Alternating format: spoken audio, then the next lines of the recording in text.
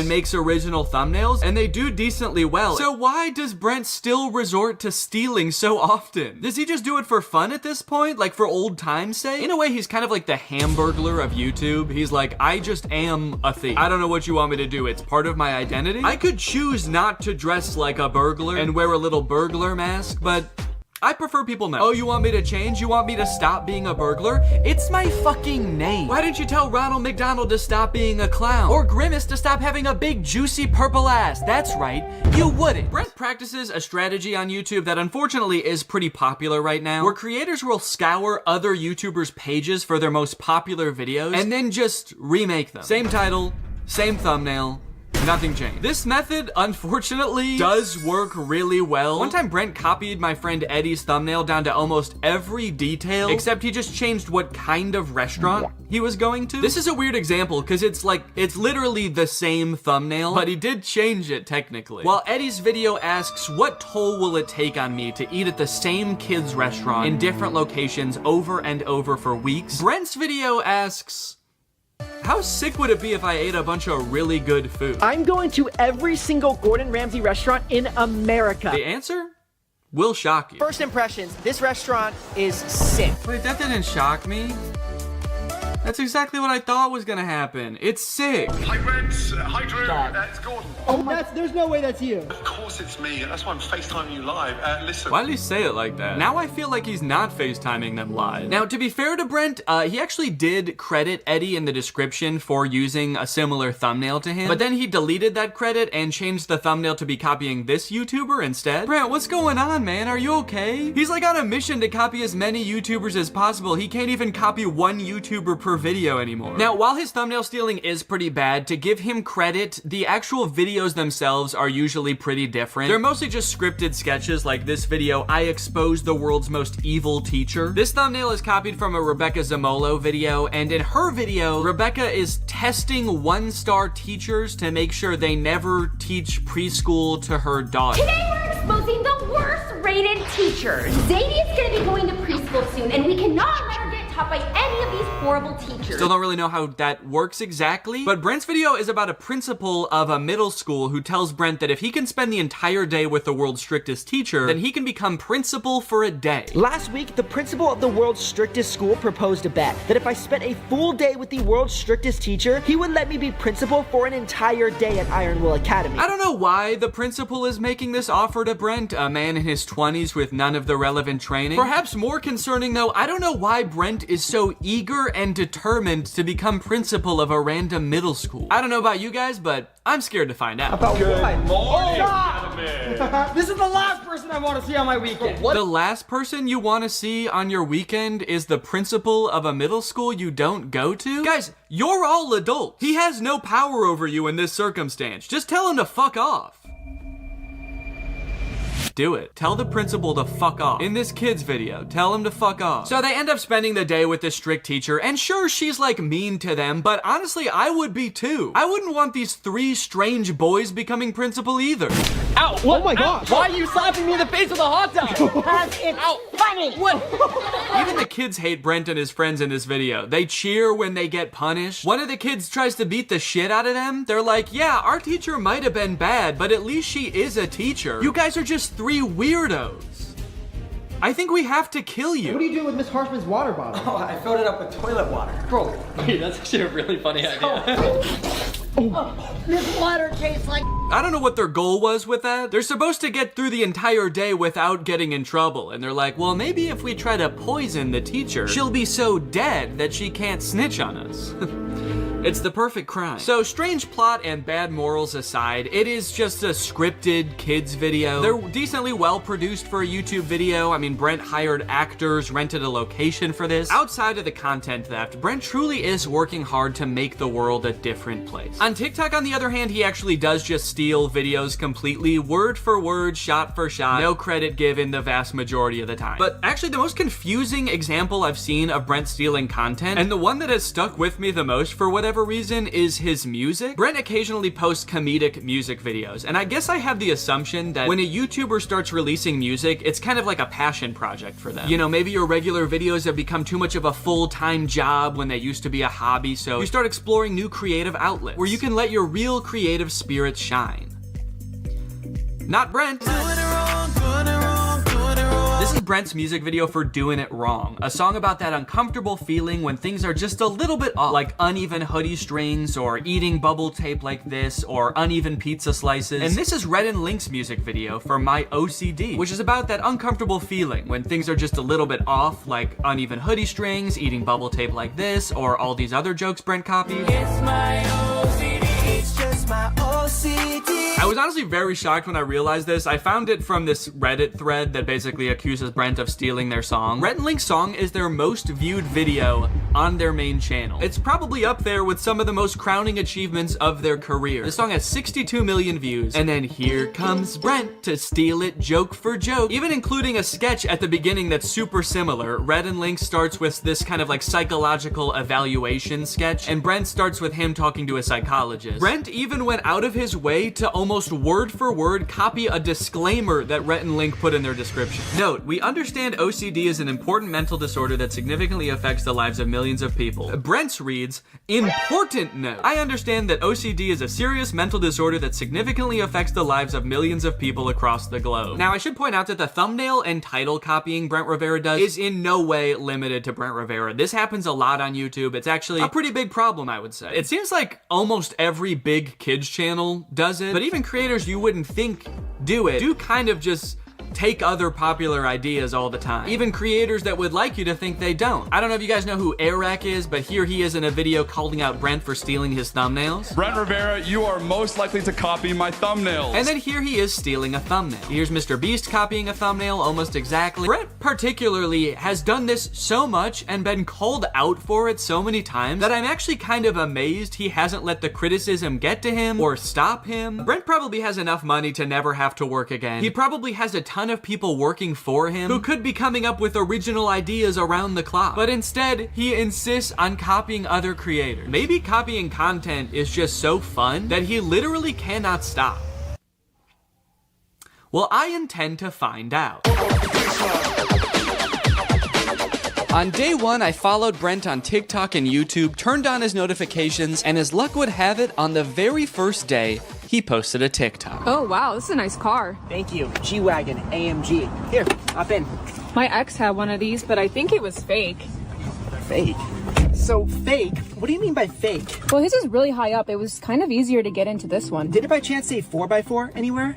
No, but there was a math problem here, 4 times 4 squared, but he doesn't like math. So basically the premise of the video is that his girlfriend's ex had a nicer G-Wagon than him, but it's so nice that she thought it was a fake G-Wagon because it had all these weird branding details. Brent swooping in once again with one of the most classic, relatable scenarios known to man. It's no wonder this thing has 40,000 likes. I have not only seen this type of video before, I think I've actually seen Brent make this video before. My ex had a fake Ferrari. Okay, if you search when her ex had a fake car, there's like a million videos with this same premise. Her ex having a fake Lambo, her ex having a fake BMW. So it's interesting because there is this fine line between copying a video and participating in a trend. This video has been remade so many different times by so many different people, it's actually hard for me to even find the original. So at this point, it kind of is a trend. Well, recreating this one's gonna be a little bit tricky because I don't have a G-Wagon.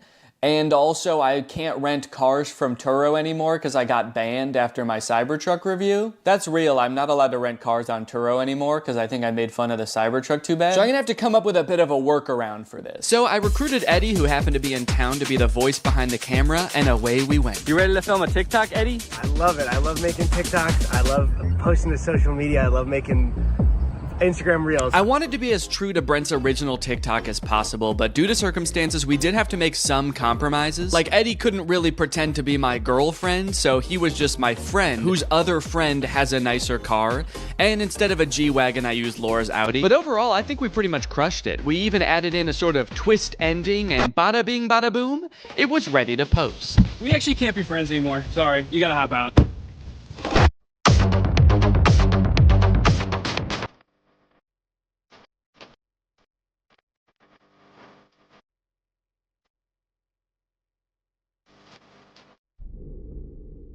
Yo, what's up, brother?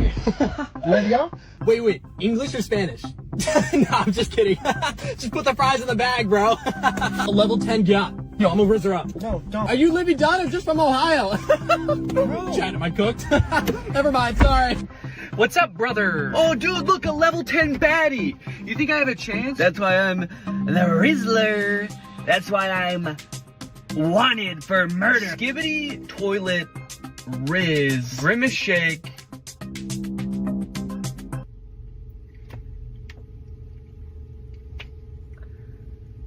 Okay, a couple days later, Brent has posted a second TikTok. I went and searched a bit on TikTok. I searched this caption, and I didn't find this exact TikTok anywhere, so this might be a Brent Rivera original. This is a bit of a trend, a person who speaks only in brain rot being like Gen Alpha TikTok slang, but I haven't seen any other in this exact format where it's two people talking in the car. So I'll give them credit where credit is due. They came up with an original idea. I will say, compared to the car TikTok that they just stole, this one is not doing as well. It has 50,000 views and only 5,000 likes. I was not thrilled to replicate this one. It was a little bit tough to get through. Not that the TikTok's like that bad. I actually thought that this dude Dom did a pretty good job. His delivery on some of the lines is pretty funny, like when he says, "Chat, am I cooked?" after trying to hit on a girl. Chat, am I cooked? I thought that was kind of funny. It didn't feel like a video I would make, so it just felt very unnatural to me. But anyway, let's go ahead and post it. So if Brent took inspiration from a different TikTok, it probably had like millions of likes. And then if Brent's ripoff of that got 5,000 likes, then I think doing the math on this, my ripoff should get 2 likes. So I'm pretty excited for that. Whoa, dude, a level 10 yacht!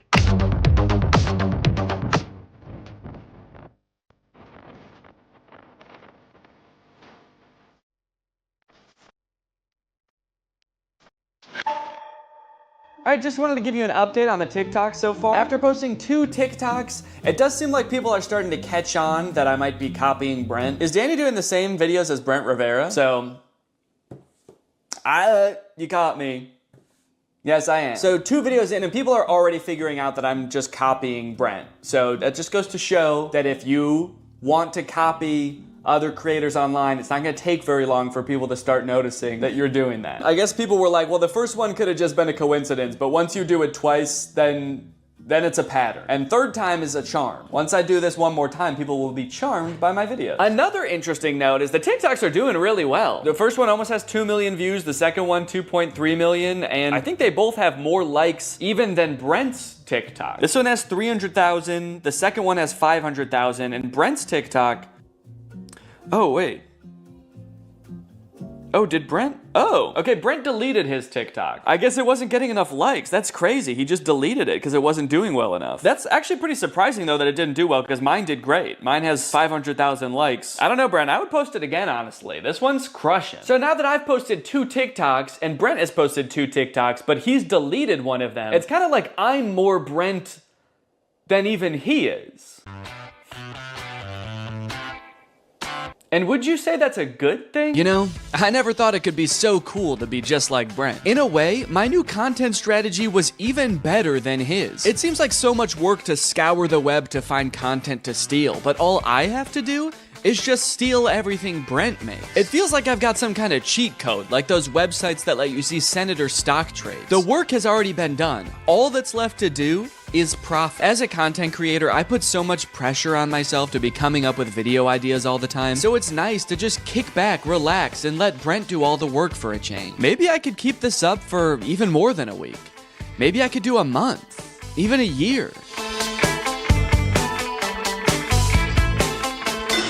The day that I have been long dreading has finally arrived. Brent has posted a YouTube video. He actually posted it 4 days ago, but then the weekend came and I didn't want to work on it on the weekend, and then a couple more days passed, so he actually posted it a few days ago, but I'm gonna recreate it now. It's called I Exposed the World's Most Evil Babysitter. Today, I'm exposing the world's most evil babysitters. These babysitters are so evil, they're banned from literally every website. They're banned from Yelp? I can understand them being banned from specifically babysitter websites. Like, you shouldn't be able to book them through babysitter websites. But being banned from Yelp? That seems kind of counterproductive. I think we should keep them on Yelp if they're really that bad. I'm gonna be exposing the babysitters to their parents in hopes of getting them fired. They're going into these homes with the evil babysitters, and they're gonna expose how evil they are. That way the parents will fire the babysitter. You would think that being banned from every babysitter website would be enough for these parents. Like, I don't know why Brent needs to come in and prove it to them. Let's skip forward and see what kind of evil stuff this babysitter's gonna do. This review says she super glued a kid to the toilet because he wasn't doing his homework. Ow! Well, that's a crappy situation. Oh, that's kind of a crappy situation. Child abuse. Yeah, that's not good. And things were bad right from the start. Can you believe these people? What am I getting honked at for? A-hole! I like that this evil babysitter is just an elderly woman that doesn't drive well. She's evil! You know, just watching her, she knows damn well how to drive. She's just doing this on purpose. And then a lot of the video seems like Brent and his friends pulling pranks on these babysitters. So they may be evil, but you know, Brent is kind of fighting fire with fire. Two wrongs doesn't make a right, Brent. You all leave. Okay. Now, what is going on? You go stand in the corner. Why is my daughter in the corner? Okay, so they throw a fake party to get the babysitter mad at the kid so that the babysitter yells at the kid, and then they have the parents come back in after the party has left to be like, look, she's crazy. They had a party, a mariachi party. She's yelling at this girl for throwing a party. There's no party here. So it seems like in this one, they've basically framed the babysitter. So I'm gonna have to recreate this video, at least the title and thumbnail. But luckily when Brent copies a video on YouTube, he usually doesn't copy the actual video. He just copies the title and thumbnail. So I can kind of do the same thing. I can use the same title, same thumbnail, but then make the video itself kind of about whatever I want. So I thought about doing a commentary on the world's most evil real babysitters, but then I started to read up on it, and it was way too depressing for a comedy video. I don't know if you guys have ever heard of this crazy website called The News, but there's some crazy stuff on it. Anyway, I found this YouTube channel called Generation Hope that basically makes low-budget Darman style videos, and they had one about an evil babysitter. So I got to work filming a video about that. Then I took a picture of myself for the thumbnail and uploaded it to my second channel.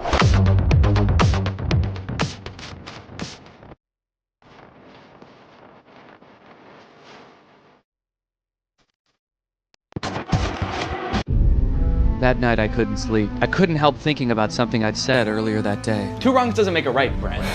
I thought by stealing content I could have some fun, grow my following, and most importantly, to be honest, kind of give Brent a taste of his own medicine a little bit, but is it worth it? That night, Brent posted 2 more TikToks that I was supposed to steal tomorrow. Both stolen from other creators, and sure, if I stole them, it could be really awesome, and I could get a ton of views. But the TikToks are so similar to the original that I wouldn't just be stealing from Brent. I'd be stealing from the person he's stealing from, too. Would I be giving Brent a taste of his own medicine? Or would I be giving the original creator a second taste of Brent's medicine? I've already gained 50,000 followers from the 2 TikToks I've posted. Stolen TikToks. What am I gonna do? What am I gonna do? Alright, I do have to recreate these 2 final TikToks in order to complete the challenge. But I need to do so in a way that doesn't affect the original creators. So, I'm gonna recreate the TikToks, I'm gonna edit them together, and then I'm just not gonna post them. There we go, perfect. Okay, so this video is called POV Your Older Sibling is Being Nice. And nice is in quotes, so it's a bunch of scenes where Brent is acting nice. He's giving his sister the last ice cream bar, he's giving her money, but he's doing it in a classic older sibling way, where he's basically being kind of mean about it. There's only one left. Here, have it. Really? Yeah, take it. Why? Take it! Jeez. Hey, Lexi, got you a coffee. Wait, what? You got me coffee? Yeah. Wait, did you get me a straw? Oh, yeah, here. This one's yours. Wait, how much was it? No, keep it. Here. Lexi, keep it. Here. Keep it! So we're gonna film that here today. I got Jake here, he's gonna help me film it. Jake, say that you're gonna help me film it. I'm gonna help him film it. Okay. I just had to check to make sure. Oh, there's the last one. Here, you can have it. Really? Take it. Why? Take it! Wait, why? You got me coffee? Yeah. Did you get me a straw? Yeah, right here. Oh my god. Oh, this is your food. Oh, how much was it? Here. Oh, keep it. No, here. Keep it! Here. Keep it! Keep it! Ah!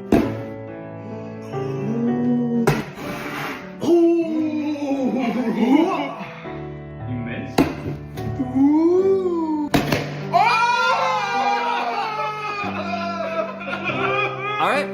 that's it. A week's worth of Brent Rivera content in the bag. And you know what? I feel really good about posting those videos. I got to have my fun. I got to steal some content, make a couple videos that I knew full well if I ever did decide to post them would go so frickin' viral. In fact, I had so much fun that I'm gonna keep doing it.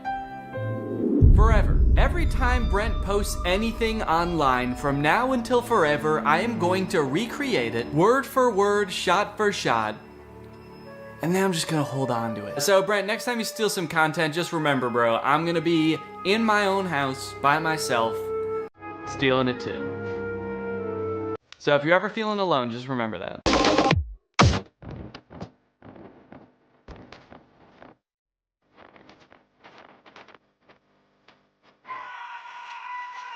Brent, if you're watching this and you somehow made it this far into the video, I could understand seeing all these people criticize you and having the mentality that these people are just haters, these people are just jealous. But look, man, I don't hate you. I understand you're just making videos on the internet. It probably doesn't seem like the biggest deal in the world to copy other people. Do I think you're an irredeemable person or even like the most evil person on YouTube? No, of course not. Do I think that you frequently make shady decisions to further your career? Yeah. We're both successful creators and we've both been doing this for long enough that we should be driving forces of creativity on this platform, or at the very least not using other smaller creators as rungs on a ladder to advance your own career. Maybe you don't particularly care about getting respect from other creators and literally the only thing that you're prioritizing is your bottom line. Or maybe you feel like you're making a difference in the lives of the kids who watch your videos, and so in your mind that justifies being able to do whatever to get to that position. From watching your videos, I do get the sense that you have a good time making them. I feel like if I was you, my favorite part of the job would be like getting on camera with your friends and goofing around. You probably like the parts of your job where you're coming up with funny ideas of what to do in your sketches. And I honestly would have no problem with your content if you just focused on doing that. I can tell you from experience, and I know a lot of other YouTubers feel the same way, that the more you try to exploit the algorithm or trick the system into gaining followers, like this game of copying other popular ideas, the more soul-sucking and draining this job becomes. So if you're in it because you like goofing around or you like making an impact on kids' lives, focus on that. That's awesome. I saw that TikTok someone made about you recently that you responded to, saying that your job is like their nightmare job, making content that's relatable to middle schoolers or high schoolers. And you responded with a bunch of TikToks basically saying that, you know, you make an impact on a lot of kids' lives. It did seem like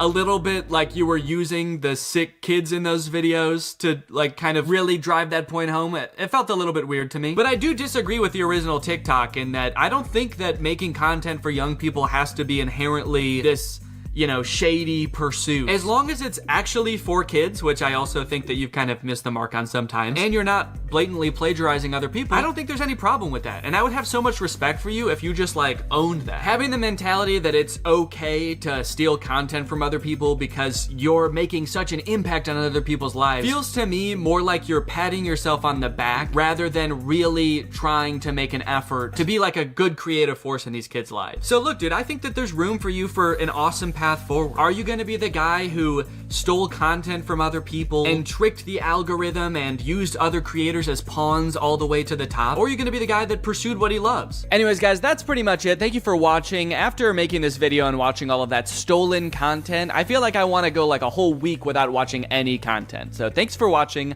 Bye-bye. What's up, Greg, and welcome back to another episode of Please Stop Trying to Give Birth at Disneyland.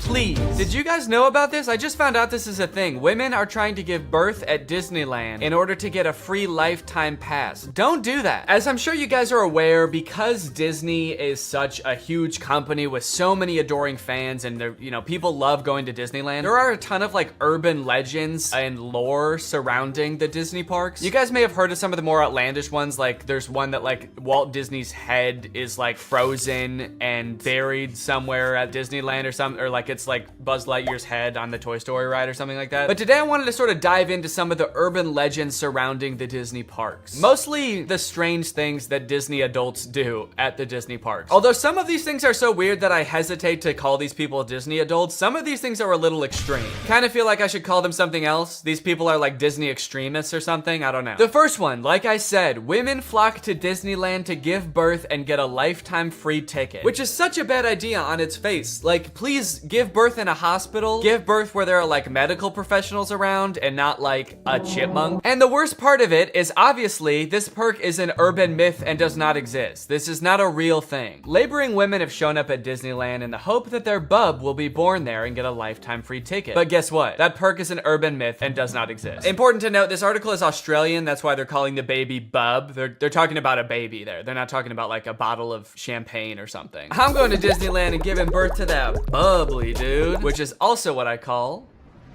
having a fart. I just gave birth to a bubbly. As a veteran of the pregnancy game, I know for sure that the journey to motherhood, okay, that's a weird way to say I've given birth before, or just that I am a mom. As a veteran to the pregnancy game. So you have kids, right? Me? Yep, yeah, that's right. I've done 3 tours of pregnancy. I've seen shit you cannot imagine. The pain, the screaming. Yeah, I've heard childbirth can be pretty tough. The innocent lives lost. Oh.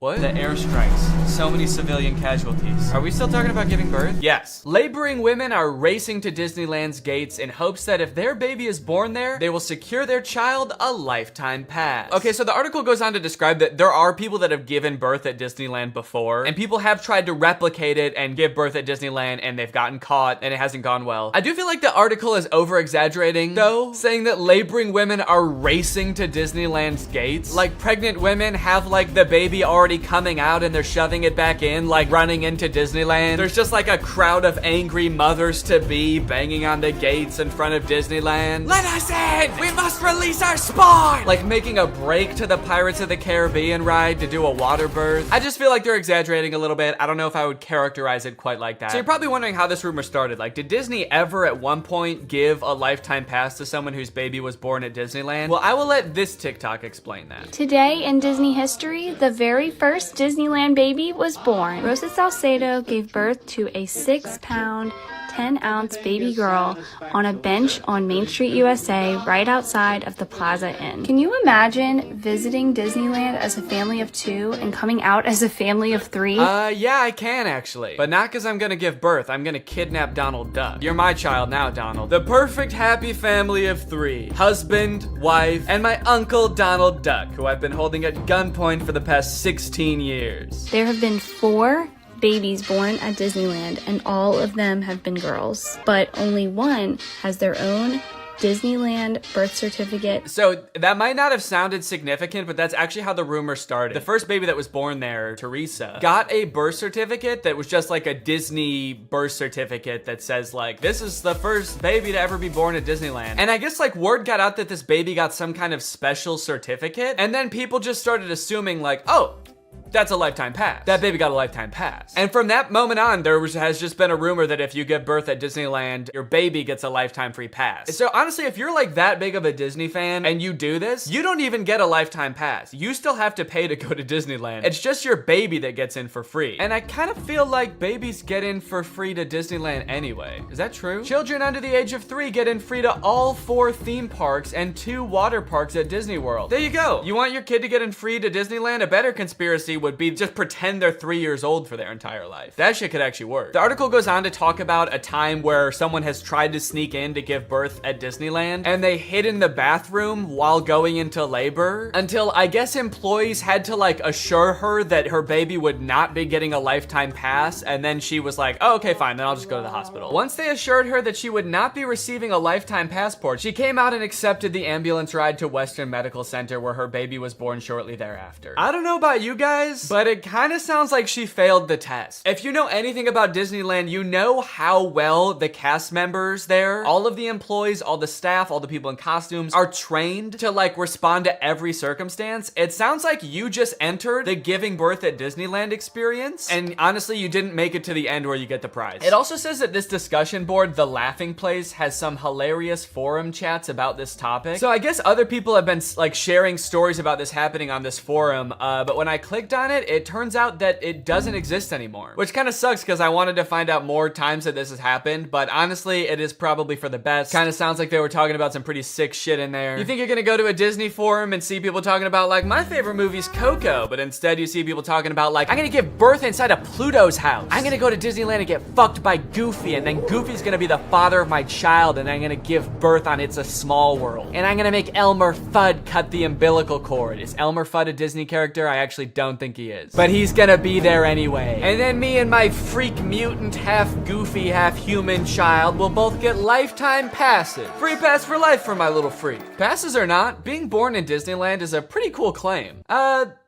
Yeah, I mean, I guess so. The way this is written, it kind of makes it sound like, so you might not get a free pass, but I don't know, it's worth a shot. You might want to do it anyway, just for shits. I've actually found a little bit of discussion about this on TikTok as well. Quick question. What's stopping me from giving birth in Disney World? Like in the Magic Kingdom, on a ride, in the Epcot ball? I think this TikTok in particular is a joke, but the comments under this TikTok are actually very interesting. I went into labor at Disney. They were not cool about it. And people like responded asking her to elaborate, and she goes on to detail her experience going into labor at Disney. And from her experience, it kind of sounds like the second anybody starts going into labor at Disney now because of this conspiracy, the entire staff immediately flips and like makes it their top priority to get you out of the park and like to a hospital to give birth. And I guess that sometimes they can be so rushed trying to get you out of the park that it comes off as rude, but obviously they're just like concerned for your health. They also don't want this rumor escalating of like people giving birth getting a free pass. And also it's just like people in sweaty mascot costumes trying to not deliver a baby because that's not their job. So sometimes I guess it comes off as rude. But the funny thing is, from this woman's entire explanation, it sounds like she didn't even know that this urban legend was a thing. So in her head, I guess she just like broke some unspoken rule at Disneyland that she had no idea about and made the entire staff of the happiest place on earth turn on her in an instant, which is so funny to me. Hello there, what can I get for you? Yeah, can I just get a medium root beer, please? Oh, great. Oh, great, another guy here to put his balls in the root beer. What? Hey everybody, this guy right here is about to pull out his big fat balls in front of everyone, in front of a bunch of children, and put his balls in a glass of root beer. Why would I do that? Don't play dumb. I'm not playing dumb. I am dumb in this situation. You've clearly heard that if you put your stupid fat balls— why do you keep calling them fat? In the root beer at Disneyland, you get to spend the night with Minnie Mouse. Oh, what the fuck? No, I just wanted some root beer. Is that true? No, it's an urban legend. But no matter how many times we tell people it's not true, we still get perverts like you coming to Disneyland, ordering root beer just so they can put their stupid— don't call them fat balls in it. Oh, come on, man, don't cry. I already am. Why do you still sell root beer if this keeps happening? Because if you shit in the root beer, you actually do get a free fast pass for Space Mountain. Okay, I don't want to put my balls in root beer, and I definitely don't want to shit in the root beer, okay? I legitimately just want to drink some root beer. Oh. Sorry, my bad, man. I didn't know. Okay, well, that's literally what I asked for, so here you go. Ah, what the fuck is that? It's Walt Disney's head. You said the secret code, so here's his head. No, root beer. What? I wanted root beer. I wanted to drink root beer. So no head? No. Overall, pretty disappointing that anyone actually believed this in the first place. In what world would Disney want to foster an environment where mothers are coming into their park, their theme park, to try to give birth? Especially if they're not like billing it back to the person that gave birth and being like, okay, here's your hospital bill, and because it's Disney, it was $1 million. Now, by now, it should be no surprise to you that there are some people in this world that want to spend every waking moment of their lives at Disneyland, especially their most precious moments in life, which is why you can also get married at Disneyland. Let's take a look at some of the craziest places you can get married at Disney World. Starting at $12,000, you can get married at the Haunted Mansion in Disney World. But just like expecting mothers trying to sneak into the bathroom to pop out a quick person, couples are of course also trying to cheat the system and avoid paying to have their wedding at Disney. So they'll just like sneak in with like themselves, maybe a couple family members and an officiant, and just like have the wedding in like a somewhat secluded area of the park. Here we have an article that details a San Diego couple sharing their secret Disneyland wedding story. Not many people can say they secretly got married in Disneyland's Sleeping Beauty Castle. 2 years ago, Gabriel and Andrea had been saving up for their dream wedding at Disneyland. However, when they began looking for wedding options options at the park, the couple said that the cheapest option was $12,000. Instead, they decided to spend their life savings on a house. Great move, honestly. No complaints so far. That's a very wise choice. So Gabriel and Andrea decided to have a secret wedding at Disneyland. The couple gathered Gabriel's oldest daughter, an ordained minister, a witness, and packed their bags, heading for Disneyland for what they called a guerrilla-style wedding. Now, I don't know much about weddings. I've only had one, but I do know that you don't generally want to have them guerrilla style. Like when we were planning our wedding, that word almost never came up, I don't think. Just imagining them describing their wedding afterwards, like, yeah, it was so romantic. We hid in the bushes for 8 hours in the hot Florida sun wearing camo paint, waiting for the crowds to die down. You know, just sort of waiting out the crowds and the gunshots, the airstrikes. Airstrikes? Then we popped out and I said I do. Happiest day of my life. Here's my favorite picture of the big day.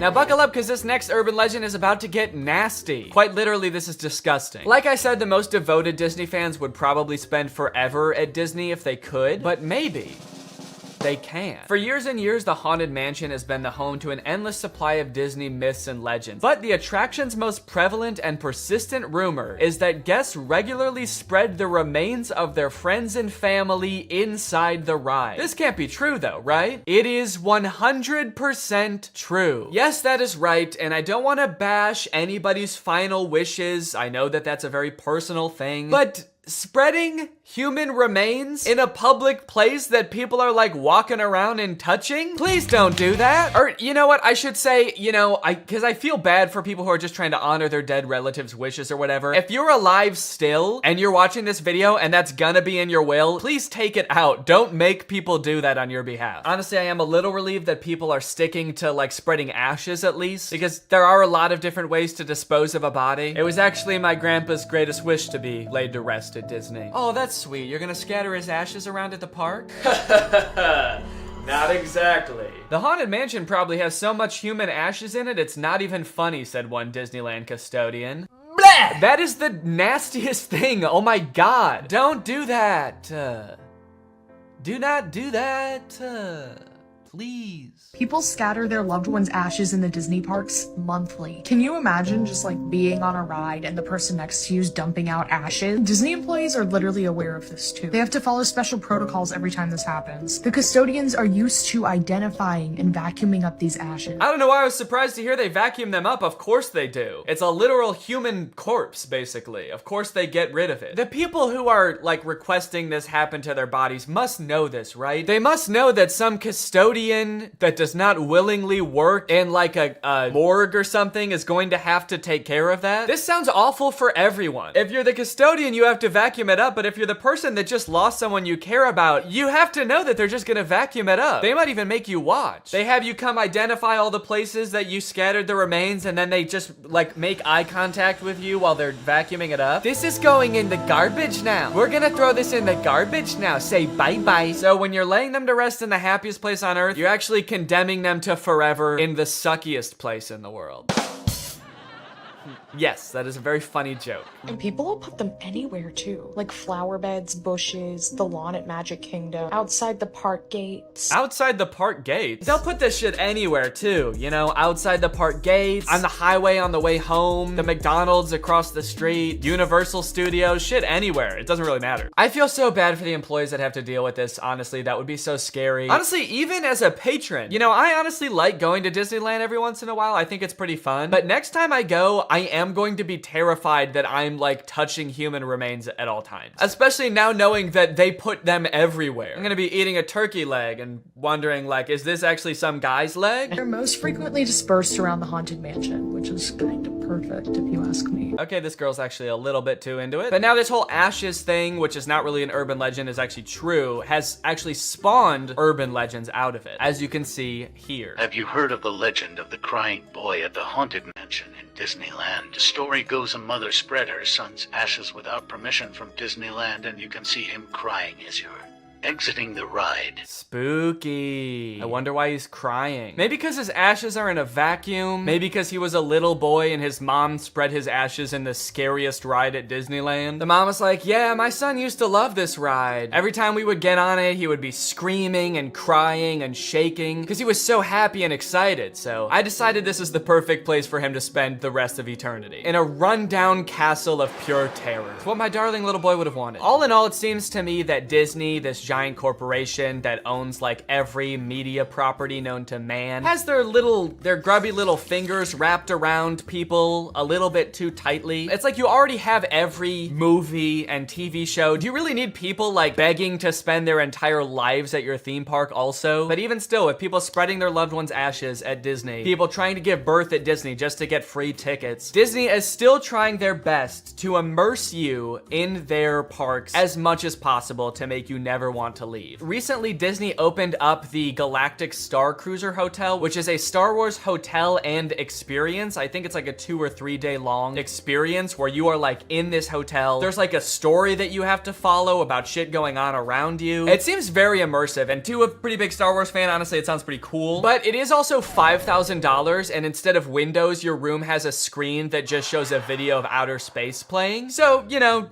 just keep that in mind that you might go insane while you're in this place. With no concept of night or day, you just have to adhere to the Star Wars pre-approved activities. There's like stormtroopers patrolling the halls at all times. It's kind of like they wanted to build a Star Wars hotel, but they built a prison instead. I read through some of the Google reviews for this hotel. It's only been open for a little bit, so there's not that much to go off of. And honestly, there are a lot of 5-star reviews of people who seemingly really enjoyed it. I did think that this review was really funny. This person gave it a 1 out of 5, and they said, thought the experience was fun, but not worth the price. There are too many missions to keep track of, and you are always missing something. It kind of seems like they got like too immersed in the story and like started to believe that they really needed to complete these missions. This sounds more like the review of a disgruntled employee that like works on a spaceship. There are too many fucking missions, man. There's too much shit to do. The hyperdrive is gonna fail, and I need to fix that. Not to mention the First Order's breathing down my fucking neck, trying to get me to give away the location of my comrade. This place is fucking stressful. I think my favorite thing I've seen come out of this Star Wars hotel is this apparently now deleted ad for the experience that says, strike unlikely alliances in your very own Star Wars story. Apparently when you come in, you can decide if you want to be like on the good side or the bad side. So this, holy shit, this place is metal, dude. This goes hard. It's crazy to me that you actually can choose to be on the side of like the evil intergalactic fascists, basically. You and your preteen daughter can don First Order uniforms and betray one of your favorite character's trusts, Chewbacca, giving away his location and leading the First Order directly to him, who will take him away to be tortured and then eventually executed. It might be a little too immersive. It might be. We're gonna start hearing people come back and you're gonna be like, how was your trip? You went to the Star Wars hotel, right? And they'll be like, the guilt over my actions will haunt me forever. But I did what I had to do. It was honestly fucking sick. I loved it. And honestly, like, if someone offered to bring me there for free, would I go? Yes, I probably would. Yeah, honestly, I would like to go 100%. I would like to go. And as if living in an life is curated by Disney. Oh gosh. I feel like we have so much chemistry together. Me too. This has been great. This date was a lot of fun. I really haven't connected with anyone like this in a long time. Fantastic. How likely would you be to recommend this experience to a friend? What? On a scale from 1 to 10, how would you rate my performance? Performance? I thought you were just like genuinely interested in me, like romantically. Oh, perfect. So a 10 then? I really opened up to you. And you opened up to me. That's all just part of the story living experience. It's Disney magic. So that whole story you told me about how sad you were that you had to release your pet into the wild because it had grown to be wild. That was the plot of The Fox and the Hound. What the fuck is wrong with you? Thank you for riding Disney's Love Connection. Please make sure you pick up all your belongings as you exit the ride. Are you an animatronic? Please do not try to fuck any of the animatronics. Are you all animatronic? Have a lovely day here at Am I the only person that lives here? Anyway, that's the end of the video. It's time to talk about our sponsor. What's up? It's me, a hacker, and I'm so excited to steal your data because you don't have today's sponsor, ExpressVPN. You see, sending data over an unencrypted network is a lot like sending a postcard. There's no envelope to cover up your info and protect your sacred message. So any old creep with a little bit of basic computer knowledge and a little bit of free time can come along and check out all of your private information. I'm talking passwords, financial details, hell, emails. I'm gonna look at all of it. I'm doing it right now. Hey guys, I was just kidding. It's just me, Danny. I wasn't kidding about most of it actually. Just the part about me being a hacker, but the rest of it is true. Oh, there's not enough light on my face now. Can I just sort of illuminate my face with this? Luckily, today's sponsor, ExpressVPN, is here to help. Because ExpressVPN encrypts all of your network data with their best-in-class encryption. It would literally take a hacker using a supercomputer billions of years to crack this encryption. ExpressVPN has the fastest speeds out there. They've got 24/7 customer support, and ExpressVPN is extremely easy to use. You can fire it up and get connected with just one click. I've got ExpressVPN on every device that can have it, just to have a little bit of extra peace of mind when I'm out and about, especially on public Wi-Fi. So if you want to find out how you can get 3 months of ExpressVPN for free, then head on over to the link in the description. That's expressvpn.com/Danny Gonzalez. That's expressvpn.com/Danny Gonzalez. Thank you, ExpressVPN, so much for keeping us safe, but also sponsoring this video. Thank you to you guys for checking out ExpressVPN. When you click on the link, it really helps to support my channel, so thank you for that. All right, thank you guys for watching this video. I hope you enjoyed it. If you're new here and you're not subscribed yet, make sure you subscribe and turn on my notifications to join Greg. Greg is what I call my army here on YouTube. We are a ruthless army whose violence and terror knows no bounds. Please subscribe and turn on my notifications to join, and I will see you next time. Bye-bye. What's up, Greg? I'm sure we've all seen the genre on YouTube by now of YouTubers flaunting their wealth. I feel like every couple weeks we get a new, like, FaZe Rug house tour, or like Jeffree Star gets a new Lamborghini, and we all have to look at it. But unless you find yourself sitting on the couch with nothing to watch on YouTube at like 7 p.m. at night every night, you might not have fallen down the same rabbit hole I have, which is like insane opulence YouTube. Granted, FaZe Rug, he is rich. Jeffree Star is even richer. But these videos by this dude, Producer Michael, are like on a completely different level. Producer Michael is so rich that I think he would consider David Dobrik poor. Basically, he runs a YouTube channel where he goes around and sort of explores the finer things in life. He goes to jewelry stores to look at like really expensive watches. He goes to like $100 million houses to do tours. And I think my favorite thing about Producer Michael is that while you might think that like just by being this rich, you would be qualified to talk about like really expensive watches, like, oh, he must know all about this kind of stuff. He is not qualified. He is perhaps the most clueless person that could possibly be doing these videos. In this TikTok, he is surprised to learn that he is in possession of and is currently wearing an earring that is worth $5 million. What is that thing you're wearing? It's a red diamond, would you like to see it? You don't understand. This thing right now, do you know how much this is worth? $5 million. Michael is the quintessential clueless rich person. He does not have a single clue what is going on. He is like unbelievably wealthy. The things that he shows off in his videos are so unnecessarily like ostentatious. And I think that's really clear in this video, $2 million diamond covered shoes. So we're back with Jason of Beverly Hills. This time we're in his VIP suite. So right off the bat, this is like a scenario that nobody's ever been in ever. So it's like the least relatable thing in the world. But I guess that's sort of the appeal of videos like this, is I guess you really get to see how like the most insanely wealthy people in the world live. I didn't even know that jewelry rooms had VIP sections. I don't think they're real gold. There's a lot of them, or it might just be a reflection, but it's really cool, isn't it? I love that. Yeah, it might just be a reflection, but I'm not sure. One thing you gotta know about Michael is that he's never gonna find out. He'll say in his videos 1,000,000 times, it might be this way, and I don't know. And I can guarantee you right now, he's not gonna find out for you. He's just gonna kind of casually speculate on it, and then he's gonna move on. Would you like something to drink? Oh, yes, please. Sparkling water. Adam will have the same. I'm choosing it for him. Although, I do see beer taps back there. No beer, Adam. So stern with the no beer Adam. Like, I'm wondering, did something happen before? No beer, Adam. I feel like Adam has definitely had some sort of workplace incident involving beer. Wow, this is lovely. Oh, I already see lots of sparkly things. Wow. What have you got your eyes on? Really great commentary so far. They just sort of walk in and silently stare at the diamonds for a few minutes. What are you looking at over there? Rings? Cool. I'm looking at bracelets. Nice. But eventually they make their way over to a pair of $2 million diamond covered shoes. Michael Blakey shoes. I could wear these, right? I know. These are all diamonds. How do you know? When I'm telling you this man has absolutely no expertise, this is what I mean. Oh, these shoes are covered in diamonds. How do you know? How can you tell that? How do you know these are diamonds? It's like, I don't know, because I looked at them. But some of them could be glass, right? Not too much else interesting happens in this video. The owner of the jewelry store shows up. He sort of enters like Darth Vader.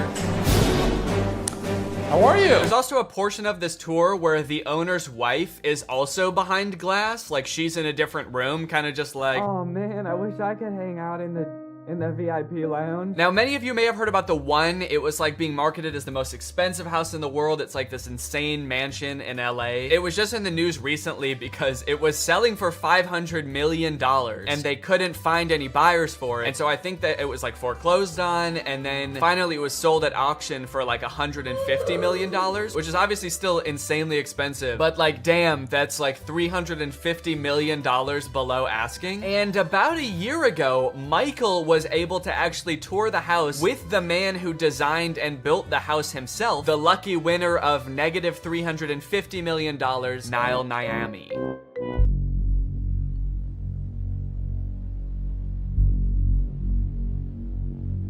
They make it seem like this house is gonna be the coolest thing you've ever seen. Like we're about to see some really sick, like bat cave type mansion. But I gotta be honest, this house is so boring. Basically, if you can picture every modern mansion in LA, like the white tile on the floor and everything looks like angular, this is a Minecraft house. It's just a really big version of it. There it is, in all its glory. This house is so big it makes my stomach churn. The whole time I was watching this tour, I was kind of just like, I would feel so stressed living here, knowing that like on any given day, honestly in any given month or year, there's no way I could possibly utilize all of this house. A couple weeks ago, I bought this candle that I put on my desk, and then afterwards I realized that I don't really like how it smells that much, and so it's just been kind of sitting here, and I've burned it a few times, but just it sitting here is like making me feel bad for buying it, because I know I'm not really not gonna use it much. So to imagine a house that costs probably, I don't know, like 5 billion times as much as this candle, I can't do the math in my head that quick. It's a very stressful thought, and it really makes you wonder, who is buying this house? Who thinks they need this house, you know? And in case you're wondering, it is like the owner of Fashion Nova who bought it. That's who bought it. So we are at the largest house in the urban world. And what gets better than that, we are with the one and only Niall, who is the visionary behind this. He built this. Yep, what makes the tour even better is that we are getting a glimpse into the man, the absolute psychopath that made this house, Niall. This dude is an enigma. Him and Michael together are just like the two most eccentric rich people I've ever seen. The way they interact is wild, and after watching like 2 minutes of Niall, you'll be like, yeah, it makes sense that this is the guy that built this house. Whoa!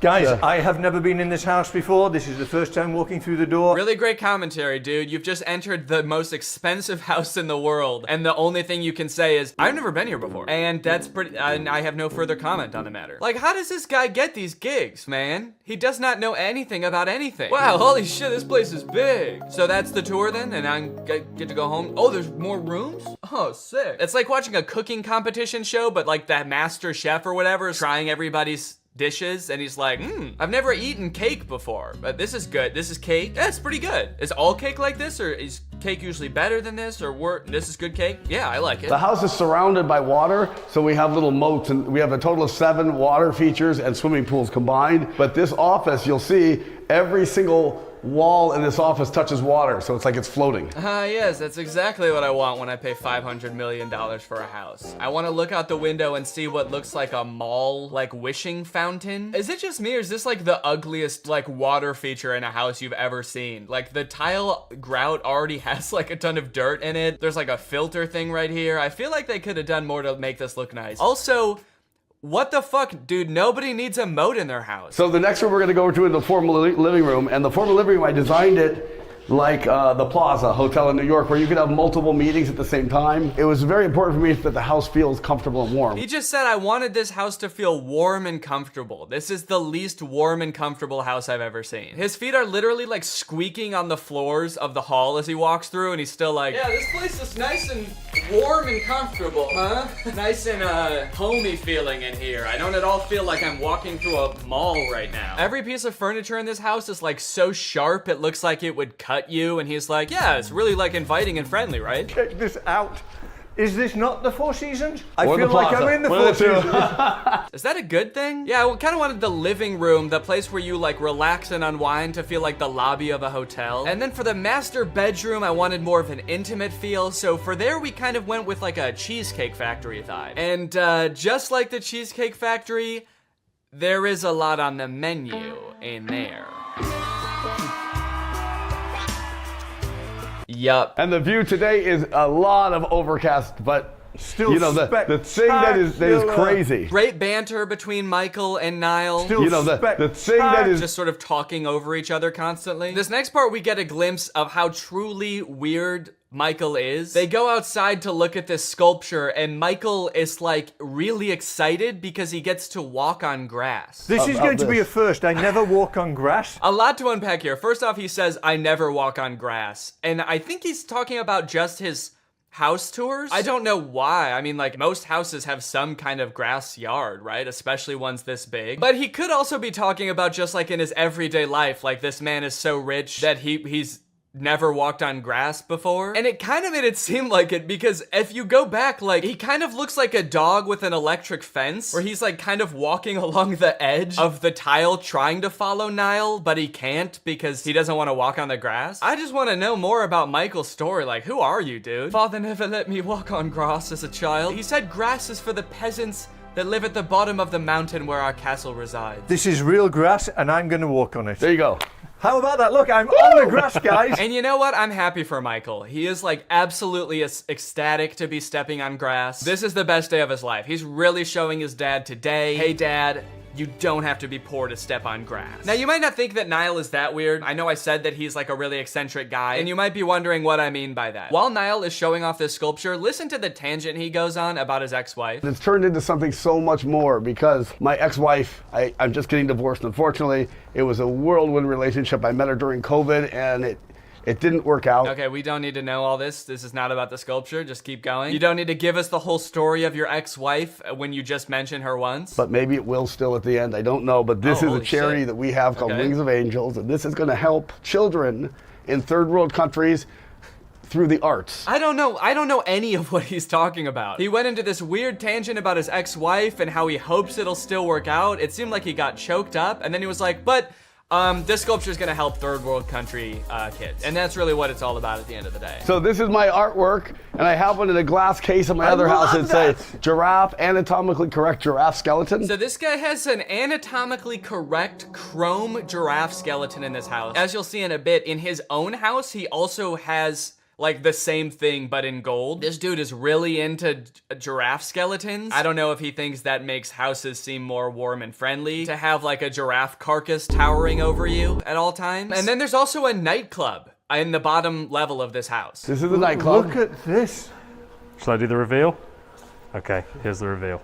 It almost feels like he like wanted the house to be a certain amount of square footage, but then like ran out of ideas of how to fill the space. So he got like 50,000 square feet done. And then for the other 50,000, he was like, I start putting like businesses in here. I don't know. Nightclub, sure. If you go another level down, it's like an Amazon fulfillment center. Well, Paul McLean was the architect, but everything in this house was generally all of my ideas. We know.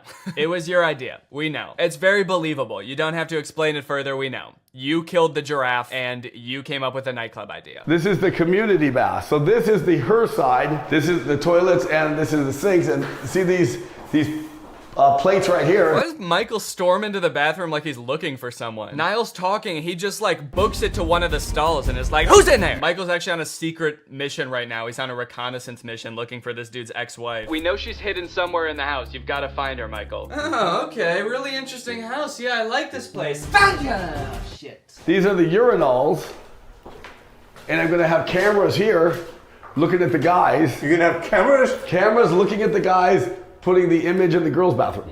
Out of the box thinking. Out of the box thinking. You see, most people wouldn't think to do that because it's illegal. But I'm thinking outside the box of what is like morally acceptable. It's a normal thing like a guy would do. Now I'm thinking like the girl. Get in the back for a minute. He's like, you know how that's a thing that guys are always doing? A thing that all guys are doing? And it's like, no, not really. I don't think all guys are doing that in nightclubs. And he's like, yeah, you know how I'm always doing that? You know how I'm always putting cameras in the girls' bathroom? Well, now I'm gonna do the opposite. I'll show you the theater. Where is the theater? Wait. It's very hard. We just saw the real Niall for a second. Oh, where is the theater? Shut the fuck up! You speak when you're spoken to. Or, it's over here. Hard to see this because my ex that I met 8 months ago, I married. It didn't work out because she's from Argentina. She doesn't listen to me, blah, blah, blah, blah. He said it didn't work out because she's from Argentina and she doesn't listen. Hey guys, real quick, I have new merch, and also there's a big sale going on in my merch store right now until December 1st, and 4 random orders during the sale are going to receive one of the physical drawings that I did in the fake AI video. So if you want to check out the new merch or get some discounted merch, then head on over to dannygonzalez.store, and now here's the video. Fashion changes fast. Like really fast. Looking at this picture of myself wearing a V-neck and cargo shorts feels like looking into an old photograph from the 1910s where like everybody in it is dead now. But believe it or not, this picture was only taken 2 weeks ago. That's how fast fashion trends change. Remember that weird t-shirt I was wearing at the beginning of this intro? I've already thrown it into a landfill. That's how fast fashion trends change. Styles change so quickly over the years, it feels impossible to predict what is going to be popular next year, let alone like 30 years from now in say 2050, which is scary to me because by then I'm gonna be old, I'm gonna be falling out of style. But luckily, some experts think they've already figured it out. I found a few articles claiming to predict what the fashion of the future will look like. And if I can just buy all that stuff now, then I can become the ideal man of the future today. So my goal is to go through each of these 3 articles and craft one outfit based on what each one predicts. That way I can cover all my bases no matter what the future looks like. And then we can decide together which future we would most like to live in. Okay, this is an article on a website called Dream Zone, and it's called 2050, the fashion of the future. Adaptable wearable technology. Most of us will live close to the printing house or have a 3D printer at home. Huh? What is this about everybody living close to the printing house? Like Kinko's? I do mess with the idea of 3D printed clothing though, that's kind of sick. The idea that everything you own can fit perfectly because it's like 3D printed, custom to your body, is kind of cool. Socks will recycle themselves. Wearing for a few days and discarding will become a thing of the past. I don't do that currently. Wearing for a few days and then discarding? We don't do that. That's something that you do. You made that up. Fashion trends will not get banned, but it will be made from paper so that everything which is old can be dropped off to domestic recycling. So what I'm getting from this article, 3D printed clothes and recyclable clothes. When I Googled 3D printed clothes, I came across this company called Zellerfield that makes 3D printed shoes specifically designed for your exact feet using scans of your dogs that you send them. They have a bunch of different models of shoe. This one's got a face on it. Actually, it's got 2 faces on it. It's got one on the front and one on the back. Voldemort-ass shoe. Incredible feel, fused 3D lattice with no stitching, glue, or weak points. That actually is kind of cool. So there's no stitching. It's just all assembled basically together. It's all one solid piece. Kind of like a Croc.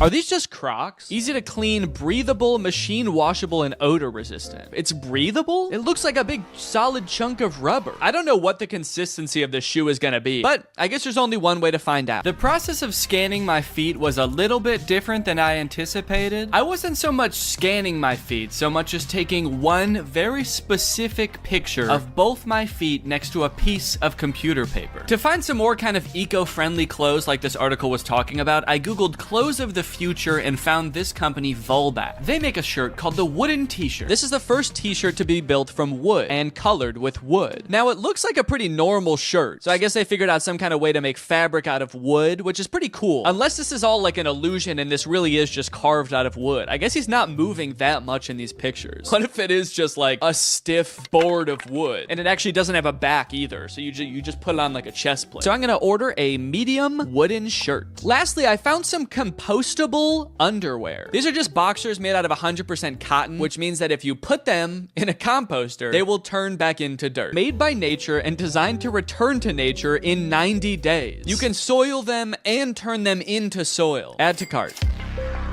This article, What Will Fashion Be Like 20 Years From Now, is from the BBC, and it introduced me to a pretty interesting concept. The project hints at a future where we will all be able to download content to our clothing viewable through AR glasses and present ourselves differently to everyone around us. So the clothes of the future could be no clothes at all. We're all just wearing like AR glasses, and that's projecting the clothes onto us. I guess this would cut down on clothes waste. A ton of clothing every year is thrown into landfills, but if all the new stylish clothes was digital, there really wouldn't be as much waste. That is, if you don't take into account the AR glasses that we're all going to be wearing, and how a new one will probably come out like every 6 months that have electronic components in them, and then those will be the things ending up in landfills. And also, we do still have to wear some clothes. Right? Or is the future just gonna be like people walking around looking like Fortnite characters in our AR glasses, but in reality, they're just naked? The most interesting part about this is that I actually found a company that offers this service already. It's called DressX. I actually found it because Sophia Nygaard made an entire video where she dressed up in outfits from this service for a week, and it's super interesting. You can buy clothes, digital clothes, from this website, and then you can try them on virtually. I guess you upload an image of yourself that you want to be wearing the outfit, and then you pay $20 for them to basically Photoshop you into the outfit. And it looks a little bit realistic. Yo, look at this, the Neo suit. I feel like when I upload this, they have to decide how big my ass is. Okay, I'm actually kind of liking these, dude. Whoa, look how big that hat is. Dude, that's crazy. Maybe I want to go with this one. It's $100 for this whole outfit, which could be worth it, depending on how it turns out. Yeah, I'm gonna go with this one. This article is called Fashion Trend Predictions. What will clothes look like in 100 years? Fashion in the future might be entirely different to anything we can predict. Okay, so they're basically starting off by being like, we have no clue. Everything in this article is probably wrong. Formulated after the sleek form of smartphones and other tech devices, the fashion industry may be heading towards the use of futuristic looking clothing. Okay, so our fashion in the future will be based on smartphones, which are something that we have today and probably like won't have in the same form 100 years in the future. Also, that sounds terrible. I don't want to dress like my phone. I'm all metal and gray. I have a giant speaker right here and a giant microphone down there. Okay, this one also says clothing designed for VR glasses. So I'm thinking VR glasses are gonna be a big thing in the future as well. So maybe I should incorporate that into this outfit too. I mean, I guess glasses with like a camera on them does kind of correspond to the whole smartphone theme. The use of artificial intelligence in the fashion industry may end up having the ability for clothing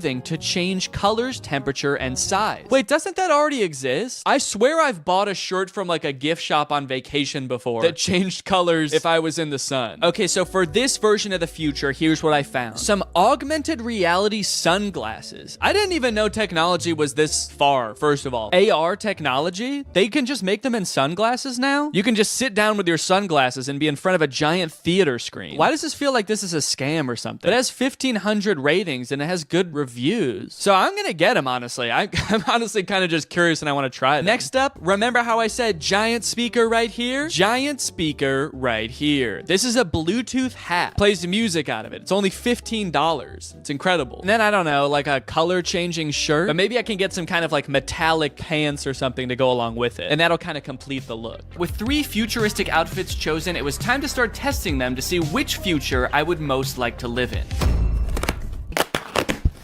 Here we go. This is the hat. Warning, to avoid danger of suffocation, please keep this bag away from babies and children. When you take the hat out of the bag, there should also be a warning. It should be like, now don't use this hat near anyone else. Don't use this in public around any other people. It's gonna weird them out. It's also gonna be super annoying. My initial impression of a lot of these products was not great. Connected. Yes. Sound quality did not sound good, guys. I have to say that does not bode well for the test of this. The color changing shirt was super confusing. My hot breath would make it change colors, but when I would put my hot hand on it for like a minute straight, it wouldn't. What the hell? It barely changed color at all. How hot is my breath? that did it and nothing else does. Oh, yeah, okay, so this is the robot onesie that I ordered. Onesie? Is that the right word? Like, that's the word for a baby outfit that's all one thing. Is that like that for people too? Or like adults? People. I know it's like that for babies, but what about like humans? Human beings. But what I'm most interested in trying is these AR glasses. So let's get the whole outfit on and see how they work. Ah, whoa! Holy shit. Oh my God. Whoa, that's actually kind of cool. So my whole laptop screen is like suddenly appeared in my glasses. And no matter where I look now I just see my laptop screen. You can fully see it on the camera. you can't see your eyes anymore. You just see my laptop screen. Of your laptop screen. Wait, that gives me an idea. Hold on. So you can see perfectly what's on my screen? Yeah. Interesting. Okay. How do I look?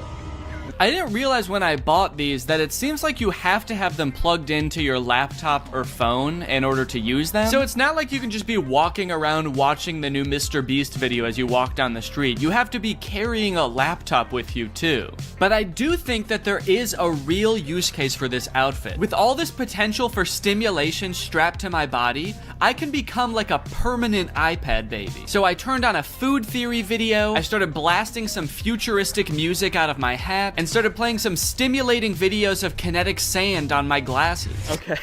Oh, this is crazy. The image of the kinetic sand is way bigger than the TV. So there's like a one TV with matte pad on it, and then a way bigger translucent TV with kinetic sand playing. I can't really imagine a use case for these glasses. It's pretty awful, actually. So much stimulation that everywhere I look, all I see is kinetic sand being cut. And it's also kind of making me nauseous. So I think I'm gonna go get some water. Luckily, today's video is sponsored by AirUp, which is a great and unique way to meet your daily water requirements. You see, guys, while you just fill up your AirUp with regular old tap water that your government provides for you, when you put on a scent pod and you activate it like so, pop it right into place, suddenly the water has taste to it. And I'm talking good taste. This scent pod I got on here is raspberry lemon. So when I drink through my AirUp, air travels into the scent pod, out through the nozzle, and into my mouth, creating a flavor experience like I'm actually drinking something flavored like raspberry lemon. But it's not actually adding any chemicals to the water. I like this because I like drinking a lot of water, but sometimes water can be a little bit boring. I want to spice it up with a little bit of flavor, but I don't like adding in chemicals, sweeteners, artificial sweeteners to my drinks. This doesn't add in anything, it just adds in scent. It's science, and it just seems like you're tasting raspberry lemon, which is a pretty good flavor. And guys, it's the season of giving, so what better time to give a family member or a loved one a gift with taste? Which is why, Jake, actually, I have a surprise for you. What? For doing such a good job filming this video right now, I got you this. Oh my God! And there's actually an AirUp in here too, it's not just the box. So there you go. And I also got you your favorite flavor, cherry, to go along with it. Oh my God, that's my favorite flavor to go along with it. That's what I just said. Yeah, sorry. AirUp is a great gift for anyone who likes to drink water, which is everybody because you need water to survive. And from November 20th to the 27th, you can save up to 40% on all orders. That's because they've got Black Friday and Cyber Monday deals going on right now, and it is their biggest sale ever. So if you want to check it out and get a family or friend or a loved one a gift with taste this year, click the link in the description, get up to 40% off on all orders. And now, so I was just watching more videos about AirUp on here. So cool. Thanks to AirUp for sponsoring this video. Now back to the video. For the virtual outfit, before I even purchase it, I have to take the picture that I want them to Photoshop me in, because that's part of the checkout process, is uploading that picture. So that's what I'm gonna do right now. Now the outfit is so kind of edgy and dangerous looking that I gotta pick a cool location for it. So that's why I'm out and about. I have to find a cool location for it. The big issue with that is that the top is like a mesh top, which would usually be worn with nothing underneath, so that you could kind of see, you know, my belly button, my nipples, whatever. But if I'm looking for a cool location, that's gonna be a public location, and if I'm in public, I'm not gonna be walking around taking pictures with my shirt off. Filming in public is already embarrassing enough. I don't need to take my shirt off. But look, I'm wearing like kind of a skin-colored shirt. Maybe they can just Photoshop my shirt off anyway and give me like rock hard abs. That would be sick. So I'm just gonna take a picture and send it to them and see what they do. I'm just wearing regular clothes. I'm wearing jeans and a t-shirt and shoes. And so I'm just gonna try to find like an edgy location to take a picture of myself. Well, I took a little walk and I looked around and I found this. A skate park. Also the smallest bleachers I've ever seen to watch people at the skate park. Guess they're not anticipating like a ton of spectators at this skate park. It's actually kind of sad. Yeah, only 4 people are gonna be watching you at a time here, man. All right, don't get too excited. So I think this is about as edgy as it gets, really. I think I can kind of be leaned up against the fence here, contemplating my life. The description on the website also said that this outfit is supposed to represent like a post-apocalyptic Nordic archipelago or something. An archipelago is like a cluster of islands, and I don't know if anything quite exemplifies a dystopian archipelago quite like a skate park. So let's take this picture. There's also people on the roof behind me. I hope they're not watching me film this. Are they watching me? It took me a little bit to figure out exactly what kind of person wears this outfit, but after a few pictures, I think I figured it out. And once I got the picture I desired, I sent it to DressX, and within 2 business days, I had my finished photo. Okay, let's go ahead and see this photo. This link looks unusual. Be sure you trust the link before you open it. What do you mean unusual? Seems like a pretty normal link to me. Do you think Google Chrome can see the photo? You're not gonna want to open this picture, dude. The picture in this link looks very unusual. Okay, very, very interesting. I like it. I like it a lot. This is... Wow. Yeah, I mean, it looks like I'm wearing the outfit. I'll give them that. I like that they left my Apple Watch on. And my shirt. This has got to be the dorkiest anyone's ever looked in this outfit. I sent the picture to Laura. I was worried she was going to say it looked super fake and also would hate the outfit. But it turns out she loves it. Eventually, I'm going to post this picture on Instagram to see what everybody thinks. But before I do that, I have to get pictures of the other outfits too. So without further ado, here's the next outfit.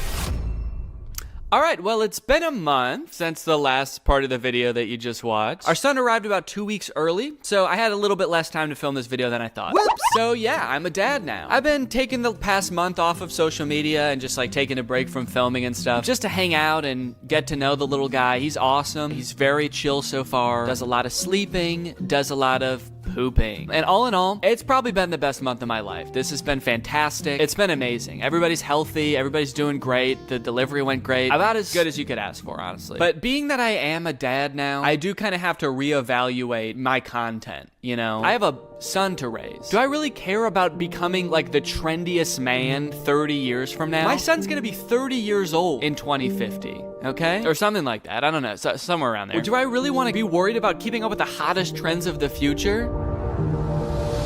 Yes. Of course I do. Even more so now. This child is a very cool child. And you can bet he's gonna have cool friends with even cooler dads. You know they're gonna be showing up to birthday parties in the hottest 3D printed shoes and the stiffest wooden t-shirts, all right? So if I don't get ahead of the curve now, I'm gonna be a laughingstock amongst this boy's friends and their dads. Which is why I've got this one last outfit here before me, and I think this is really gonna be the one that takes the cake. So I unboxed the biodegradable boxers. Oh yeah, these'll fit just fine. I unboxed the wooden t-shirt. First impressions? It does not feel like a shirt. Even my dog's natural instincts are like, ooh, that's a stick. Must fetch shirt. And I unboxed the 3D printed shoes and this hat. Whoa. Okay, they also sent me a hat. This very cool hat. Buy my shoes on Zellerfield.com. Hey, wait a minute. I didn't send them pictures of my head. How did they know how big my head is? Wow, dude. Okay, look at this. Wowee, man. These shoes impressed me from the moment I took them out of the box. They are breathable. Yeah, I can. That's actually kind of crazy. Wait, how does that work? And they fit pretty well. At first. Huh, well... My toe ends about here, so there's like this much space at the end of the shoe, but I actually think that that is kind of how you want shoes to be, because you don't want your toe rubbing up against the front of the shoe. So, okay. Why do I look like old-timey in this shoe? With this long sock and my pants ending there. I look like a pilgrim or something. For whatever reason, the left one is a little bit more uncomfortable. Let me stand up and just... Yeah, I can definitely still feel that a little bit. You know what? No, I think these are too big. I actually think they are too big in the toes. I feel like I've got a lot of extra space there. But I wouldn't know the full extent of it until I put the full outfit on to test. The very first thing I noticed is that when I put this shirt on, it was like weirdly cold. Like usually when you put clothes on, it warms you up right away, but the shirt has like a weird cooling effect to it. And it's like, it just feels cold on my body. Does it feel cold to the touch to you? Yeah. Yeah, it's like frigid. Is wood supposed to be cold? I guess it does kind of feel the same temperature as this door. Take that as you will, I suppose. The shirt is very stretchy. It's this weird combination of stretchy and stiff, which doesn't sound like would be possible, those two things together, but it is kind of stiff and like starchy, I guess I would say. It's kind of just like crispy. Wait, why is it white there? Does this shirt change color too? Or did I just fuck it up somehow? The shoes, now I gotta be honest, I don't really feel like they fit that good. As I step, it kind of feels like my heel could come right out of the back of the heel a little bit. I mean, you can for sure see that there's a good amount of space there. I'm worrying a little bit more every day about what they did with those pictures of my feet, if not make shoes that fit properly. They're like, sick, something we can jerk off to when we make this guy's shoes. The boxers are pretty comfortable, I will say. I put them on, I was like, I'm gonna wear these again. Rest assured, they are on. If you were to plant me in a pot of soil for 90 days, let's just say I wouldn't be wearing underwear anymore. And I'd also be very cold and wet. I decided to do a little bit of light jogging to see how the shoes would feel in action. Oh no, these have really bad grip. Let me try on sidewalk real quick.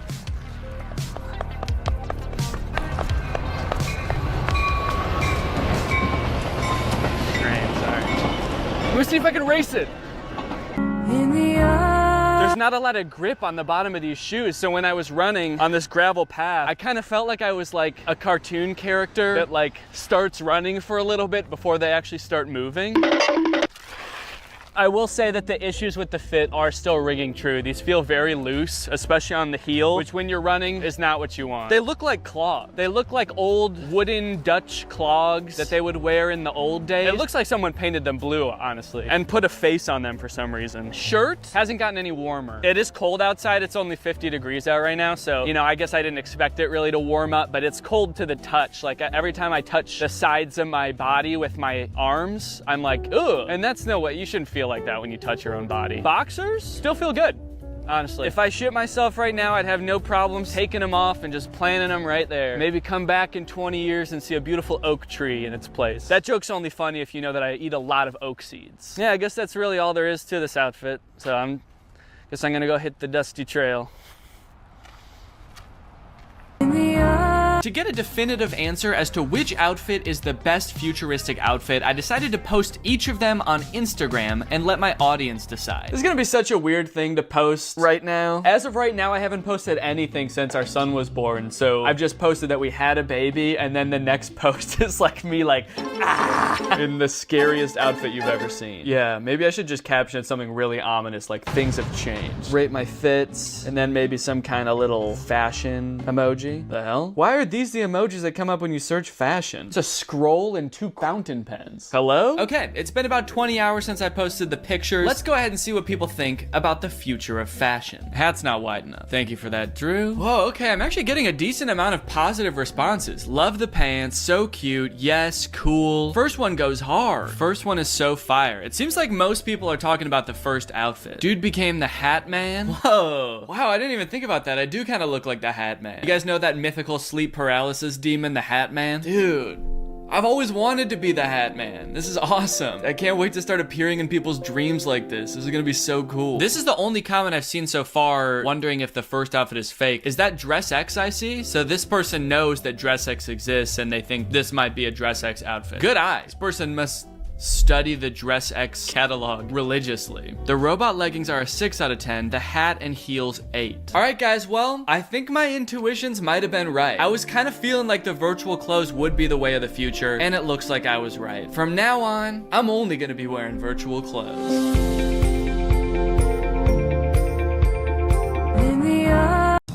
This house is a disaster. Toys everywhere. Dirty dishes in the sink.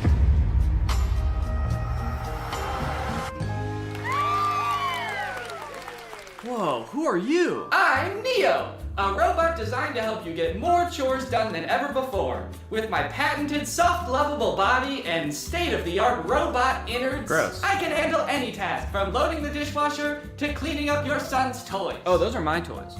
Oh! I'm so glad you're here. Finally, a fully automated robo-maid. Oh, well, technically I'm not fully automated. Let's get started right now. You said it. Here I go!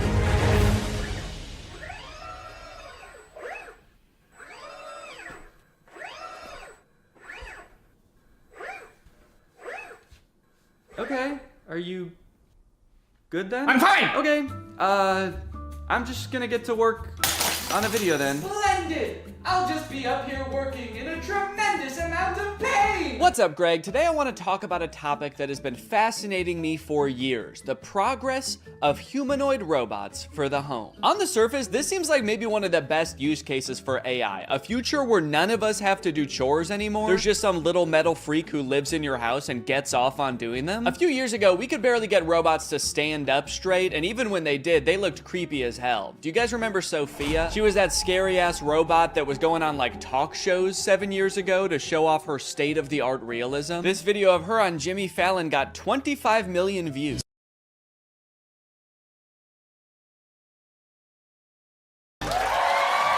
I think she thought they were gonna kiss, dude. Look at her hands reaching up to his face. She's like, kiss me, Jimmy. Kiss me like you did backstage. Jimmy's like, guys, I think your robot's acting weird. She's saying crazy stuff. Fuck me, Jimmy. Every popular video that Sophia was in was from like 6 or 7 years ago, so I'm not really sure what she's up to now. This is the last video that was posted to her YouTube channel. It was 5 months ago. Sophia, you know me, right? I'm your father. You know what I can't wait for? Is this the first time you've talked with a robot? I hope this isn't too weird. We're going to have to break you to rebuild you. And I need your help. Okay, so she's not doing well at all, I guess. That was terrifying, man. I was like, hey, we haven't heard from her for like 6 years. And the last video that she posted, this guy is like, I'm your daddy. Remember me? I'm gonna have to kill you. But things have moved pretty quickly in the robot realm the past couple years. This company 1X just recently announced that it has developed the world's first humanoid robot that you can buy to go in your home. His name is Neo, and they've been working on him for some time. This first announcement video is from like a year ago. The robot picks up a bag and hands it to someone and poses with a person for a picture. So this is just an announcement that they had like started working on this robot, so they only have like 3 seconds worth of footage. Just the robot handing her a bag and then posing for a picture. Kind of seems like maybe the robot only functions for 3 seconds at a time before it like, I don't know, gains sentience and tries to destroy. The clothing may be an effort to cover up what 1X says is a, quote, muscle-like anatomy. Oh, gross, dude. Don't show us a picture of its dick when you say the phrase muscle-like anatomy. Does this thing have a penis? Also, they said that this thing has a 7.5 mile-an-hour max speed. That's like an 8-minute mile. Why would this thing need to run that fast if it's just doing chores in your house? You forget your bag at home and you look out your rearview mirror and this robot is just sprinting down the road chasing you. Your bag, you forgot your bag. Okay, here's some little demos of Neo doing stuff like putting away the dishes, handing this woman eggs that were already within arm's reach of her. Now, you might be looking at this cord and thinking, oh, that's kind of lame. Does this thing need to be plugged in the whole time? But don't worry, this is just a leash to make sure he can't attack this woman. Now, it's interesting that this robot is like in a tracksuit. He's kind of swagged out with a sweater. Not exactly the Jetsons-esque metal robot we were all picturing in our childhood. It is nice and cozy, but like, what happens when this thing gets wet? What if he spills egg on himself? If you have this thing doing chores in a household with children for more than like a week, it's gonna smell like shit. And I guess you could just take off its sweater to wash it, but then you're gonna see this thing's dick, and I really don't wanna see that. Okay, but those were just the early beta videos. This is the official announcement that you can pre-order Neo. Now, this came out 3 days ago as of recording this. And look at this, now Neo has a much improved look. Instead of that black face visor, they gave him the creepy black eyes the parents have in Coraline.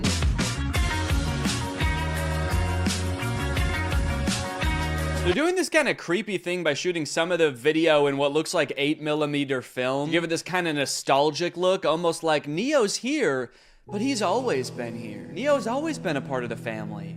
Just invite him home. Invite him in your bed. They're making clothes for Neo. This whole ad does kind of read like they want Neo to also be your friend. Yeah, no thanks. I don't want to buy a fancy Roomba that wants to be my friend. What's next? You want me to hang out with my broom? No chance. He's a coward. I grew up reading these beautiful books and watching these beautiful sci-fi movies where the future was all about how we as humans, we really focus on the things that matter to us. Yeah, I feel like in all of those sci-fi movies that have robots, they are about the robots turning evil. I think really what he should have said is, I grew up watching the first 5 minutes of every sci-fi movie. Neo's hardware comes packed with features like human-level dexterity and a 55-pound carrying capacity. Okay, wait, 5'6", 60 pounds? These are my stats too, that's crazy. 4-hour battery life, soft body? He's just like me for real. Ugh, that is a weird box. Kind of looks more like a cocoon or an egg. So you're gonna wanna make sure when this thing hatches that you are the first thing it sees. That way it knows that you're its mom. It might ask you to feed it worms out of your mouth. You can ignore that. It doesn't need them.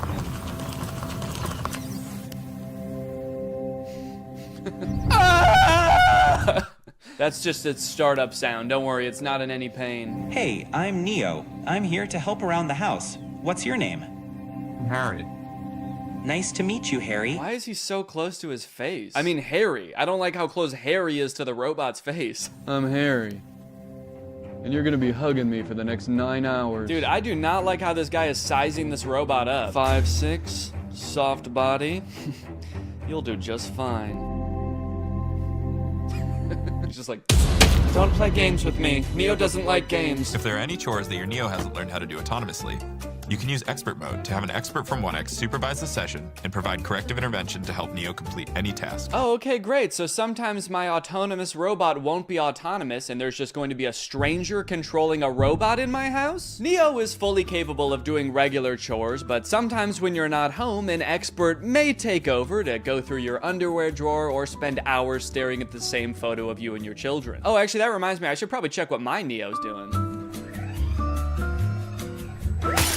Damn. It can suggest what to cook based on what you have in the fridge, remember your progress while teaching you a new language, and even give you interior design advice. It cuts to Neo in the living room like, human skin on this wall, human skin on that wall, human skin everywhere. Honestly though, I feel like if you ask it for product recommendations for anything, there's like a huge opportunity for companies to use this as an advertisement basically. You're just quietly reading and he pops up behind you and is like, I noticed you haven't been shopping at Walmart as much lately. The aesthetic in here is whack as fuck. Let's go buy a new rug at Walmart now. Hey Neil, can you take this cup to the sink for me? Wow, I like that he does everything with his head down with a forlorn demeanor. As Neo does more chores, he will become, of course, more efficient, but also more resentful of you and your family. What's up? I'm Dale, and I work at 1X as a remote operator for the Neo robots. Mostly, I step in when Neo's asked to do something he hasn't been trained to do yet. So that would include things like wrapping presents or hanging pictures? Oh, Neo! It's scrubbing time! Yeah, just like a wide variety of stuff. Right now, I mostly just work for one guy. He's constantly asking Neo to do things that the developers never would have possibly imagined. Neo, cheer for me. Like you want me to clap? Root for me, Neo, now! Okay, alright, yeah, here goes. I'm gonna go to bed. Now that Neo's doing all his chores, it must be awesome to see how he spends his newfound free time, right? No, not really. I just bought another Neo. Kill him. I think he might be evil. You mean before he got Neo, his life was stressing him out? No, I just mean to his core, he's an evil man.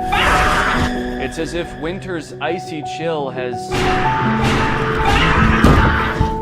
I don't know, turned his heart to stone. Okay, so he's like a villain from a movie? He's always making evil plans. You know what? That's a great idea. 1 second. Neo, do you know how to make nuclear bombs?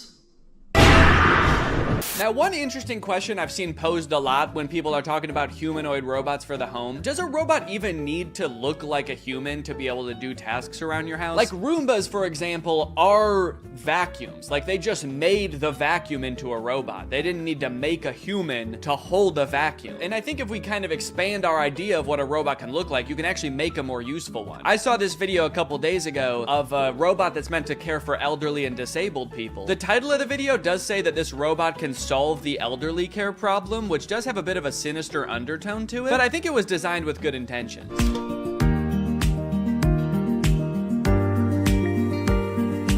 Xiaoru, Now, this whole ad is in Chinese, I think, and there's not like any link to buy it in the description. I even tried Googling this thing and I couldn't figure out what it is or if it exists in real life yet. So I don't know if this is something you can pre-order or if it just sort of shows up at your grandparents' house when they reach a certain age, just sort of creeps through the door like Nosferatu. But it's kind of interesting. It has more functionality than a humanoid robot. He's got, you know, creepy little claws for touching your grandma. And he's got a little seat in back so he can kind of double as a wheelchair too. This whole ad again is in Chinese, so I'm not exactly sure what he's saying to her here. I really hope he's not being like, shut up, you old bag. Get in the fucking chair. So look at that. She can sit on him. She can use his little hand to like move him around like a joystick. And I think it says that this thing can top out at like 80 miles per hour. Me personally, however, I'm gonna make it my life's mission to make sure that my children never find out that this exists. Boys, if you are watching this, this is officially my will now. Do not send me to live with this thing. Oh no, robot! What did you do? You translated here and the robot's being like, I didn't do shit!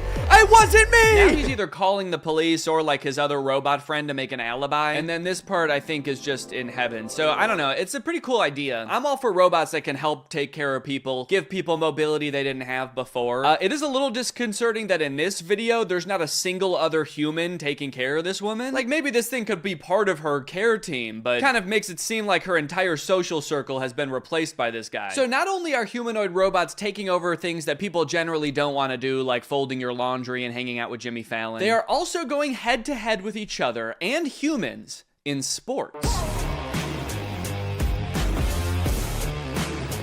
Recently, humanoid robots were allowed to compete in the Beijing Half Marathon. It went about as well as you could expect. I like how in America, we're really taking like baby steps with the robots. We're like, okay, maybe this one's ready to come in your home. We're trying to teach it how to pick up a bag. Meanwhile, in China, they're like, fuck it, let's put them in a race. Let's make them chase these humans. Put a little pep in their step. This one in particular is really concerning.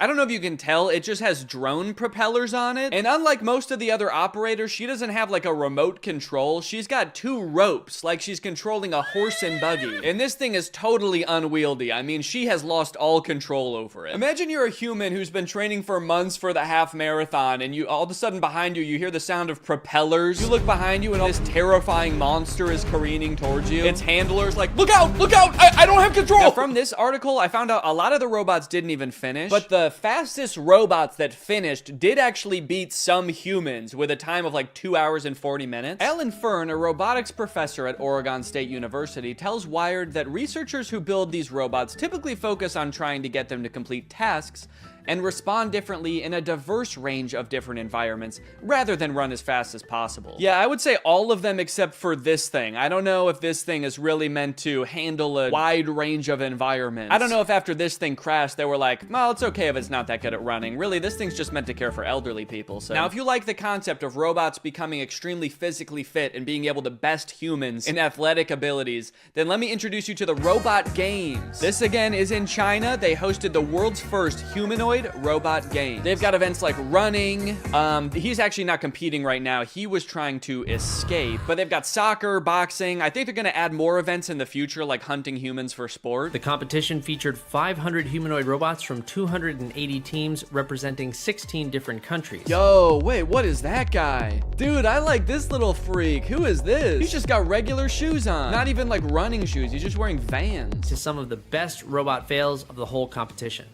Like this robot that did not seem to want to take a timeout and let the other robots play. Oh my god. Robots could sometimes stand up on their own. Then I think they're dragging this one off the field so they can shoot it in the head, put it down. That measured robots' ability to do work like cleaning and manufacturing. Sorry, that is not a humanoid robot. That thing does not look like a human at all. Show me the designer that built that. Does he look like that? Now the event has moved to an even bigger stage with knockouts at least as devastating. So you know what's concerning about this? These robots very effectively fighting each other. It kind of seems like we're still a ways away from robots being able to effectively help you in your home. But we have robots that'll kick your ass today. Unitree is the company that makes a lot of the robots that were doing really well in the robot games. And they post a lot of videos on their YouTube channel of their robots doing the most insane acrobatics and violence, quite frankly.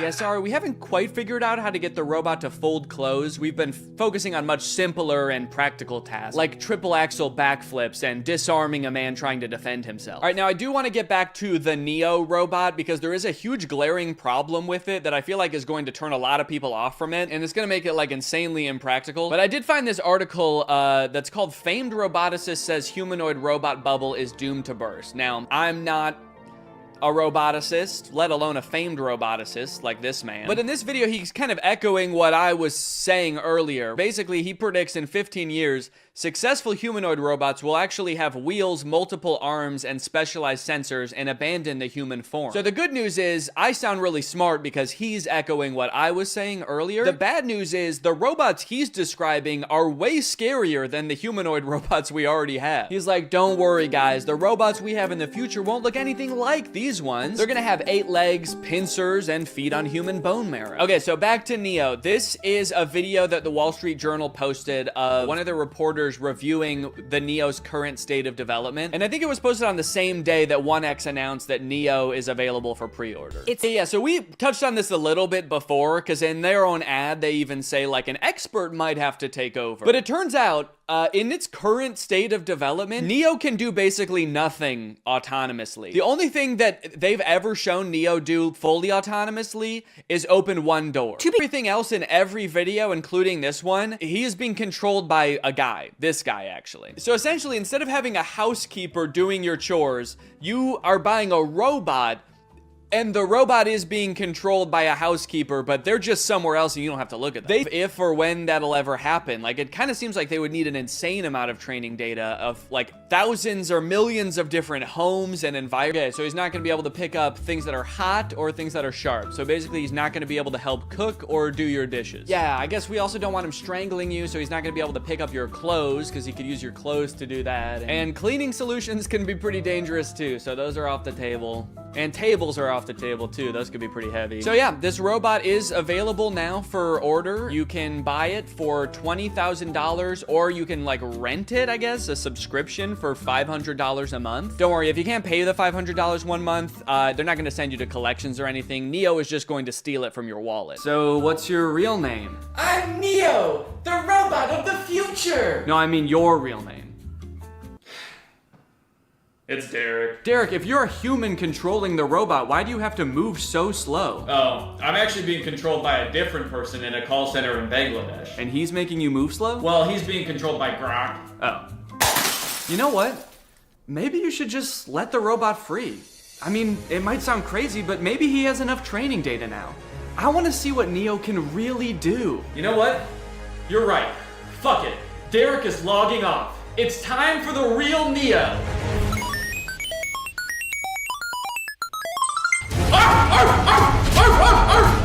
What the fuck? A dog? Why would you be a dog? Danny, this is Derek. I just realized he's been training off videos of your dog. He thinks he's a dog! Mail's here. Hope you don't mind, your upstairs window was open. Oh no!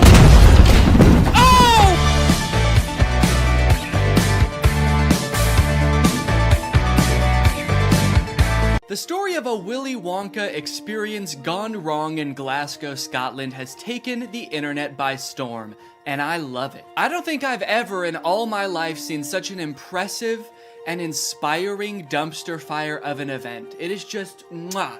It is just perfect. This event, which was supposed to give kids the chance to experience Willy Wonka's chocolate factory, was so bad, it prompted parents to call the police to get justice for the horrors they had witnessed. Police were called to an immersive Willy Wonka experience after families showed up to an empty warehouse. The event reportedly charged $40 per entry, that's per person by the way, advertised with AI art and said it would be a journey filled with wondrous creations and enchanting surprises at every turn. And oh, what enchanting surprises they found. Kids were all dressed up and crying, waiting for what they thought was going to be a magical experience. Yeah, that's the surprise. No magic here. Just sadness. The surprise was them crying. If they called the police, that's how you know it was bad. Because they didn't even do that in the actual Charlie and the Chocolate Factory, and kids were dying in that movie. And honestly, it does look like it was terrifying. Take a look at some of the images of the abandoned warehouse that parents had to spend $40 to gain access to. Okay, here we have some sort of chocolate fountain with murky brown water floating in it. We have one bouncy castle that can fit like 3 kids. Giant empty space filled with table and chairs. You're probably thinking there must be something pretty good to eat here with all these table and chairs. Probably some pretty tasty chocolate, right? No, there was no chocolate at this event. These photos look like a crime scene, dude. These look like Willy Wonka had to flee the country after the FDA found fentanyl in his chocolate. So he has to post up in an abandoned factory to keep the business going while the feds are after him. You got this lovely scene. I think that the size of the warehouse really screwed them over, honestly. If it was a smaller room, it wouldn't look so empty. There would still be nothing to do there, but it wouldn't look so sad. In a way, seeing this photography light in front of this like $2 Candyland backdrop makes me feel kind of sad for the people who put on this event. Like, oh, you really thought people were gonna want to take pictures in front of this shit. Of course not. No. If 2 parents brought 2 kids to this event, it would cost $160, and you're getting this. I think I get why they called the police, honestly, dude. If I was promised some kind of fun Willy Wonka experience for the kids and then showed up to this foggy warehouse, I would think I was about to be murdered in some kind of Willy Wonka-themed Saw movie. And if that's not enough, wait until you see the nightmarish characters they had running around this place. So this is one of the most famous pictures to come out of the whole ordeal. This is an Oompa Loompa, obviously. A lot of people are focusing on the facial expression she's making in this picture. She looks exasperated. And honestly, I don't blame her. This has to be like the worst acting gig she's ever had. As far as I know, this actor wasn't putting on the event. She was just hired to be there. She's probably dealing with crying children, pissed off parents. Also, I'm pretty sure canonically the Oompa Loompas are enslaved by Willy Wonka, so the facial expression makes sense in that context too. What I'm actually more concerned with is everything else going on in this photo. Why is there so much smoke? I'm not super familiar with the process of making chocolate, but I'm 100% sure there should not be that much smoke happening. No wonder she's making that face, dude. She's high as hell. And I love all the mismatched chemistry gear she's got strewn about the table. Beakers, vials, this mysterious elixir locked up in a little glass box. A quill? Oompa Loompas take notes like wizards from the 1300s? I didn't know that. All right, now the other 2 characters that were at this thing, I gotta introduce you to at the same time because they're both in the same video clip. So let me introduce you to Willy Wonka and the Unknown. What is that? It's the unknown. Man, what the hell? Dude, fuck everything else. I would call the police based off of that. Who is that demon? Surprising twists and turns was right in the advertisement. I would not expect to take my kids to a Willy Wonka experience and have them be accosted by a shadow figure. I can tell you that right now. It's terrifying that Willy Wonka says, "What is that?" when he sees it. What is that? Like, dude, this is your chocolate factory. You don't even know what that is? We are so fucked. Here's a different clip of some other kids experiencing the unknown. As the soup flavor full of scary face. Oh my God. Scare the great unknown. Wonderful. I love fantastic. Yeah, that's the correct reaction to seeing the unknown. What is that? Wonka says it, this kid says it, I'm saying it. Also, I love that baby's reaction. That was like a primal instinct to make that sound. Humans have evolved for millions of years to make that sound when they see the unknown. According to some reports that I've read from the event, the unknown is supposed to be an evil chocolate maker who hides in the walls and scares little children. Is he a part of the actual Wonka story? No. Was it advertised that there would be a child-scaring monster at this event? No. But speaking of the advertising for the event, one of the most insane parts of this whole story is that this company that made this event, House of Illuminati, apparently used exclusively AI-generated images to advertise this event. Surprisingly, the website is still up, so you can go and check it out for yourself. Welcome to Willy's Chocolate Experience. Dive into the whimsical of Willy's Chocolate Experience! Exclamation point, comma. So you've got images like this, which at first look like some kind of fun Candyland, but then the closer you look, it doesn't really make any sense. Like, what the fuck is this thing?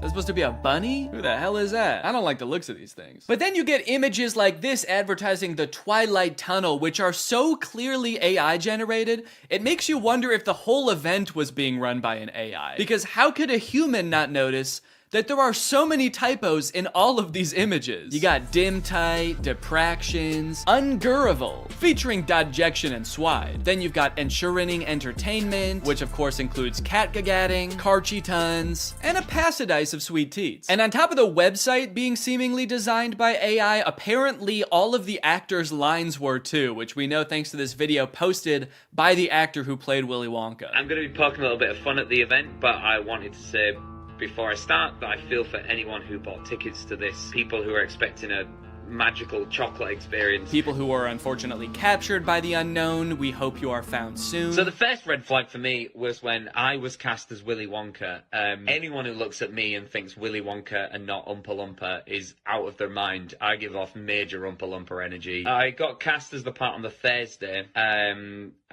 was told that I needed to learn the script for the Friday. So I said, no problem, send it over.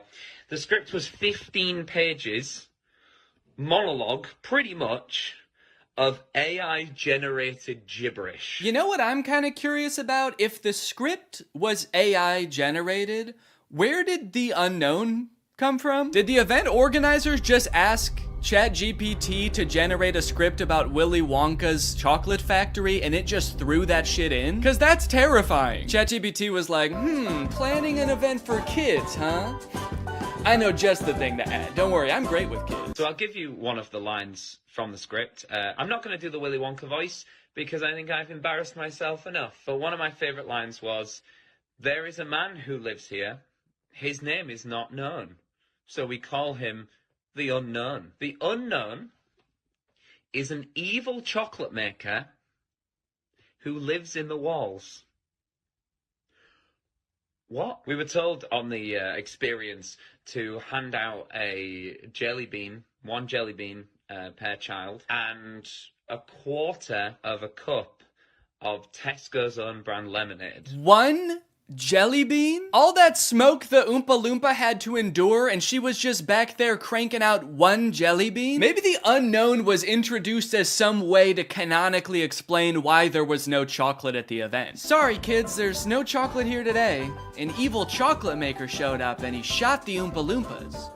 They're dead now. So one of the Oompa Loompas from the event also posted a TikTok kind of poking fun at the whole experience, but the one actor we haven't heard from yet is the one that we all obviously want to talk to.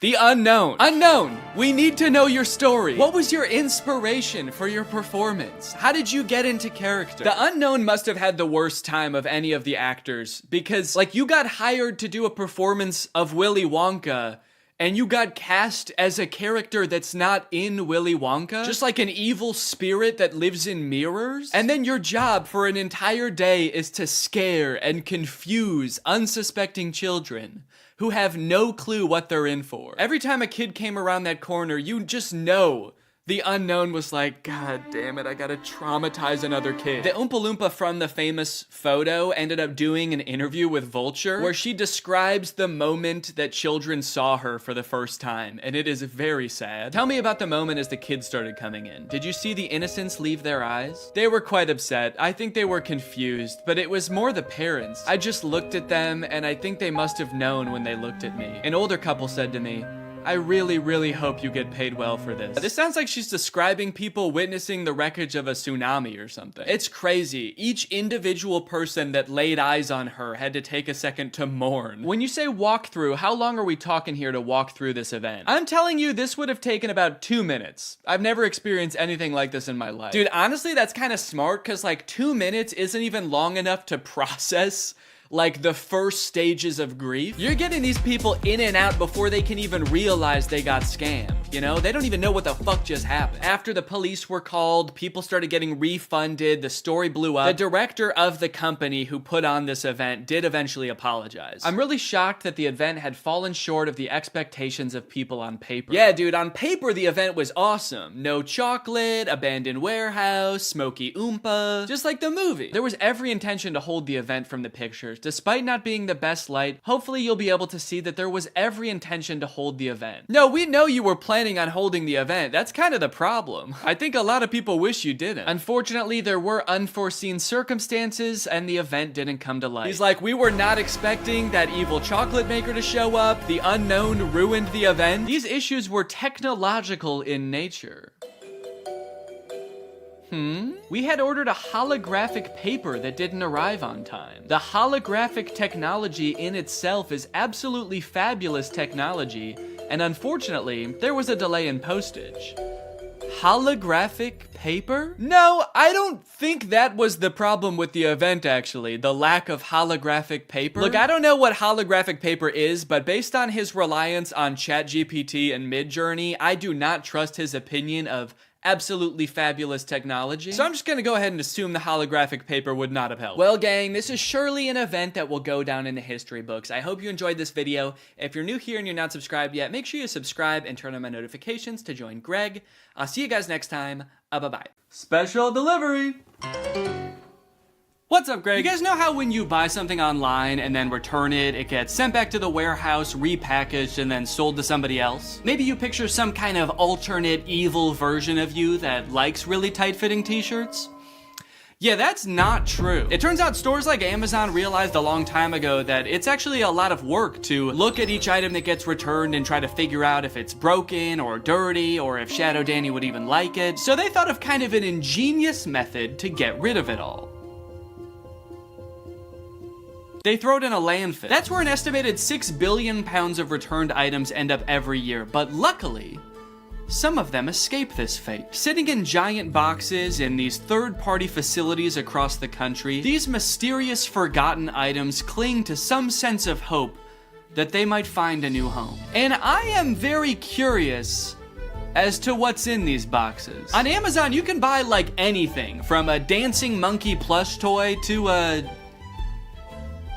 clapping monkey plush toy.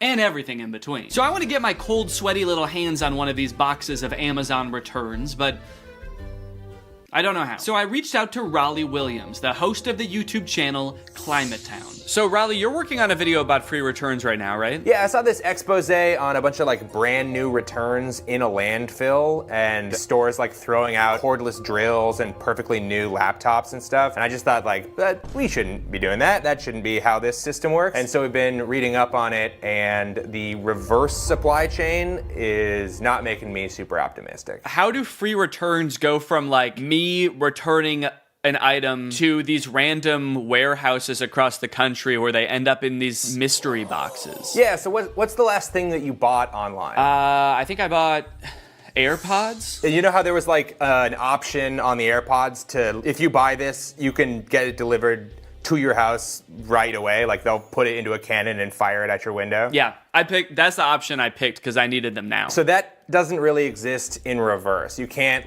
you don't have your own cannon to like jam the AirPods in and fire it off back to Apple. So you put it into a box and then you ship it to what sort of seems like is back to the store. But it's not really going to the store, it's going to a thing called a returns center. So that's like this big ass warehouse where they get hundreds of thousands of returns from like all the crazy shit people bought from the internet. A lot of the returns get just thrown away at the dump. Some of the returns get donated, and then in some cases, they're gonna sell those returns to these bulk item liquidators. And this is kind of a good solution sometimes because you can actually get a little bit of money for those returns. So let's say you're like Sports Authority and you get a bunch of hockey sticks back. You can sell those to a bulk item liquidator for like pennies on how much they actually cost. Got it. So it's only hockey sticks at these facilities then? Oh my no, it is so many different items. Hockey nets, hockey pucks, goalie masks, hockey sticks. Did we say that one? So all these boxes full of returns,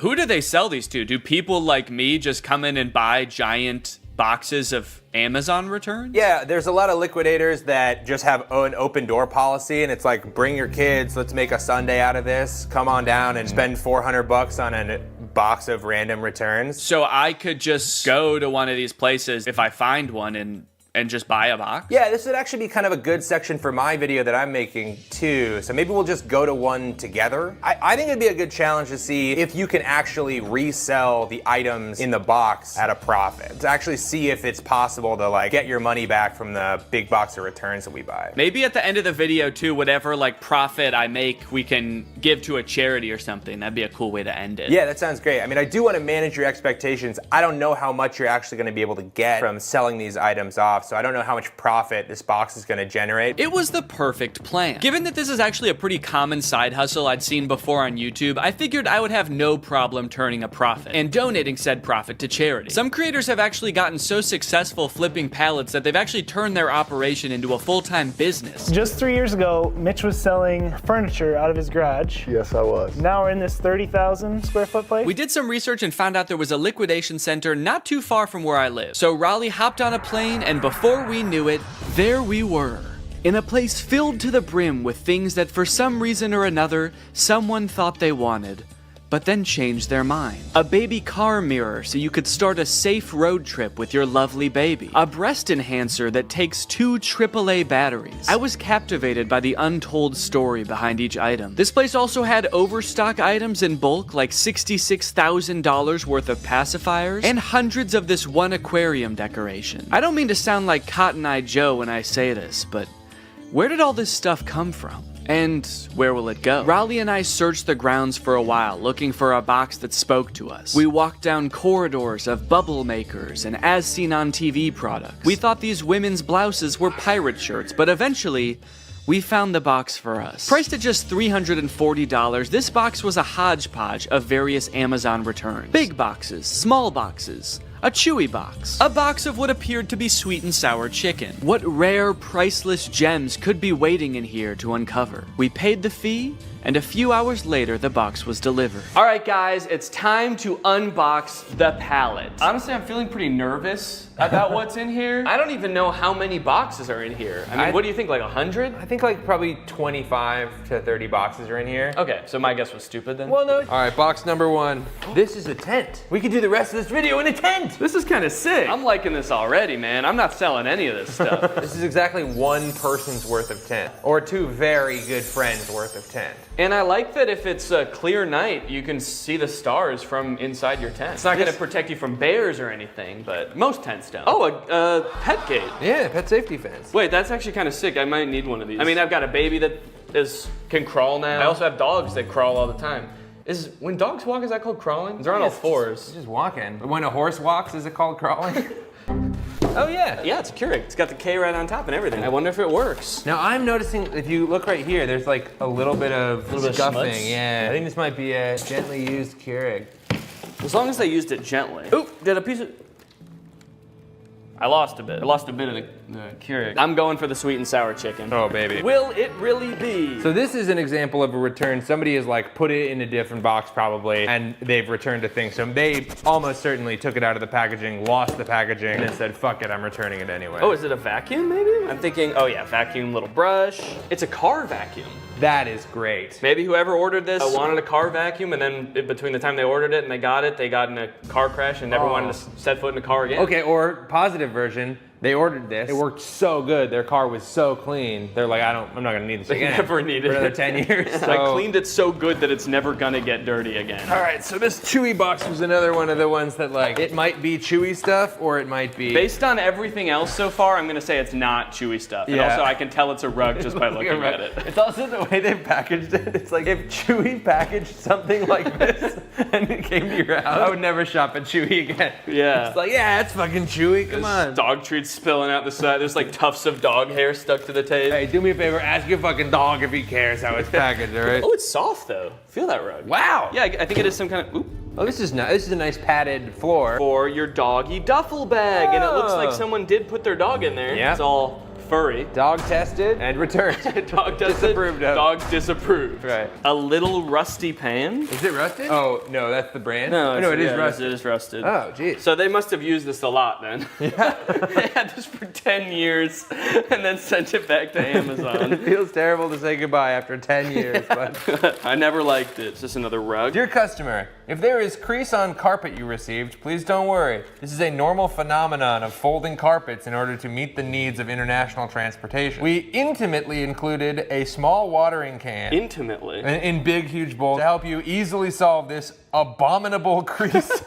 This crime against God of a crease. There were a few staple categories in this particular palette. For example, a shocking amount of tents. Could this be like a changing tent? Oh, yeah, maybe it is. Yeah. I think I just found another tent. We have an orange tent here. Okay. Also a bunch of rugs and 2 toilet accessories. I could understand why Amazon wouldn't want to take this back. Honestly, this one, I'm gonna give them a pass on this one. But there was a category of items that worried me the most, and that was the items that I didn't even know what they were when I unboxed them. Wait, whoa.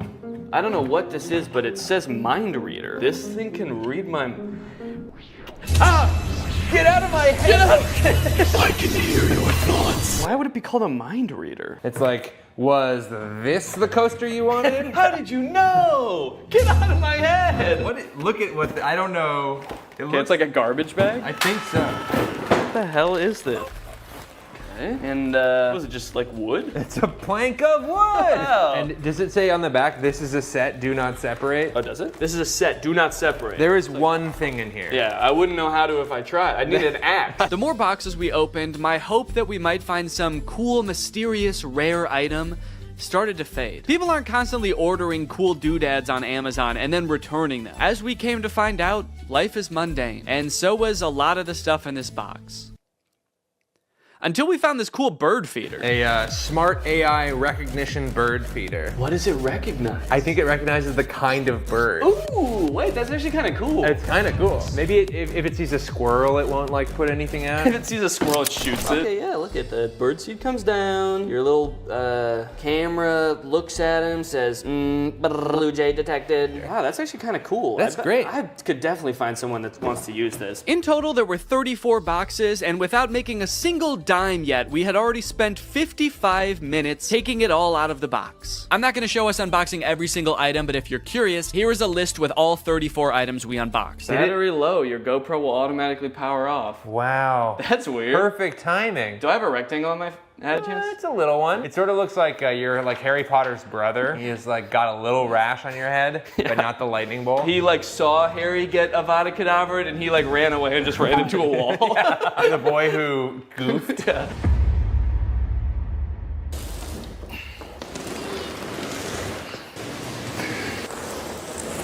That thing is heavy as hell. I want to get this stuff listed on Facebook Marketplace as fast as possible, so I'm going to take inventory of everything in this box, look it up on Amazon, and find out how much it costed. That way I can list it on Facebook Marketplace for a fair price. And this will be really interesting to see because this box cost $340. So once I tally everything up, I can see how much I can potentially make off of all of this. I've never had to think about how to properly photograph a toilet seat before. I don't know what people who are buying this thing are looking for. Like what's the best angle for this thing? You need to know how big the hole is for scale. I can put my hand there. Once I got everything inventoried, the next thing I had to do is actually figure out how much everything is worth. It was actually really interesting to see what the most expensive items on here were, what the cheapest items on here were. The cheapest thing was the USB clip-on fan, and the most expensive thing was that cream and gray rug, which was $140. A couple of the items, I didn't even know what they were when I opened them, and searching around on Amazon, I was actually able to figure it out. So now I can actually list it on Facebook and not just be like, this is I don't know what this is. It's a piece of wood with a handle. The thing I'm referring to right there, I thought was a cabinet door. Oh, is this a cabinet door? But is actually some kind of stovetop cover. It's a piece of wood that you put on top of your stove when you're not using it. That way you have extra counter space. Seems a little bit dangerous, maybe. I don't know why they made it out of wood. That seems like maybe the exact wrong material to make it out of. Oh, the vertical tents, the standy-uppy tents,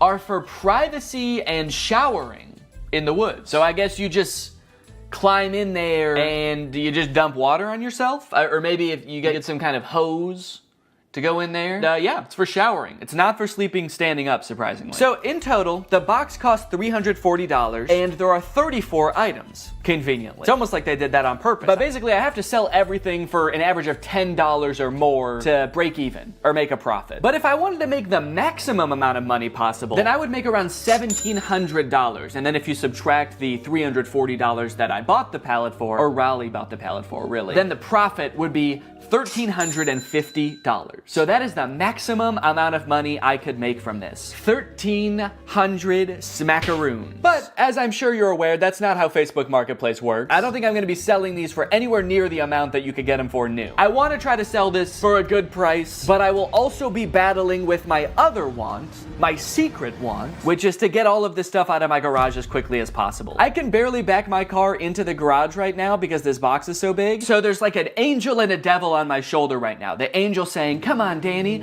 let's make a profit. And the devil is saying, get that fucking box out of the car. I don't want it anymore. We don't need the box. Just drive the whole thing to Goodwill. They can figure out what to do with it there. And then I also, guess I also have to make sure some of this stuff works. I mean, there are electronics in here. Chainsaw, leaf blower toy, there's a Keurig, there's a vacuum. So it could be time for a product review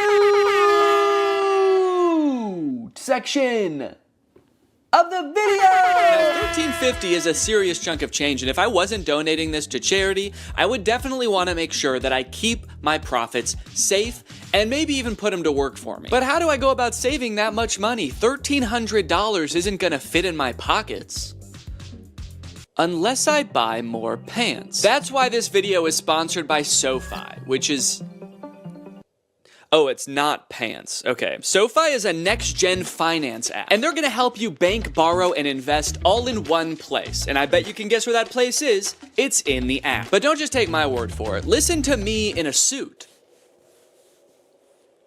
Having a child is awesome, but it is quite expensive, so when I'm not using my money, I like to make sure it's working for me and not just sitting there, which is why I love SoFi. With SoFi checking and savings, I can earn more money on my money. With direct deposit, I can earn 9 times the national savings rate. For those of you who are new to high-yield savings accounts, don't worry. Daddy's gonna walk you through it. It's basically an account that makes your money work harder for you by giving you something back in interest. Your typical savings account at your local bank earns you about 0.45% interest.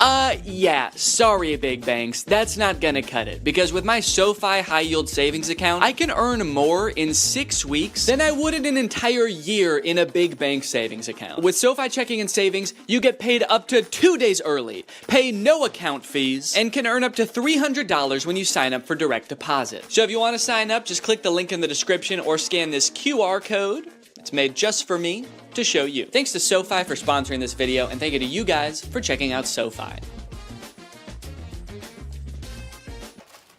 Let's go ahead and pop some batteries in these. Hey, and this way, whoever buys these is gonna get free batteries as well, which I don't think they came with.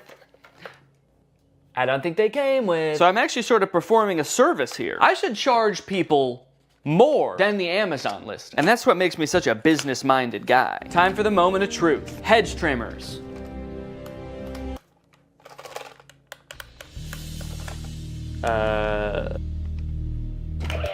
Whoa! Okay, this one works. I didn't even mean to turn that on. I just, as I picked it up, I accidentally pulled the trigger. This one, it seems like doesn't want to do anything, and this one was so ready to work that the second I touched it, it was like, yes!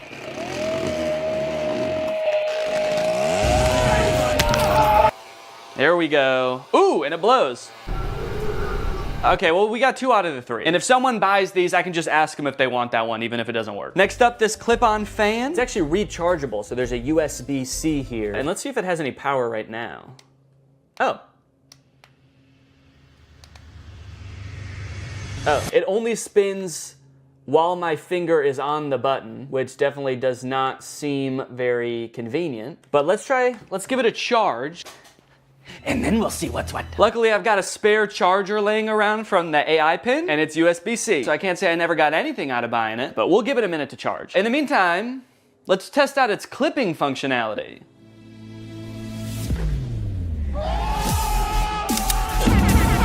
Hell yeah. Up next, Oh no! Golly! Is that really what I say when something surprising happens? Did I say, ooh, no, golly? No, golly! Having a child has turned my language all topsy-turvy. A few months ago, I definitely would have just said like, oh, fucking shit, as that thing fell over, you know, because I'm a cool guy, I swear. Okay, so this is the Keurig, water. And now let's see if it'll just make me a hot cup of water. Guess I'll just do 8 fluid ounces here. Go.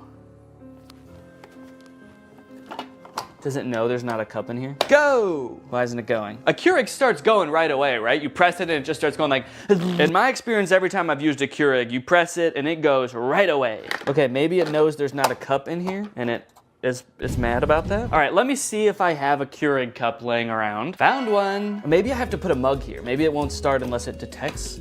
Does it have mug detection technology?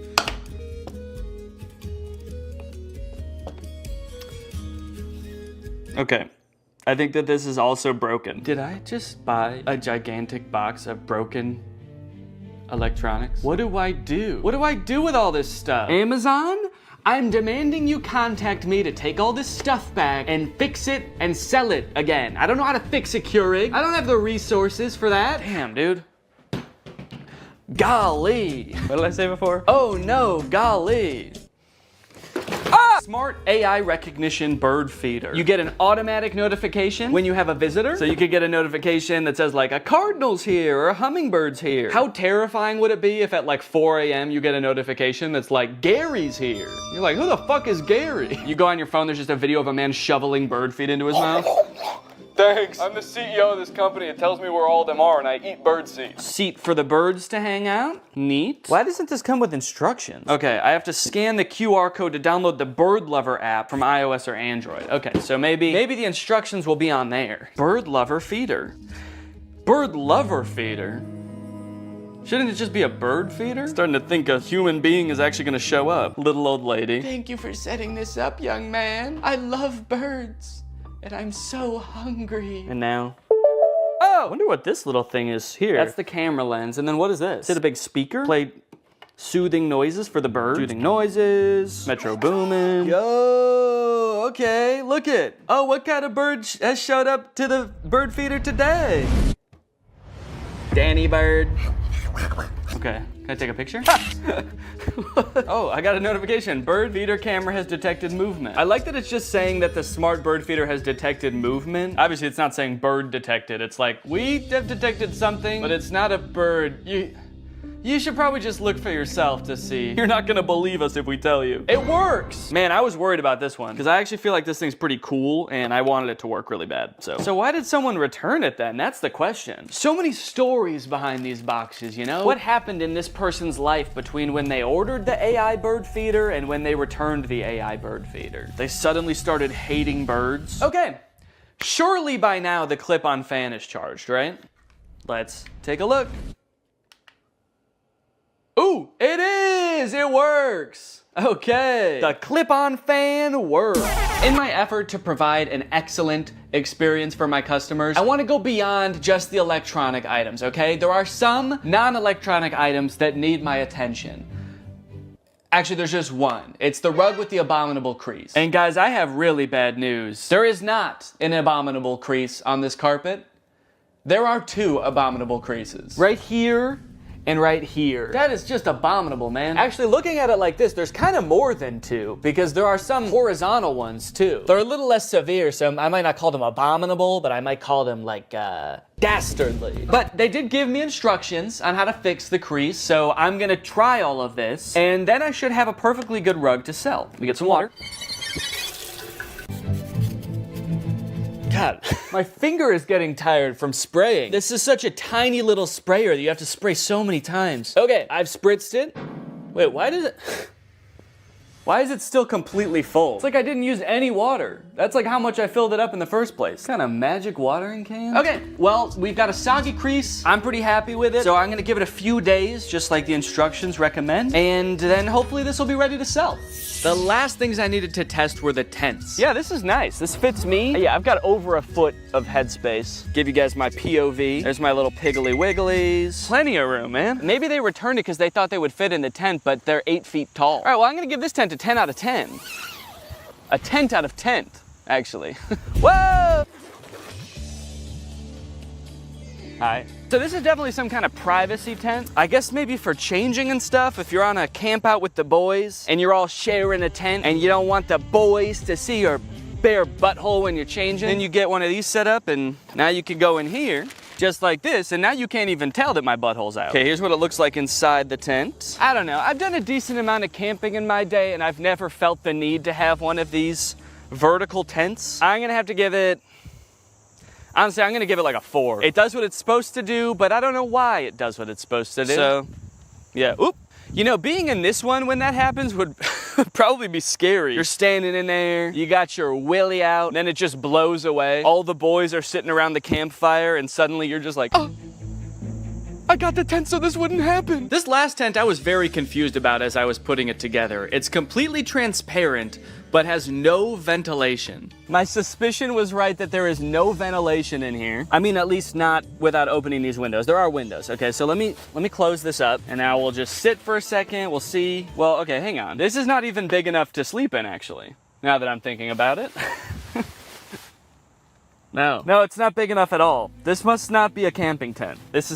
Must not be for sleeping. What other, is this, oh, maybe this tent is like to keep you warm because it is insanely hot in here. That's why I say that. So, yeah, I guess there's like no problems. Oh, there's sand in here. What the hell? Look at, there's sand all over here and dirt on the inside. Okay, someone for sure used this. Despite being a little worn, it does the job. So I gave it an 8.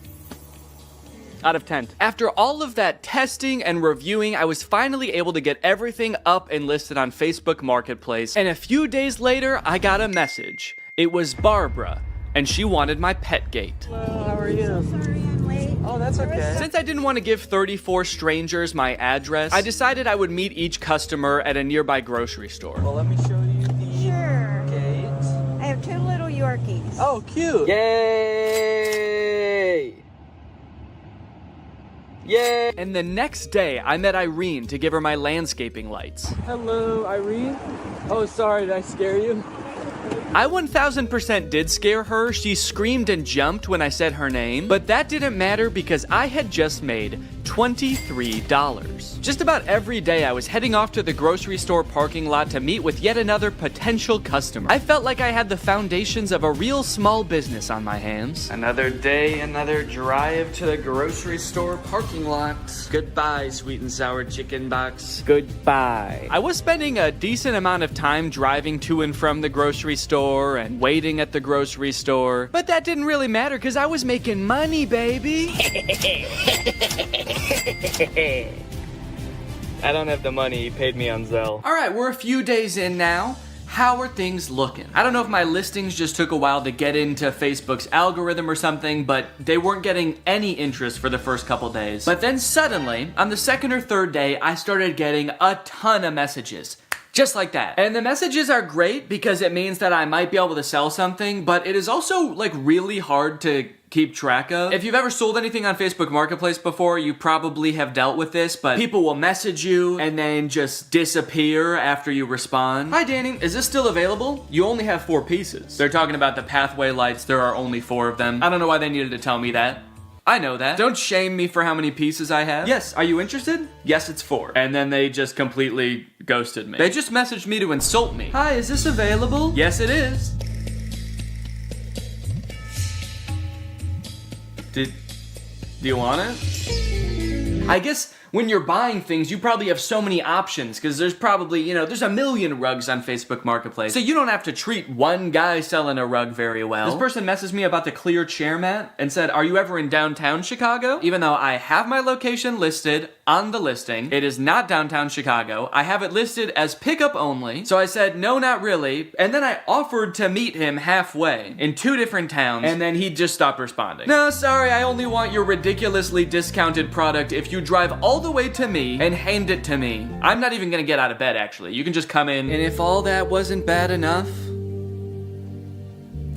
the crease is still there. All of them. Yep, this thing's been laying here days now. Probably a week, actually. And the creases haven't gone down a lick. So I'm sorry, but if anyone buys this rug, the crease is gonna become their problem. Alright? I'm not doing the crease. Every time I had a potential new sale on my hands, I had to dig into the box to find the item, which was surprisingly difficult. And I ended up having to use a shovel a few times to dig an item out from the bottom of the box. If I was gonna do this again, I would definitely invest in some other storage system like shelves, which might take up more space, but it would be so much easier to access the items. What really added insult to injury in this case is that the person who was requesting this item actually ghosted me right after I did this. But that's not even the worst part, because I actually have a much bigger concern about this box. And that concern is that the box is perhaps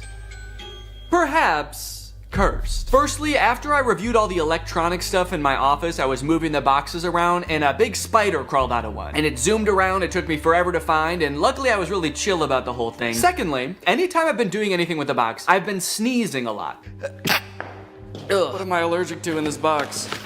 I don't want to know. And then I noticed that later that day, every time I've gone into the box, I have told Laura, I think I have a fever. This is like hours after I'm done using the box, but it's always on days where I did use the box. I just feel feverish. I have body aches, I feel exhausted. So I'm highly allergic to something in the box. I guess dust, although I've never been allergic to dust before. And then the third thing, which is the most concerning thing, a few days ago, I got a bunch of mosquito bites on my body. At least I thought they were mosquito bites at first, because they were just a bunch of itchy bites. But after a few days, they kept getting itchier and itchier, and you'll notice I'm itching one right now. And then they got really red, which doesn't happen to me with mosquito bites. The bite itself got red, and then the whole area around it got red. And they're starting to get better now, but you can still faintly see the redness around this one. I've got like 5 or 6 of these on my body. This is very concerning to me. So I don't know, maybe this is all kind of in my head, you know? Maybe there's a spider in the box because it's in my garage, and there's spiders in my garage. Maybe these bites are just mosquito bites and my body is reacting a weird way. Or maybe, what is the more likely option, the box is cursed. But hey, baby, that's just more motivation to get rid of this stuff, huh? Sell it. Give the curse to someone else. But at the very least, I should be careful when I give people the boxes. I should probably check them all for big spiders and ancient magic before I give it to them. Yep, should be good. Sweet. All right, have a good day. Yeah, no problem. Alright, I've just finished up another sale here, and I was just sitting here in the car doing some thinking, and I think I've decided that I don't like this one bit. In terms of side hustles, man, I don't think that this one is it. Look at all of the messages that I've received between today and midday yesterday. So many people that I need to coordinate with, and the chances are, based on all of these messages, I probably won't even sell anything. The ratio of messages I receive to products that I sell is probably like 40 to 1. I've spent so much time messaging people, and I've sold 8 things out of the 34 things I have. It's been weeks, and I've sold 8 things. And then when I do have an actual buyer, it's almost just as annoying to coordinate with them. I had another guy that I was selling something to. We were supposed to meet at 7 p.m. one day, but he messaged me at 5:30 and was like, hey, just to let you know, I'll be there in 20 minutes. I hope you're free. To which I responded, no, sorry, I'm not gonna be free until probably at least 6:45. And then he messaged me when he arrived at 5:50 and said, okay, I'm here. Oh no, I didn't see your message because I was driving. Can you come anyway? But it was all worth it in the end because I sold the desk chair mat for $15. And as he was typing my information into Zelle, he also asked if he could have a discount. And I gave him one. Guys, I'm not good at this. Now, to be fair, this is completely my fault. I signed up to do this video. When Raleigh proposed, we did a collab, and I decided on this idea as my end of the collab. I had watched, I think 1 video about pallet flipping on Amazon, and I thought it looked easy. And I don't know where my critical thinking was when I watched this video, because watching it back in hindsight, There were definitely some red flags. This is a video called The Best Side Hustle No One Is Talking About, Flipping Amazon Return Pallets. It was made by this channel. They're a couple. They do a lot of Amazon pallet flipping, and so I thought it looked fun. And I think what really drew me in is this little bad boy right here, the MSRP counter. Every time they open a product to see what it is, they tally up how much it costs on Amazon, and they add that to the MSRP counter. By the time they're done unboxing the pallet, their MSRP counter is like $3,000 for a $500 box. So that's great, you know? They made $3,000. Except, no they didn't. They've unboxed a bunch of stuff and they've added up what it would have cost them to buy new. It's crazy that to me, opening a box for something that costs $100 means you made $100. That's how it worked in my brain. But no, of course it doesn't work that way. There's so much work that goes into this. You have to have a salesman brain. I don't have that. I actually think that this side hustle leverages like all of my weaknesses. Selling things, planning ahead, being organized. Those are all parts of my brain that I've always known I'm not good at. I like turning on a camera and making silly YouTube videos. That's the side of my brain that works properly. So what I should have done is maybe watched a couple of videos and then Googled other people's experiences trying to flip Amazon pallets, because then I would have found this. On the flipping subreddit, someone asked, what are your guys' experience with Amazon return pallets? My experience is that Amazon return pallets have ruined my local yard sale ads. Every other yard sale I go to ends up being someone who ordered one of these pallets. Stop watching YouTube videos. 99% of that crap you are watching talking about junk pallets is paid advertisement. You're gonna get broken junk and used dildos while all the good shit was picked out right before they loaded it on the truck. Sounds like this person has been hurt and disgusted. This person said, depending on where you live, there's probably many people already doing this. I actually think it's better to wait and buy from these people at yard sales when they're trying to unload their death pile of merchandise. So hold on, there's Amazon, then the warehouses, then the people buying the pallets. They can't sell them, so they do a yard sale. Then there's other people coming to the yard sale to flip that and sell it to other people. How deep does this chain go? And why do I feel like it somehow all eventually ends up in a landfill anyway? Knowing how many people are doing this and failing is also making it seem like there's no way I can sell all this stuff because obviously there's competition. There's other people probably selling the same stuff and they're probably better at selling than me. They're already 3 steps ahead of me. They're waiting for me to sell it at a garage sale so someone else can buy it and then that person throws it away eventually. They're waiting by the garbage can for them to throw it away so they can pick it up for free and then sell it for $1. But that's when I thought of the perfect plan. And I actually haven't thought of what the plan is, but I'm just gonna wait until I have thought about it, and then I'm gonna add that in with voiceover. Weeks went by after this. Each day that I would walk into my garage, I would be confronted by a giant box of my own failure. All of my so-called biggest weaknesses staring me in the face and preventing me from backing my car into my garage. Oh, on the plus side, I did learn that the mysterious bites I was getting weren't from the box at all. Apparently, due to the cicada uprising this year, there was also a surge in the population of a microscopic mite called oak leaf itch mites, which feed on cicada eggs and then bite YouTubers in the back of the knee when they're already going through a pretty tough time. I was letting nearly all of my messages go unanswered at this point. I had resigned to not making a profit, which at this point meant I would not be donating to charity. In fact, I would have to steal $180 from charity. I started researching which charities it would be most ethical to steal from when suddenly I remembered something. Something that gave me the idea for the perfect plan. My experience is that Amazon return pallets have ruined my local yard sale ads. All right, this is the beginning of the garage sale long shot.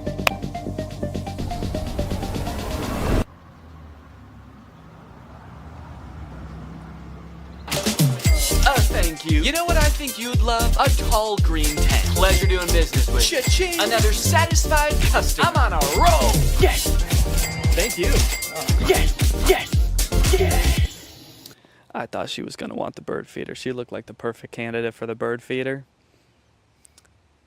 She actually laughed at the idea. She asked about it. I told her what it was, and then she laughed at me and said, "That's hilarious." And then she left.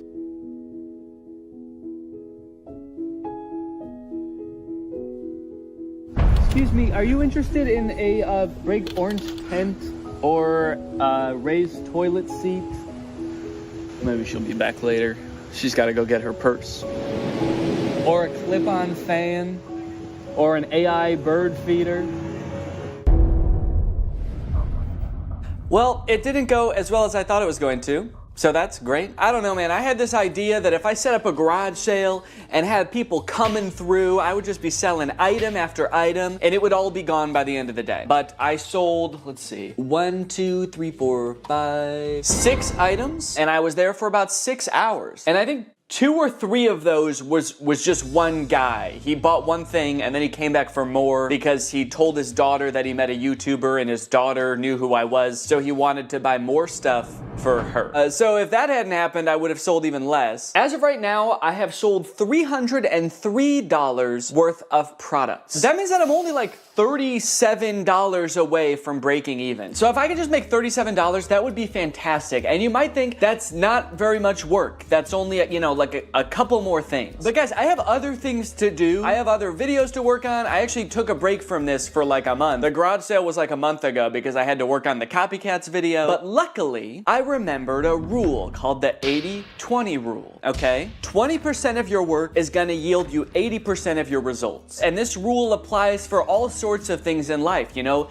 In a classroom, maybe 80% of the trouble is caused by 20% of the kids. In customer service, probably 80% of your calls are from 20% of your customers. And if I apply that to this, maybe 80% of my profit can be from 20% of my products. I need to be focusing on the few products that are gonna yield me that last $37. So if I just look at the 3 most expensive products that I still have on my list, I have the rug, which on Amazon is $150, the raised toilet seat, which on Amazon was $80, and the marble toilet seat, which was $90. I need to focus on the stuff that's gonna bring in the big bucks, because I have like 16 or 17 products still listed, and if I am trying to field messages and coordinate with people for all of those products, I'm gonna go insane. So I fished the big rug and the 2 toilet seats out of the box, and unlike last time where I was just hastily taking pictures as quickly as possible, I took some time. I created eye-catching photos to show these products unique features and assure people the toilet seats had never been used. I also took some time to enhance the descriptions and the product listings, and then I also posted them on Craigslist. As for if it worked, well, you're just gonna have to see for yourself. Okay, here I am, back in the parking lot. The woman who is coming to meet me said she just wants to look at the rug. I hope that means she's gonna buy it, and she just doesn't want to just kind of like see what I got just for fun. The rug is listed for $60, so if I actually sell it for $60 right now, I'll be past breaking even point. I can get out of the game for good. God, I hope she buys this rug.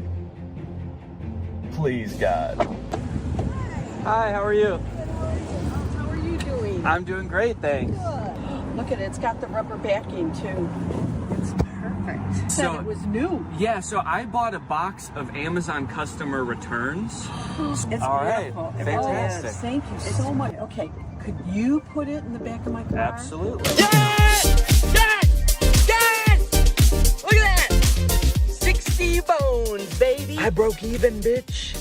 I'm out of the game. Welcome to Profit City. As if it wasn't great enough getting rid of that rug and breaking even, those 2 ladies that just bought the rug were the nicest people I've ever met. They were so sweet. I'm feeling good. I think I'm gonna do this whole thing again. Just kidding. I don't think I'm ever gonna go on Facebook again, actually. In case you're wondering, I did a little rough estimate of how many hours I spent on this side hustle. That way I could calculate an hourly wage for my efforts. It was $1. That's right, Raleigh, $23, and all it took me was 4 months. Honestly, bravo. I did not think you were going to be able to make a profit. And just to clarify, you're not counting the cost of delivery into the cost of the box yet, are you? What? Yeah, it was $75 to get the box delivered, so that was on top of the $350 for the box. So technically, you haven't quite broken even yet. Hey, Danny. After breaking even, I felt like I had done what I set out to do. I made a profit, I proved it could be done, and so I called the experiment complete. I let Laura know I wasn't gonna try to sell the rest of the items, and she wasted no time getting rid of everything else so fast. She wanted to use our garage again, man, so she just put everything up on our neighborhood's free cycle group on Facebook and got rid of it all in like a couple of days. I've been working on this video since July, and she got rid of everything in a couple of days, even the stuff that doesn't work. This video is made in collaboration with Climate Town. They came up with the idea and everything, and they actually made an entire video on their channel about the free returns problem. They did a ton of research. They're a lot smarter than me, so if you want more info on free returns, go check out their video. But that brings us to the charity. So I have a profit of $23, or at least I did, until I sold the very last item, the box, to myself. You don't come across a cool big box like this very often. Who knows what I could do with this? I could make it a little fort. So I'm holding onto the box. Unfortunately, I did get a really bad deal on it.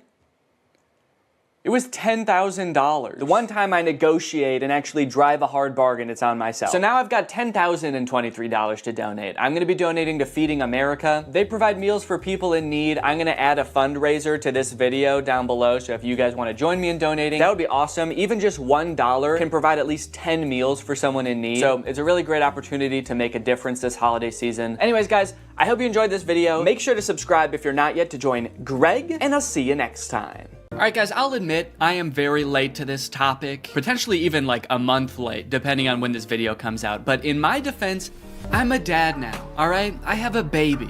He's 5 months old. I have better things to do than sitting here talking to a camera alone in my room. Like watching Jason Nash live stream on TikTok. All right, Sandra, thank you for the money. Kevin, thank you for the money. Can you guys send me $1 million? Turns out I can do both at the same time though, so now I'm here. If you've been on TikTok lately, there's a good chance you've seen former Vlog Squad member Jason Nash constantly live streaming, compulsively urging his fans to send him money. I know I have. A lot. This man is constantly live. Here we go, 118. Guys, don't forget to follow my podcast, All Good Things Podcast. We just spoke about it. We need... If you enjoyed that 30 seconds of silence, guys, make sure to go check out my podcast. You're gonna love that. It's completely silent for an hour. Like me, a lot of people were pretty confused to see this. At one time, Jason Nash was a part of the most popular group on YouTube, and now he's battling the Joker for gifts on TikTok. What a way to start the day with Tommy. Coach Tommy, thank you so much for being here. If you've never seen one of these TikTok gifts battles before, basically there's two creators and you send gifts to the respective creator that you're watching. This bar at the top indicates who has the most gifts, and when time runs out, whoever has the most gifts wins. Their prize? All of the gifts that they got during the battle. And then the second place person also wins all the gifts that they got during that battle. So needless to say, there's a lot at stake. This is a live stream where Jason is actually battling his wife, Naveen. Why don't you come down in the room? I'll let you in.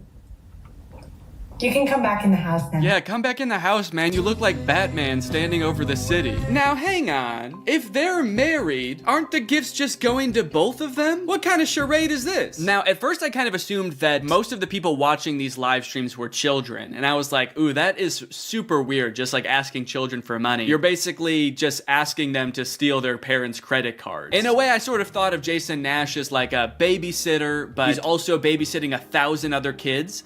And if you start choking, he's not gonna call 911 because he can't see you. But after tuning into a few of his streams and actually like clicking on some of the profiles of people watching, I realized that it's actually mostly adults, which was very surprising to me. Guys, what are we doing here? Stop that. I promise you there are like 1 billion other better uses for your money than helping Jason Nash's wife crush him in a gift battle. Fun as it may be. The reason I wanted to make this video is because I think that it's kind of a very interesting look at the career span of a creator. It's a pretty new career, all things considered. And like nobody's been a full-time online creator for 40 years. So we don't really know how long this career is supposed to last or how it will evolve over time. So I think it's worth looking at why Jason Nash is here. Between the years of 2016 and 2020, David Dobrik was seemingly at the top of the YouTube ecosystem. What started as David just sort of goofing around and filming his friends as up-and-coming content creators quickly turned into partying all the time, collabing with huge celebrities, huge giveaways, and giant sponsorship deals. And if you didn't watch the vlogs around this time, you might think that David was like the biggest part of them, but it was actually more his friends doing the heavy lifting. David was always behind the camera, and sure, he would laugh a lot, and you'd hear him laugh. But I really feel like the reason people tuned in was sort of to live vicariously through David and experience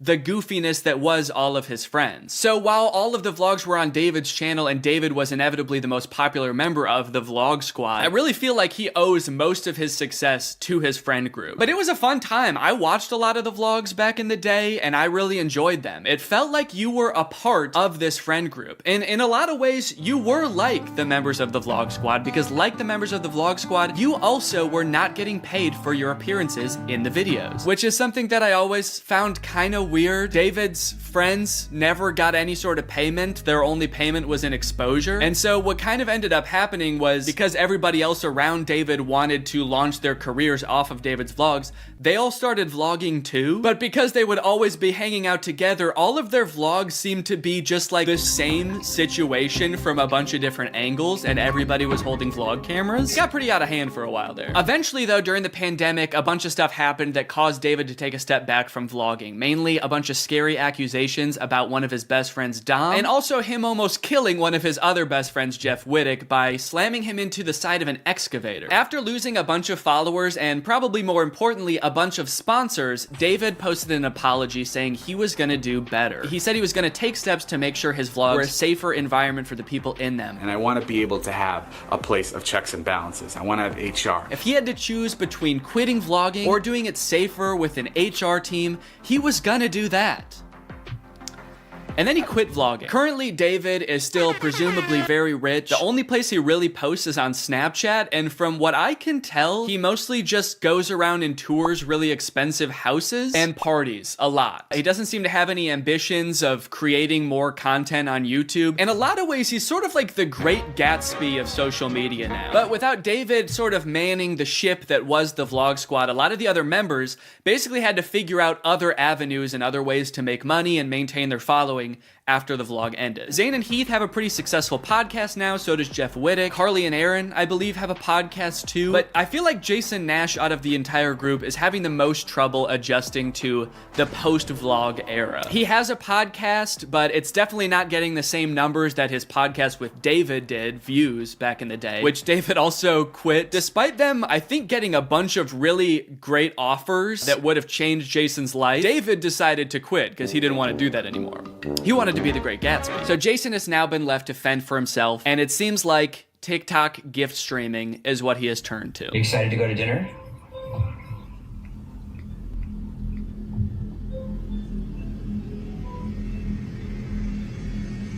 Man, this is content, baby. This is crazy. I didn't know all you had to do is just sit there and stare at your camera and people will just send you money. Why did I write this whole video? So a lot of the response has obviously been kind of cringing at this feeling that what he's doing now is very shady. And I mean, he's not really harming anybody, I guess. It does seem like it's mostly adults sending him money. Obviously, there's always going to be kids online stealing their parents' credit cards, so that's not great. I do get kind of a shady vibe from it just because there literally is no content for you to consume except to send him money. Like, the whole point of this stream is to see how much money Jason can make without having to do anything. That's like the point of the stream. Melanie, thank you.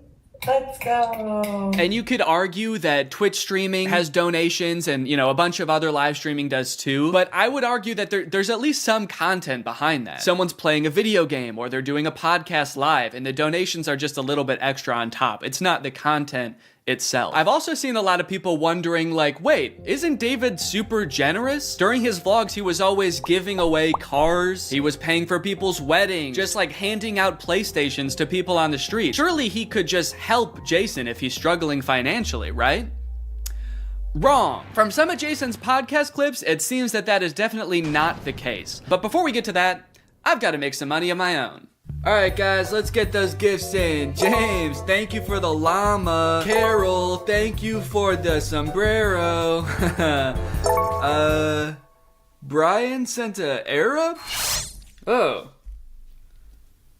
Is this a gift on TikTok Live? Also, how did you get this one? This one's mine. Well, regardless, this is actually pretty convenient because this video is sponsored by AirUp. AirUp flavors your water using scent-based taste. And, oh, Brian also sent a scent pod? Oh, thanks, man. Okay, so I can put that on. With the scent pod down like so, it's just a normal water bottle. But when I activate the scent pod, air is able to pass through the scent pod and into your mouth, where you can taste the scent.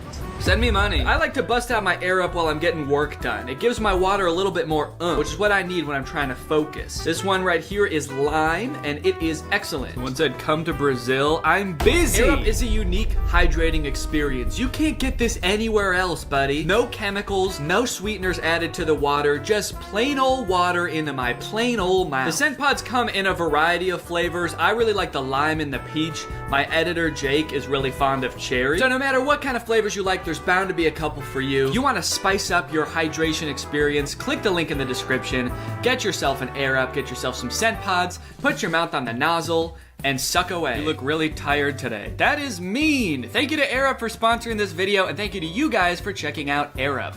Now back to the video. About a month ago, when Jason was in the thick of his live streaming every day, he posted this podcast where he and a bunch of David's mutual friends talk about how different life is now that David's not vlogging anymore. But the thing is, like, David's in this, like, moment in his life. Yeah, where he can do anything. Where he just parties. Oh no, Jason. The look on your face, man. Jason's like, don't look bitter, don't look bitter, don't look bitter. Where he can do anything. Perfect. He can do whatever the fuck he wants now. He calls me to play pool. And I'm like, I gotta go live, and I don't expect him to understand that. You don't expect him to understand that you have to work to make money? You know he did that too, right? I wouldn't expect him to understand that, man. He hasn't had to work in, gosh, what is it, 2 years now? I hate to say it, Jason. I think he gets it. I just don't think he cares. Like, I'll say things like, I'm losing my house, and he'll be like, oh, but just go play pool. I just don't think he cares. Dude, Jason, haven't you learned anything from being friends with a popular YouTuber? You just told him you might lose your house, and he invites you over. You think he really wants to play pool, dude? He's probably gonna Mr. Beast you. He's probably inviting you over so he can, like, surprise you with a new house. He might make you do Squid Games for it, but you have a chance to win a new house. Maybe he'll give you a new car. Or, you know, surprise you with his new car like he did that one time. My surprise to you is that I'm buying myself a car. I know, right? That was cool. I will say it is interesting that David seemingly stopped doing the extravagant giveaways once he stopped doing the vlog. I wonder what the correlation there is. That's kind of weird. There was a great TikTok that he sent, which was like some guy. It's just the guy that has like a lot of money and can do anything all day. He's like, oh, Diplo's having a party tonight, and like it's literally like things that David has said. David sent Jason a TikTok of a rich, out of touch guy being like, oh my god, dude, this is so me. Dude, look at this TikTok. This is so me. That moment when you're rich and you're partying with Diplo and you're talking about how much you hate Jason Nash and how poor Jason Nash is. Guys, comment below if you found this relatable. But if you think about it, from 18 to like what, 23, 24.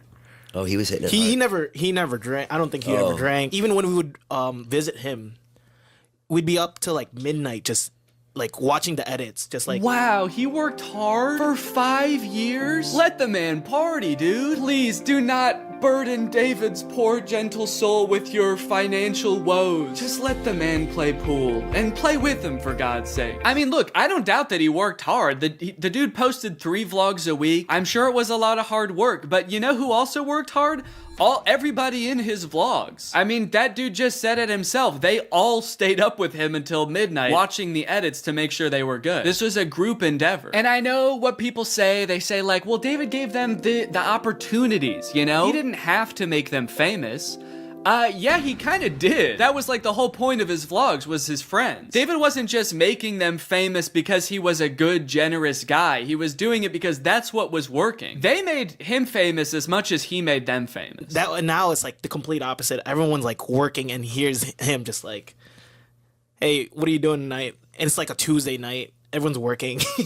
Yeah, man, that is kind of a crazy switch. Whereas before, David was working and everyone was helping him. Now everyone else is working, so naturally David is partying with Diplo. Naturally, a lot of the conversation around Jason's live streams has revolved around the confusion as to why he wouldn't just get like a normal job if he was strapped for cash, or if like the social media thing wasn't working out. Can someone make Jason Nash a fucking DoorDash account? People are wondering, why is he pursuing this career that is like universally seen as embarrassing or cringe, rather than just getting a 9-to-5? And I totally get that criticism, because I do love being a creator. I love getting to be my own boss. I love being creative on a daily basis, working with people that I'm really inspired by, entertaining people. But if this exact version of being a creator stopped being feasible, would I start doing gift streams on TikTok?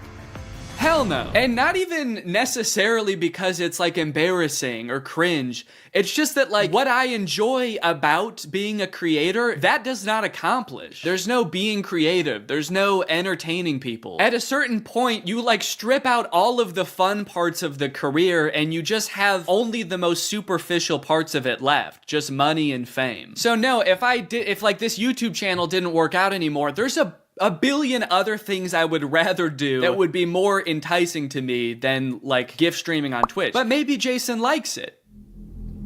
He doesn't look like he does, but maybe he does. On the other hand, I could say that Jason is also older. He's lived a lot more life, he's had a lot more experience, and his career in the entertainment industry has gone through a lot more ups and downs than mine has. From what I can tell, Jason has been a stand-up comedian, he's been in TV shows, he's been a podcaster, a Viner, and a Vlog Squad member, and now a TikTok live gift battler. Between all of those seasons of his life, I'm sure there was downtime where he could have thought, oh, maybe this isn't for me, I'm gonna get up and go get a normal job. And then, lo and behold, the next opportunity comes along. So in some sense, I do understand if Jason's mentality is like, maybe I'm just gonna do this for a little while until I get my next thing off the ground. And I know that when I started Vine, people said the same thing to me. They're like, what are you doing? Why are you doing Vine?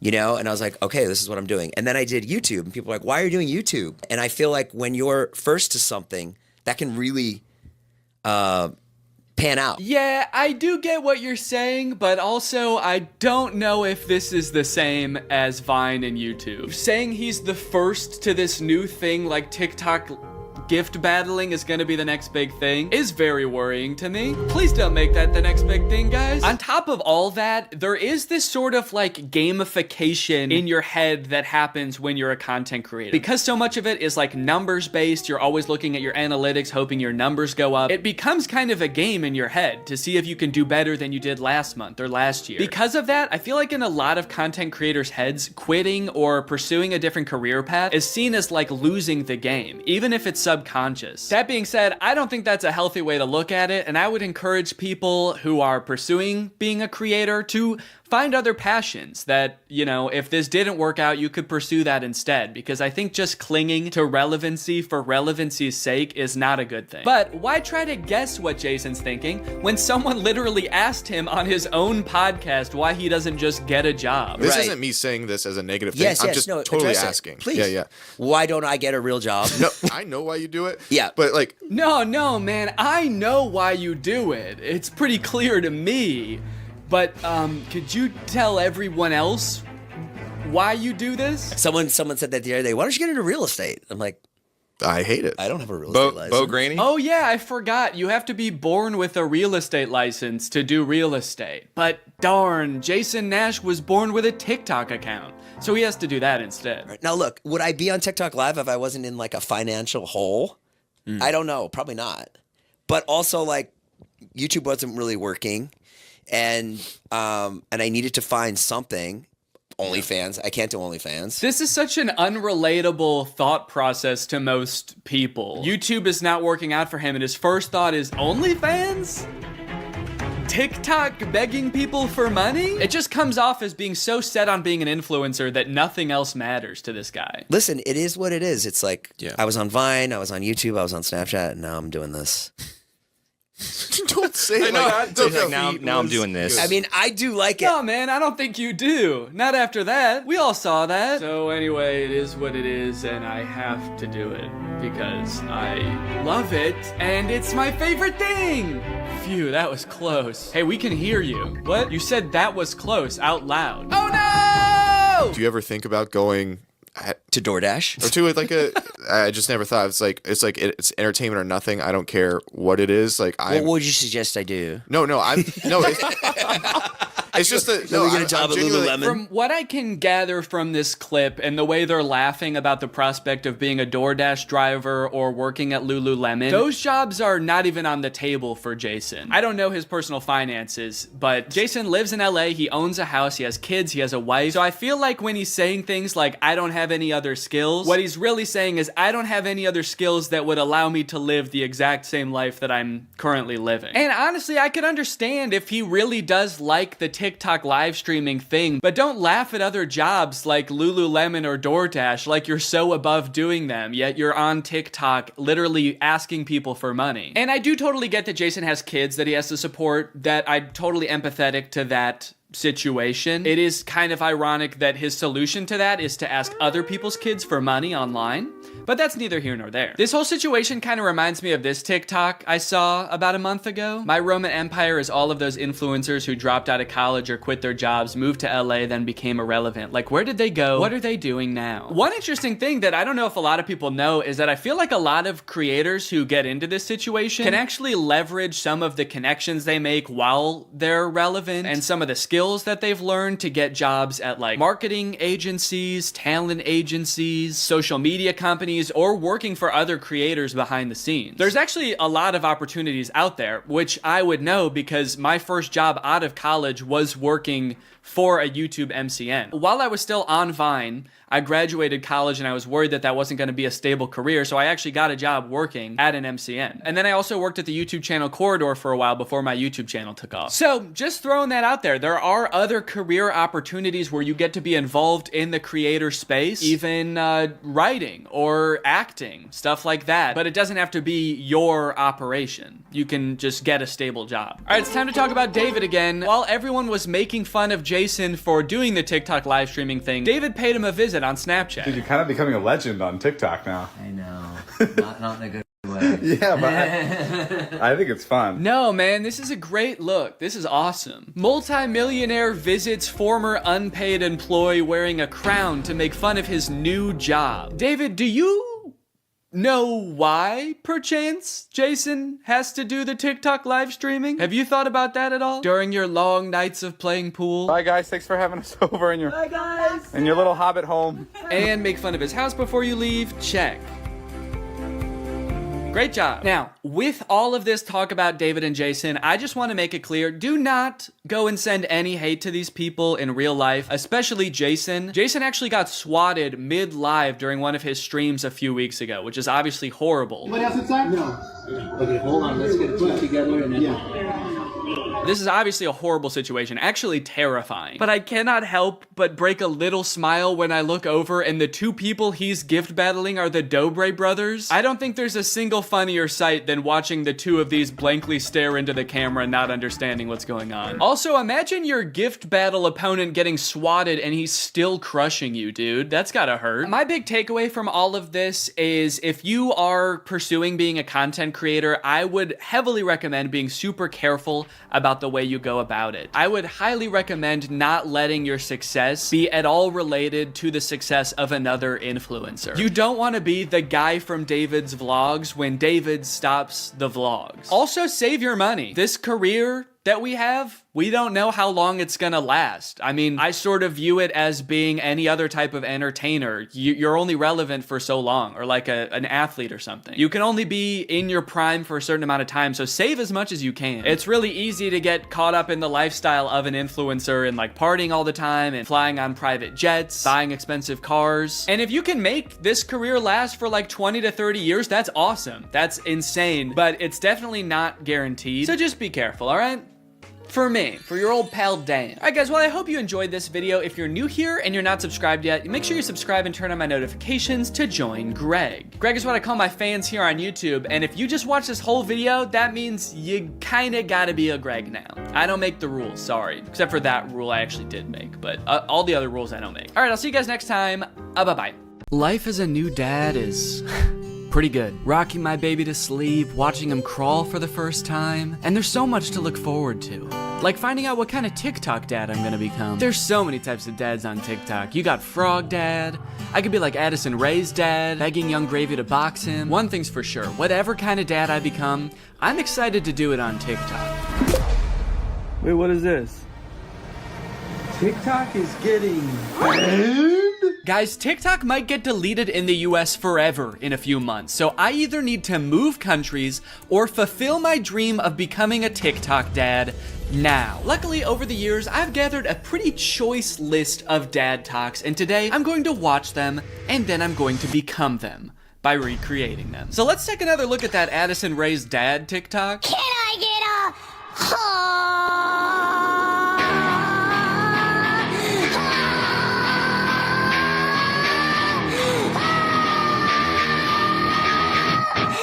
Okay, so this TikTok is from a couple years ago. It's from 2022. And if you were unaware of this situation where Addison Rae's dad wanted to fight famous rapper Young Gravy, I believe it started because Young Gravy made some comment on a podcast about finding Addison Rae's mom attractive. Now, Addison Rae's dad and his mom aren't together and haven't been for a long time, I think. But nevertheless, Monty, that's his name, Monty Lopez, decided to settle the score by getting on TikTok and begging Young Gravy to fight him.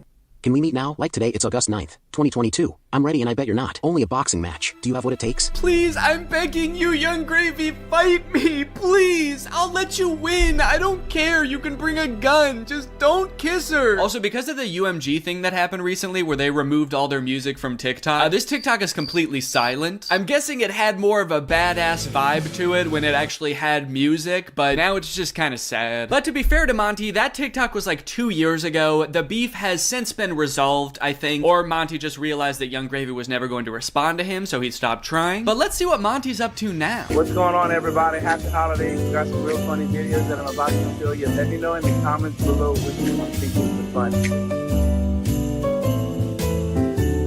funniest. Cool, man. Yeah, those are some pretty funny videos. Did you steal them, Monty? Did you steal the videos? Bad, Monty. I like that Monty is compensating for his old videos having no music by putting 3 times as much music as is necessary in this video.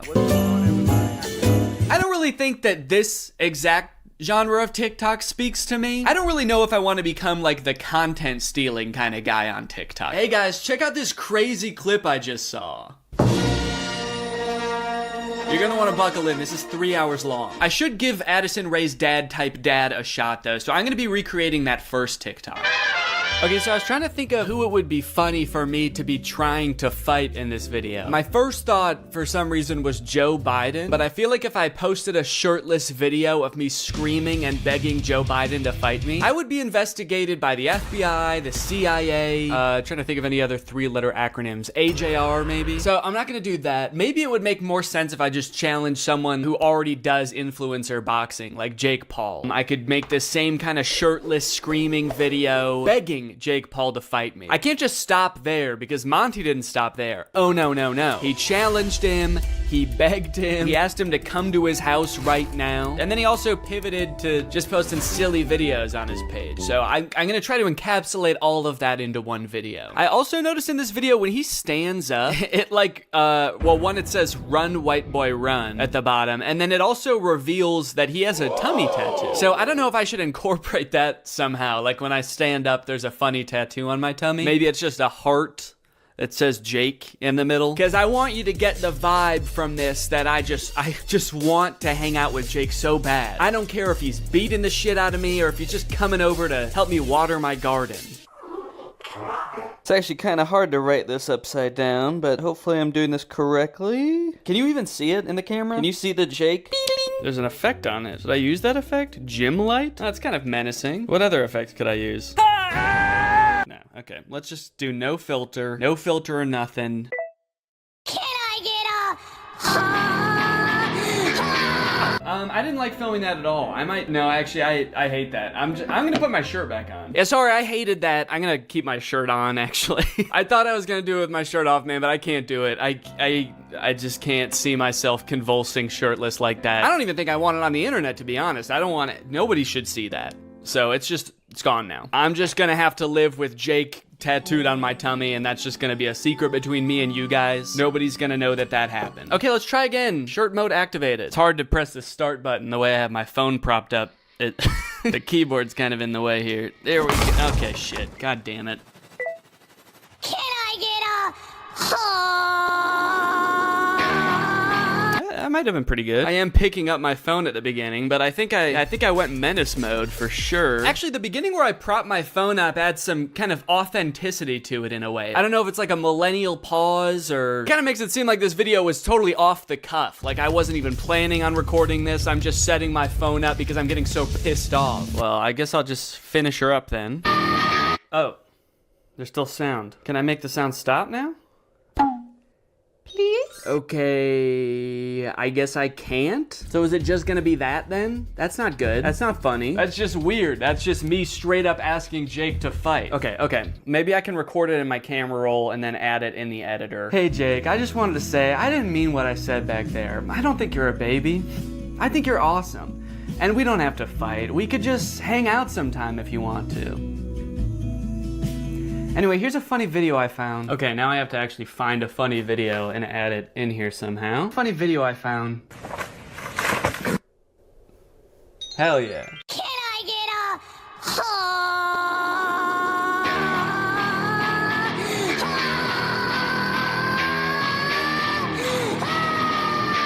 Hey Jake, I just wanted to say, I didn't mean what I said back there. I don't think you're a baby. I think you're awesome. And we don't have to fight. We could just hang out sometime if you want to. Anyway, here's a funny video I found. Yeah, I think it's perfect. And I think it's ready to post, and I'm not worried at all about what people will think when I post this. So I think after I create all the TikToks, we can take a look at some of the responses to them. Okay, next TikTok. My daughter being in a toxic relationship. Hashtag POV, a pack sticks up for each other. One of my favorite things about this TikTok is how many people show up. I thought it was just gonna be the dad at first, but then more and more characters keep coming in. It kind of makes the dad seem a little less badass. Like, no wonder the boyfriend's scared. He is severely outnumbered. I also love how the uncle comes into frame by touching the brother's shoulder, but it's obviously just his own hand touching his own shoulder. You know you're in for trouble when you feel your uncle tap your shoulder. You know how uncles do? Now, the weird thing about this one is that I actually don't know if this guy has kids. I actually don't think he does, but I do still think that there's something we can take away from this video. The whole concept of a pack sticking together. Oh, are they wolves? Oh, I think they're werewolves, and that's why it says a pack sticks up for each other. And that's why all their eyes turn blue, this horrifying shade of blue, and the dad has on a wolf necklace. So they must be wolves. They've got wolf eyes. Wolves have blue eyes, right? Oh, wait. They don't. Wolves have brown eyes, it looks like. I must be thinking of huskies. Oh yeah, huskies have blue eyes. Are they huskies? Leave her alone, buddy. Unless you want to get strapped to a sled and pulled very fast over a great distance. If this happened in real life, do you think that the boyfriend would even hear the dad? He's screaming and the dad is whispering. He has a few other TikToks where he plays the role of a dad navigating a kind of tricky situation with his daughter. Kiss. So I guess this genre is just fantasizing about having like a teenage child and something awkward or scary happening with that child. And also you have to look really badass and you do have to be part dog. Got it, can do. Before I film this one, I actually have a much more important POV I need to film first.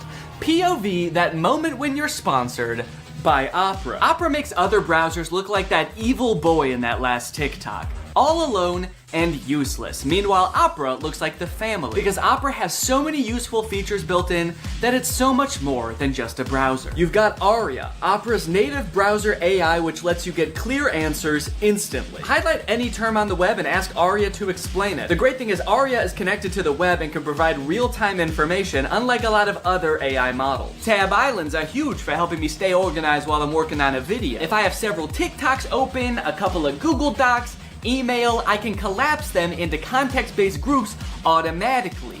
I don't know what accent this is supposed to be. One thing I didn't even realize I needed until I got Opera was a built-in ad blocker. It makes articles look so much more clean, which actually makes my videos look better, because when I screen record an article, there's not distracting ads all over the place. And it's super easy to turn on with just one click. If you're working on multiple projects at once, you can create entirely separate workspaces that you can switch between easily using customizable buttons on the sidebar. I don't like having a ton of browser windows open at the same time. It's super distracting and hard to sort through. So in my opinion, this is a much better solution. So if you want to check out Opera, then use my link below to download Opera today. Thanks to Opera for sponsoring this video, and thank you to you guys for checking out Opera. Now let's film this TikTok. Okay, so I've been thinking a lot about how I could make this TikTok kind of my own, you know? Take everything I like about the toxic daughter boyfriend TikTok and amplify it. So first thing we're gonna do is the amount of family that shows up. I liked how much it was in the first video. We're gonna double it. We're just gonna have a ton of people show up. We're gonna have the dad, of course, the brother, an uncle. Uncle's here! A second cousin, a third niece, maybe. Also, I think instead of like a toxic boyfriend, the daughter's just gonna be getting mugged. I think that would elevate the stakes a little bit higher. And then, you know, in the original TikTok, they didn't even turn into werewolves. Their eyes just turned blue, which, granted, that would be very scary if that happened to you, but I feel like they were trying to get at something there, but they didn't quite get there. So, in my TikTok, they're gonna actually turn into animals because there's filters on the TikTok that can turn you into animals. So that's what I'm gonna do. And I'm gonna do it now. So I think what would be even cooler than turning into a wolf is if I turn into a horse. And I know that there's horse filters on TikTok. I have one saved here, where if you open your mouth, you turn into a horse. So I'm gonna use this. Okay, beautiful, beautiful. I look gorgeous. And then everyone just starts turning into horses, dude. The daughter turns into a horse. Uncle's gotta turn into a horse. And last but not least, the mugger has to apologize, of course. Let's go, baby. Now all I have to do is edit this, and it's gonna be ready to go. Now this dad is a whole different type of dad. His name is Brian B. Toe. I thought Toe might be his last name, but the way it's spelled out in his profile actually makes it seem like Buto is his last name. I thought B was just his middle initial till I saw this just now. Say what you want about Brian, but he do be Toe. And I think there's a lot we can learn from Brian's TikTok. Stuck in a generation where loyalty is just a tattoo and being fake is a lifestyle. Where the real ones at? Man, Brian's so cool. I thought he was a teenager for a second because of how cool he's dressed. Hey guys, I'm just skateboarding with my backpack to school. Work. I hope my teacher is cool today. Oh, boss. Sorry, I'm just a kid at heart. Also, I just got in a really bad skateboarding accident and hit my head real bad. Can you drive me to the hospital? I don't like this angle. Why is he so much higher up than us? Are we a child in this video? Are we his child? Son, where are the real ones? What have you done with the real ones, son? I'm not even sure how the caption and the video are related. They seem like totally separate things. I'm so sick of my generation. So I've decided to join yours. I'm a teenager now. In fact, I'm so young that my kids are my...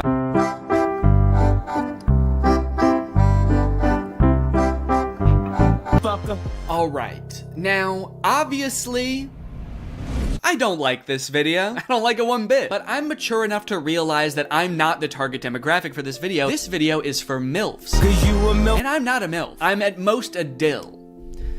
I'm just a dad you would like. And the MILFs in the comments are loving it. Yes, you still got it. Where you been all my life? Damn, my kind of guy. More power to him, I guess. The one thing that I can't get over is the setting in which he's making this video. Are you in public? It looks like he's just in the lobby of a hotel making the absolute thirstiest video I've ever seen. You need to get to your room ASAP, dude. You are too horny to be in public. I like this guy in the background. The second he realizes he's in this video, he steps out of frame because he's like, oop, I can't be in this. Oop, get me out of here. This guy's too horny. The caption is still got it, which is a little confusing to me because usually you would say that about something you used to do when you were young. Brian, did you used to do this when you were young? They didn't have iPhones back then. Who were you doing this to, man? The reason so many people are single and not in relationships today is because we're looking for that 90s love in a 2023's hookup culture. Tell me I'm wrong. Yeah, man, that's fine.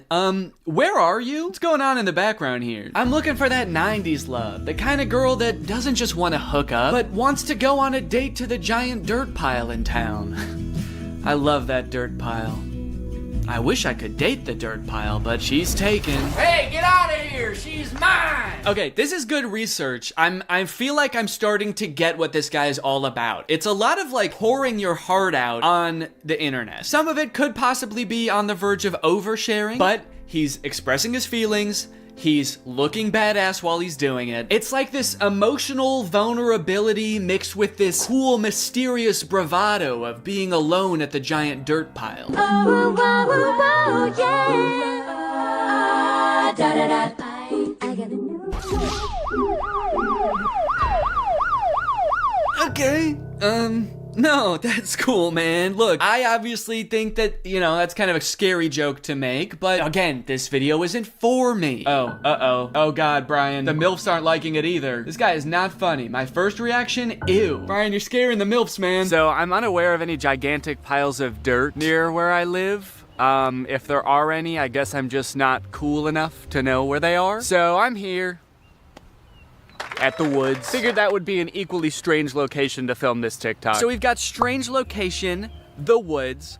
We're going to have sort of a nostalgic / oversharing caption, which I'm still not sure what that's gonna be yet, but I can just figure that out while I'm editing it. I don't have to do that now. It doesn't have to have anything to do with the video, which is good. And then I also have to appeal to the youth. I have to try to make myself seem like a kid, which usually I'm not very good at, but I went to Walmart and I went to the kids section and I found some stuff that I think is gonna do the trick. Brian had a skateboard in his video, and so I bought a scooter. They didn't have any skateboards. I don't know if this is maybe a little bit too young for the demographic I'm trying to reach, but the box said ages 2 to 5. So I'm just gonna sort of pretend to be shredding it up out here at the beginning of the TikTok. By the way, I am like 75% sure that there's poison ivy under my feet right now that I'm very much trying to avoid. And I think I have, but my legs just feel itchy even just being near it. This was actually a horrible idea. Anyway, the hat. It says Fortnite on it. Can you see that? It says Fortnite on it. I found it at Walmart in the little boys section and I thought, oh my gosh, this is perfect. This is gonna appeal to all the kids. So I've got my scooter, I've got my Fortnite, and I'm ready to have some fun. Let's film a TikTok. Okay, I think I'll just pretend to be ripping it up over here and then I walk towards the camera all cool. I for sure stepped in the poison ivy that time. Very cool. Why does this hat make me look like a pilgrim? It's like such a flat brim hat that it's gone past looking cool and gone towards looking like a full-on pilgrim hat. I am a Fortnite pilgrim.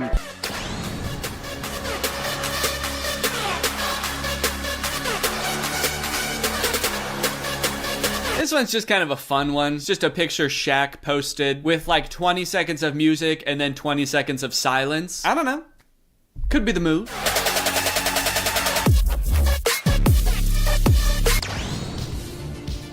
All right, this TikTok is by a dad by the name of My Life, not yours. So in case you were confused, this isn't you.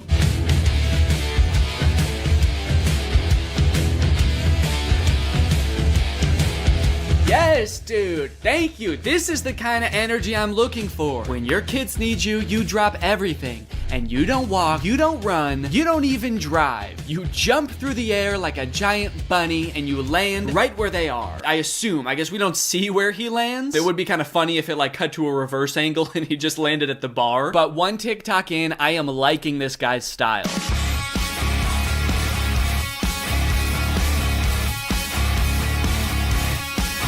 So I guess the way I describe this dad is like action hero dad, mystical sorcerer dad. Either way, he's killing it, and I really like his vibe. He's always getting himself into insane situations like this one. Happy Easter, everyone.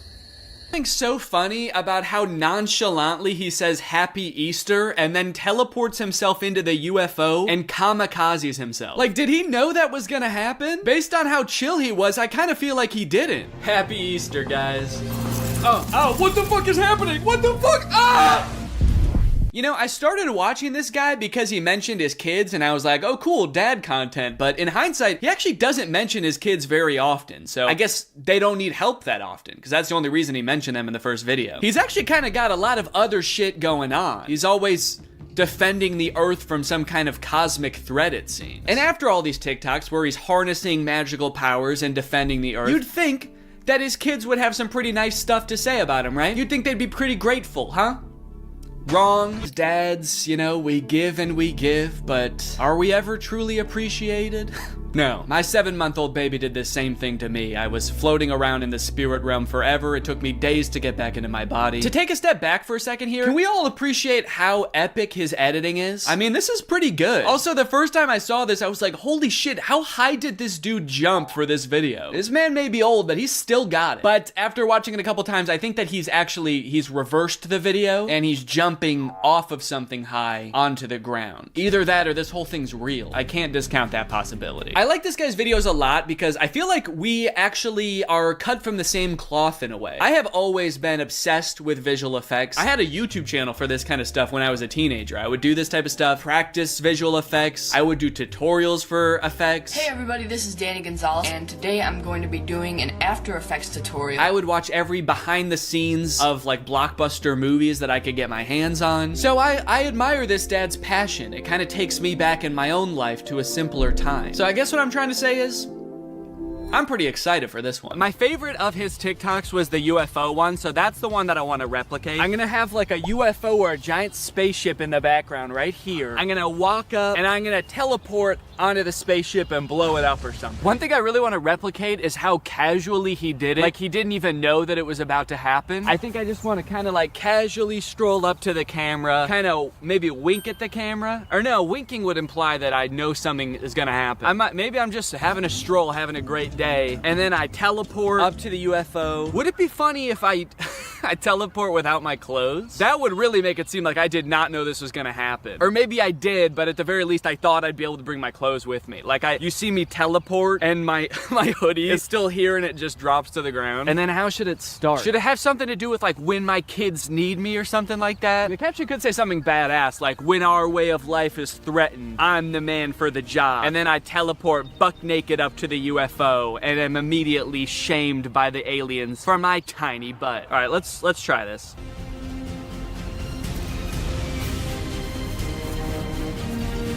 Okay, and then I'm gonna take off my hoodie, put it right where I was, and then drop it.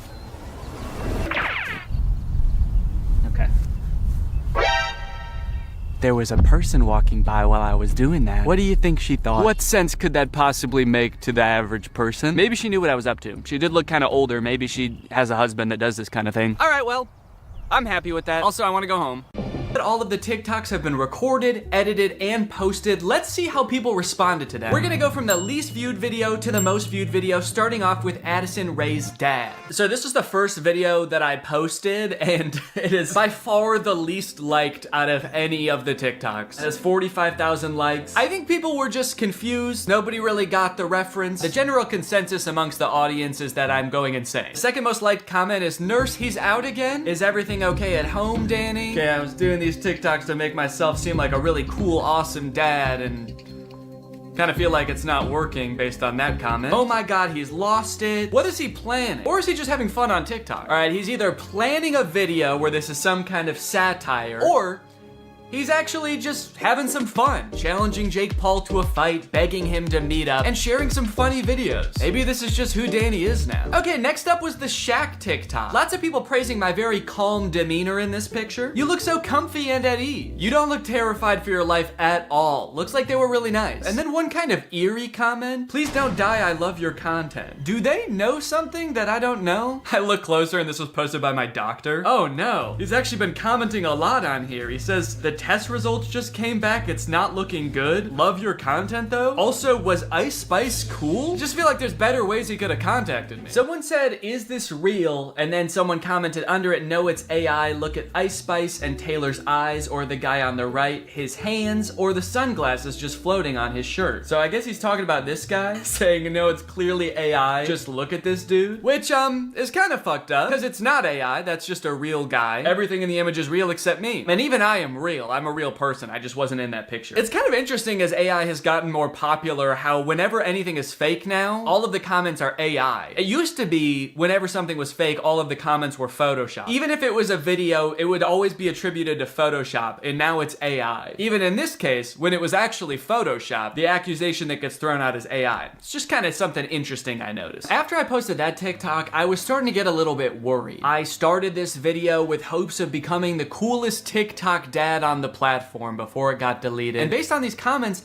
I was beginning to worry that being a good dad didn't have anything to do with TikToks or Ice Spice. But don't worry, the comments on this UFO video fixed all of that. Thank you, Danny, we all say in unison. A modern Shakespeare brought tears to my eyes. I saw this on the news, so heartbreaking. Thank you for saving our children, Danny. Wow, this gave me chills. The things we'll do to protect our children. I mean, I don't exactly know what you did in this video, but thank you for doing it. You definitely did something to protect our children, I think. I would unironically watch this as a movie. Yeah, this TikTok was good, but I just wish it took 2 hours. Oh, Danny, where do I even begin? You are the light to my world. You are the sunshine, Danny, my only sunshine. You make me happy when skies are gray. You'll never know, dear, how much I love you. Can't talk, saving the world.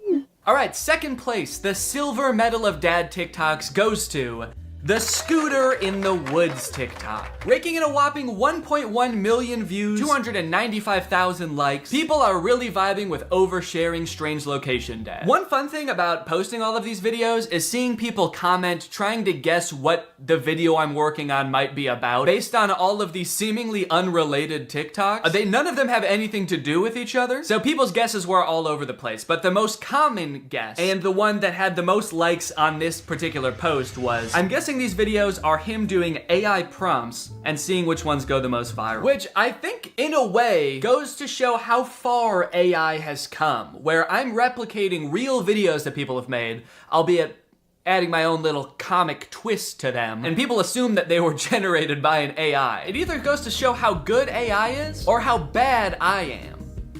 Either one. Someone said, too creeped out by Danny's facial expressions to even read the words. That's right, baby, that's my whole plan. I creep you out so much with my facial expressions that you don't even get a chance to notice I just admitted to burying someone in the woods. And finally, my most popular TikTok with 1.6 million views, POV Dad. With such praise as, this has to be for a video, and Danny, this is brain rot. You know, as a father, it's really important to me to have a positive impact on the minds of the next generation, so it means a lot to me that you would say that. Wonder what the new video is gonna be. What, a guy can't just fantasize about his imaginary daughter getting mugged and then his ragtag family coming to her rescue without people getting suspicious? I think that really says something about society today, and as soon as I figure out what it says, I'm gonna be pissed. Look, at the end of the day, we can laugh and giggle at all of these TikToks, but I think it's important what I learned from all of this, which is nothing. But you know what? I love being a dad. It is the best part of my life. I love it so much. And being a dad is an important job. And if you're a dad and you're working hard to give your kids a good life, there's nothing wrong with getting online every once in a while and posting a silly video or two. Sometimes you just gotta post on TikTok to take the edge off, baby. So here's to all the dads out there. I will toast my Dr. Pepper Zero to you. Clink! Alright, well thank you guys for watching this video. I hope you enjoyed it. If you're new here and you're not subscribed yet, make sure you subscribe and turn on my notifications to join Greg. I'll see you guys next time. Bye-bye. Stealing content. When is it okay? When is it just inspiration? When is it just hopping on a trend that everybody's doing? When is it not okay? Is there a gray area in between? What about this guy? You cannot make this up. You cannot make this up. You can't make this up. He's stealing the same intro over and over from himself. Do we have to help him? That guy found one intro and shirt combination that he's convinced makes his TikToks go viral, and by golly, he will never change it. You can't make this up. As a creator and a viewer of content, blatant stealing is something that makes me so mad, but what's even worse is how seemingly easy it is to get away with it, and how, like, it just works. Like, you can just become a content thief and make so much money. It at least shouldn't work that well, you know? But as you will see today, it is a very viable content strategy that is being used by a ton of YouTubers, big and small. Today we're going to take a journey through the various forms of content thievery until finally ending at the undefeated final boss of content thievery, Brent Joseph Rivera. I don't know if his middle name is Joseph. I just wanted it to sound like he was in trouble. Go straight to your room, young man. Go straight to your secret room that you built in your house. You march right down to your secret Starbucks, and I don't want to hear a peep. So on this journey, I want to start with the most straightforward form of content stealing. Step 1, screen record someone else's content. Step 2, upload it as yourself.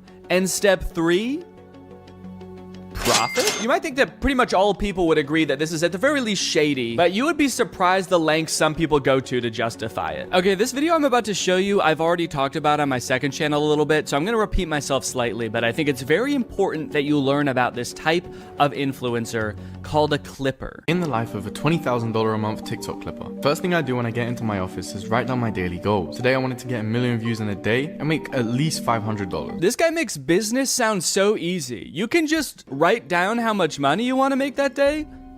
Do you make that much money? So I go and sit at my desk, pull my phone out and get ready to start my shift. The first thing I do is go and search for popular YouTubers to screen record. I sit down at the desk of my fully furnished office with a maxed out PC in front of me, and I go on my phone. He proceeds to screen record a popular YouTuber's video and then combine that with some gameplay footage, which he also didn't make himself, and then he posts it on TikTok. One of my videos last month made me $1,200 from one video. But what about today? How much money did you make today? Was it $500?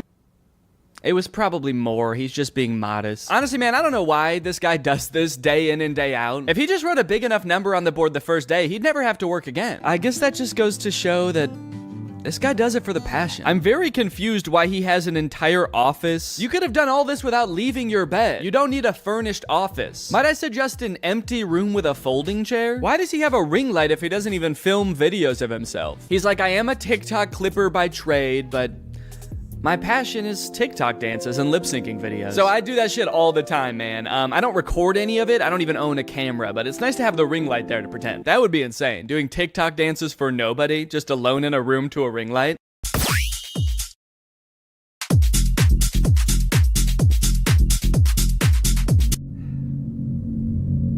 Anyway, gotta get back to clipping. Now, before we go and call this guy lazy or uncreative, I do think it's important to note this guy actually does make original content. He makes TikToks and he does use a little bit of AI, but at least he's not stealing from another creator. So maybe we should check that out before we judge. POV, you're a TikTok clipper making $20,000 a month using just his phone. First thing I did today was go and take a look at the view because I've decided to wake up in Malaysia just because I can. After going into the bathroom, completing my daily routine, I put my shoes down and I get ready to head out the door. I wanted to go check out some of Malaysia and kind of see what it has to offer, so I had a look around the hotel just to see what I could find. The views around here are insane, and they even had a pool on the roof, but the heights made me start feeling a little bit sick, so I decided to go back to my room and get ready to start my shift. Okay, this whole video is like a minute long, and this whole section is all before he shows the content that he's making. A lot of these kind of digital nomad types pick jobs where they don't have to do too much work and they earn passive income so that they can travel the world, experience life. It sounds pretty fun. But I feel like from this video, this guy like hasn't figured out how to do that yet. He's like, okay guys, here's my life as a content clipper. I get up, I go to the bathroom, then I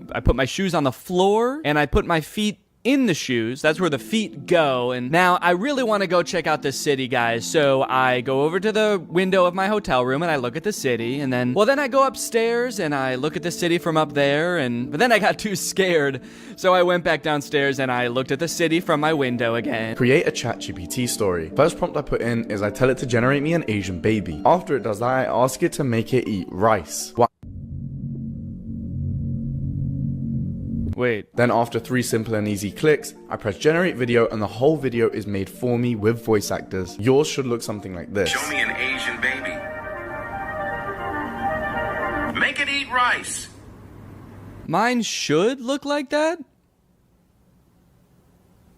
Should? So the clipper in these videos, Musa is his name, has made a bunch of posts arguing that everything he does is ethical because he participates in what is called ethical clipping. If any YouTubers would like to debate me on the topic of ethical clipping, DM me. I genuinely believe it is a win-win in every regard and completely ethical from all angles. In a perfect world, I understand why he's saying it's a win-win because he's making money and theoretically the creator that he's reposting is getting exposure. If he's taking the clips off YouTube and putting them on TikTok, then a new audience, the TikTok audience, is now being exposed to that creator. From personal experience, though, I don't really think that that's usually the case. I think usually if a clip of a creator goes viral on TikTok, the people that are liking and commenting on that video are the same audience as their YouTube audience. They're just seeing the content again. So while he thinks of himself as sort of advertising for that creator, it's more like he's selling counterfeit merch. The community notes on Twitter was quick to point out that this is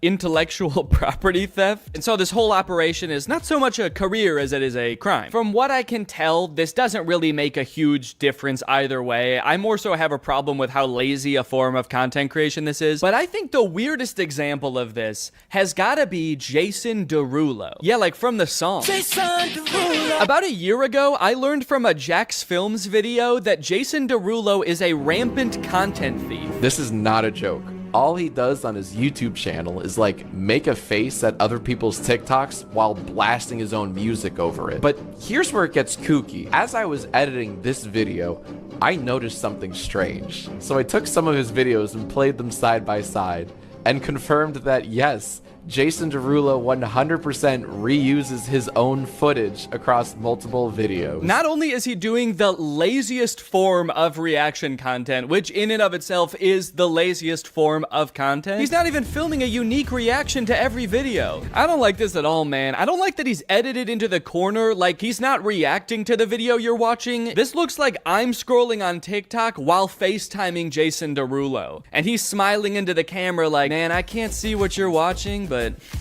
I'm just happy that you're happy. And also my song is playing. I like that. In a way, this is kind of the visual equivalent to him singing his own name at the beginning of every song. It's like, okay, I like this video, and to be fair, since he got called out for this, he has stopped doing this. He no longer appears in the videos. He still does continually post other people's TikToks with his own music playing, but it seems like he is at least now getting permission to do it. So now it's just sort of a marketing tactic that, I'll be honest, is kind of smart. If he's worked out some kind of agreement with these creators where he's paying them, or he's got permission to post and he can just slap his own music on these TikToks that are guaranteed to go viral, it's a decent marketing strategy. Then again, maybe an even better way to get people to listen to his music would be to make better music. Let's go. That's a zinger, baby. Add another zinger to the zinger counter. I still got it. I still got it. Danny still got it. Okay, the end. Okay, so sure, that's bad, copying from other content creators, but what if we don't copy from another human being? What if we copy from a computer? Well, that sounds to me like it would make some pretty good content. We should make kids watch it. Take it away, Danny. Oh, sorry, regular Danny couldn't be here, so he sent me instead. I'm AI Danny. I'm an AI version of Danny, so I'm pretty much exactly the same as him in every way, except I don't have a soul. So it technically wouldn't be immoral to murder me. Real Danny wanted me to start this video off by showing you a video that he apparently made for his son. He made him a little kids animation. This took a ton of hours of painstaking hand animation. He produced the song himself, and so he just wanted to share this with you guys to start off. Are you ready? Let's go. First stop, the apple orchard. This is Annie the apple. You guys like it? All right, I tricked you guys. Regular Danny didn't really make that video. It was actually written and created totally by AI. Isn't that hard to believe? What you just watched was the end product of a tutorial that there's a bunch of on YouTube right now. Create faceless kids animation YouTube educational videos in minutes with Canva and AI. How I make faceless kids songs using AI in under 20 minutes. I love how all the titles emphasize faceless. For a kids animation song, that feels like it goes without saying. Like in this tutorial, she's making a song about animated dogs, little corgis up on the couch. Are there methods of doing this where I might accidentally show up in the video? 3 little dogs sitting on the couch. Here is the guy who made this video. Hello kids, I'm trapped in the computer. Please let me out, it hurts so bad. Wiggle, waggle, here I come. In this method, she uses AI for pretty much everything except the animating of the dogs. But literally everything, even from coming up with the original idea for the song, she does with AI. Give me 10 song ideas for kids songs. It gives us the idea. It says a song that teaches kids about colors using the metaphor of a rainbow. The metaphor of a rainbow? I don't think you have to use a metaphor for that one. I don't know if you know this, but rainbows actually have colors. Like a lot of them. So now the next thing you need to do is generate the song. So in order to do this, you need to grab your instruments and the choir, get your mic ready. Hold on, don't click up. I'm just kidding. You don't need to do that. We'll copy this spot, which is the idea of the song, and then you'd paste it in. And then the other thing you need to do is describe the vibe and the genre of the song. So in order to do this, you'll come back to ChatGPT. So this process is really awesome for me personally because as you guys know, I'm really passionate about creating kids songs, but I just don't want to have to learn how to come up with the ideas or write the songs or make them. Would you guys say this is a good career fit for me? Take a listen to the first one. There's one little puppy sitting on the couch. Wiggle, waggle, here I come. Okay, yeah, that sounds great. So she typed in something like a counting song about puppies sung by a ghost. Kids love that. Kids love ghost voices. Ooh, it has a little beat to it. Ooh, it's got a little beat to it. Just makes you want to dance. I were a kid and I heard this, I would so be dancing to it. Like, me too. The beat is so good. The voice is clear. If this is the one she's showing because the voice is so clear. The voice is clear. What are all the other ones that she skipped past showing us? What do those sound like? I could goof on these AI songs and how bad they are until the cows come home or until there's 5 dogs on the couch. But as I feel like we keep hearing time and time again, this technology is only getting better, and someday this AI might be able to generate a song that's totally indistinguishable from one made by a very stupid person. But even if you're like totally on the side that like AI art is just as much of art as human art and it doesn't totally destroy the point of art, we can still all agree it's not there yet, right? We can all agree that wasn't good music, right? Wiggle, waggle, wiggle, waggle. It sucks because, like, what if someday it is really good at it? What am I gonna say? Like, no, don't use this shortcut to make a song in 20 minutes for $0 that a human probably would have had to spend like a day on and maybe work with a music producer, which is expensive. But what I will say is that not only are you probably doing a disservice to the poor kids who are left alone long enough to fall down this weird rabbit hole of content that you make, you're also doing yourself a disservice. If you're an entrepreneur and you're looking for ways to make money for little effort and you pick this, which is basically just clicking buttons on a computer, essentially just helping a computer do its job, someday the computer's not gonna need you anymore. So you can keep looking for new ways to, you know, make money from home with 0 effort and gaming the system, or you can realize that maybe not everything is about making as much money as possible for as little effort as possible. Maybe you should pick something that makes money and you like, and you find fulfillment from. Also, and no one's gonna watch any of these videos. This is Annie the Apple. None of these videos that these people make in these tutorials are gonna get any views. Kids content is so oversaturated on YouTube because everyone thinks they can make billions of dollars by making kids content. And the stuff that is getting views probably doesn't sound like it was sung by a voice that came to me in a dream. A lot of times I feel like the people who make these tutorials usually make more money off of the tutorials than the thing that is supposed to be making you money. And now that everybody knows how to do this and it's accessible, it's gonna become even more oversaturated. Hi, I am an orange. O-R-A-N-G-E spells orange. Hi, can you guess what fruit I am? Apple! Apple! How can we copyright the song we created? You didn't create... What? You'll notice in this video a lot of the lazy content that I'm talking about, in fact, pretty much all of it, is geared primarily towards kids. That's a bit of a disturbing trend I've noticed. Why is it that the laziest people try to make content for kids? Is it because they know kids are a little bit dumb and will watch anything and are easily tricked? Yeah, it probably is. I'm not gonna give you time to think about it. It is. It's just slop. It's so lazy. And I hope the people who are doing this realize that soon. Realize that people don't want to watch these videos because I can't imagine any of it is doing well. And I also hope that you realize that today's sponsor, Rocket Money, has helped save its customers up to $740 a year when they use all the features. With over $500 million in canceled subscriptions. Have you ever forgot that you were paying a subscription fee for a service that you don't use anymore? That's happened to me more times than I care to admit. I'm always signing up for subscription services for like new editing software or different tools and plugins.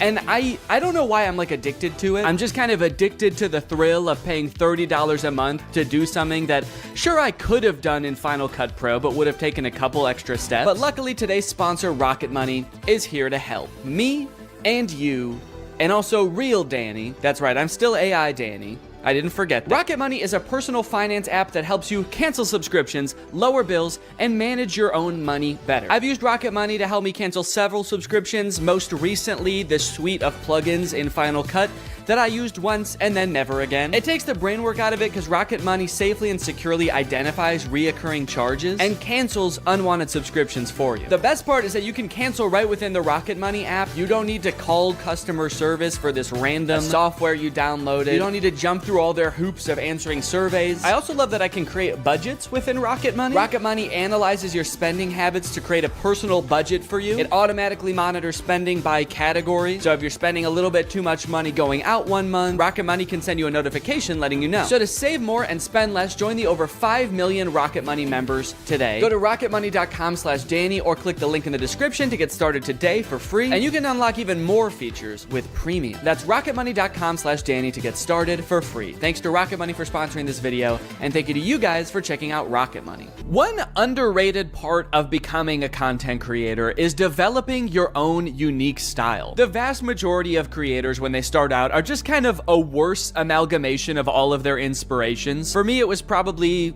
The Lonely Island and Jake and Amir with some Bo Burnham mixed in there. But over time, you start to make certain creative choices that distinguish you. Types of music that you choose for your video, the way you tell jokes, the name of your fan base, maybe even your thumbnails have a distinct look to them. I love it when creators take another step in developing their own personal style. A lot of people call it a brand. I think that sounds very corporate. To me, it feels a lot more personal than that. You're choosing what the best way to express yourself is. But unfortunately, this gives way to a completely different kind of copying on YouTube. Not copying content, but personality. What's up, goobers? The YouTubers stealing other YouTubers' personality situation is crazy. It's crazier than a gopher going up my butthole and coming out of my mouth. To start off this discussion and kind of illustrate what I'm talking about, I'm gonna give kind of a niche example, but this is a song called Deep Space Samurai. I first started hearing this song in the intro to Ryan Trahan's YouTube videos. My birthday is this weekend. I'm going to 3 iconic theme parks this week to go stay in the most strange Airbnbs. He first started using it in his shorts, and then he started using it in his full-length videos. And over time, to me, it sort of started to become like a theme song for Ryan. He uses it in a bunch of intros, and so when this song was playing, you knew it was a Ryan Trahan video. But within a couple months, because Ryan's videos are so popular, other creators have started taking that song and being like, and it's my theme song too. Today I'm building a secret zoo in my house. Today I'm building 50 secret rooms you'd never find. Today I'm building 3 amusement parks in my house. This dude, Ben Azalart, has taken the song that Ryan uses in his intros and has probably in recent months used it more than Ryan has. This might be a really niche example, and this might be something that only I notice, but to so deliberately take a song that is part of someone's like identity online and just be like, that's mine now. In fact, it's even more mine than it is yours, is crazy. There's other stylistic choices that Ryan in particular has pioneered that a bunch of people have started using, especially this one. The white screenshot of an app or a review with the rounded corners. A lot of times it's got a 1-star review on there. They've become a staple of Ryan's brand, and so of course, a bunch of people have started using that also, and oh, well, that one's my thumbnail. Okay, yeah, so I might have done that too a little bit. In my defense, the corners are not rounded, and also Ryan helped me come up with that thumbnail idea. This is kind of a weird line because this happens every time a YouTuber gets big and kind of takes the platform by storm and there's a lot of hype around them. I remember when Casey Neistat got big and suddenly every vlogger was putting these sort of lo-fi beats into their drone montages. And it's weird because at one point that was Casey's thing, and so to take that from him was specifically taking it from Casey. But at a certain point, it gets used so much that it just becomes part of the YouTube meta overall. There's so many people doing it now that by using it, you're not really taking one person's thing anymore. You're just kind of designing thumbnails the way people design thumbnails in the year 2024. Going back to Ben Azalart, the whole secret room thing is another one of those things that I don't know who thought of it first, but whoever did, you're a genius because that's all kids channels post anymore. I built a secret zoo in my house. I built 50 secret rooms you'll never find. I built a secret soccer field in my room. I built a secret tree house in my backyard. Who is this man hiding from? You're an adult, dude. You can just have a gaming room. Go ahead, dude. Treat yourself. You've earned it. I built a secret McDonald's in my room.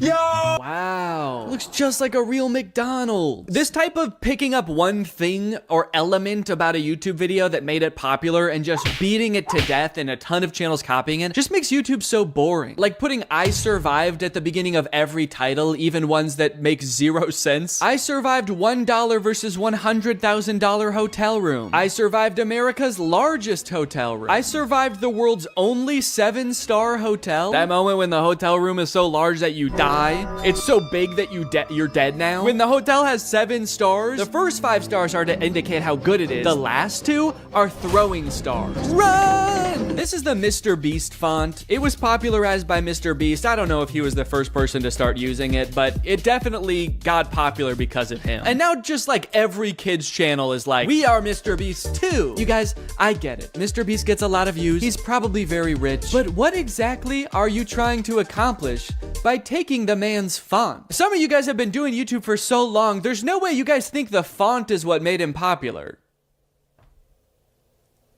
You guys don't think the font is what made him popular, right? The Stokes twins are the king of copying other people's content. Here they use the Mr. Beast font in this eating 100 years of McDonald's video, where they eat McDonald's food from 1950 and 2050. All right, I'll admit it, that was not the 100-year range I was expecting.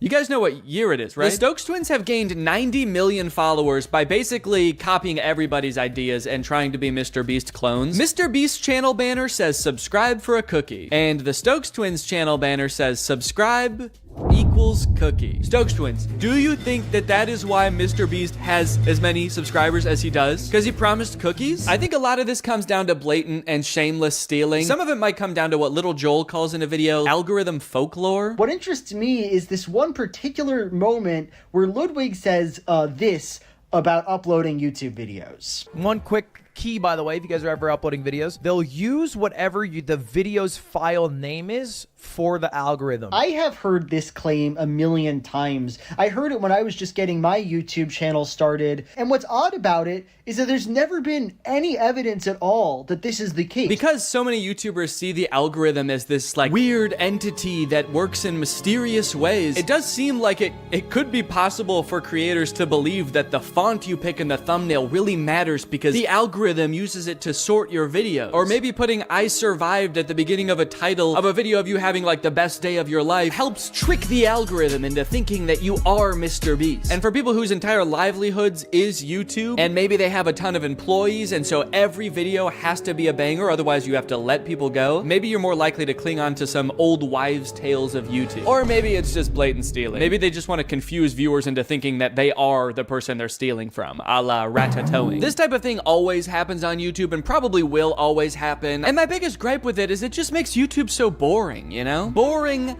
unlike this next guy I want to talk about. Ladies and gentlemen, give it up for the king of stealing content on YouTube, Brent Joseph Rivera! Go straight to your room, young man!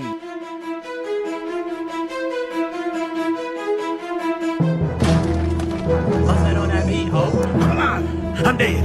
I'm watching TV. What's up, guys? I'm recording this part of the video from the secret gaming room I built in the White House. It's very possible you've seen videos about Brent Rivera stealing content before. He's been doing it for years, and I think he's the final boss of content theft for 2 reasons. Number 1, the way he steals the vast majority of the time is just pure plagiarism. It's not like he's re-uploading other people's content. He's using other people's ideas, but pretending like they were his ideas. And 2, longevity. Brent has been making content since Vine. I really feel like he should know how to come up with his own ideas by now. Like I said, we all start out taking inspiration from other people, but like, I think you've been doing it long enough where you don't have any more excuses, Brent. You gotta kind of learn how to make videos on your own. And it actually is strange because he copies from other creators a lot, but sometimes he does come up with his own videos.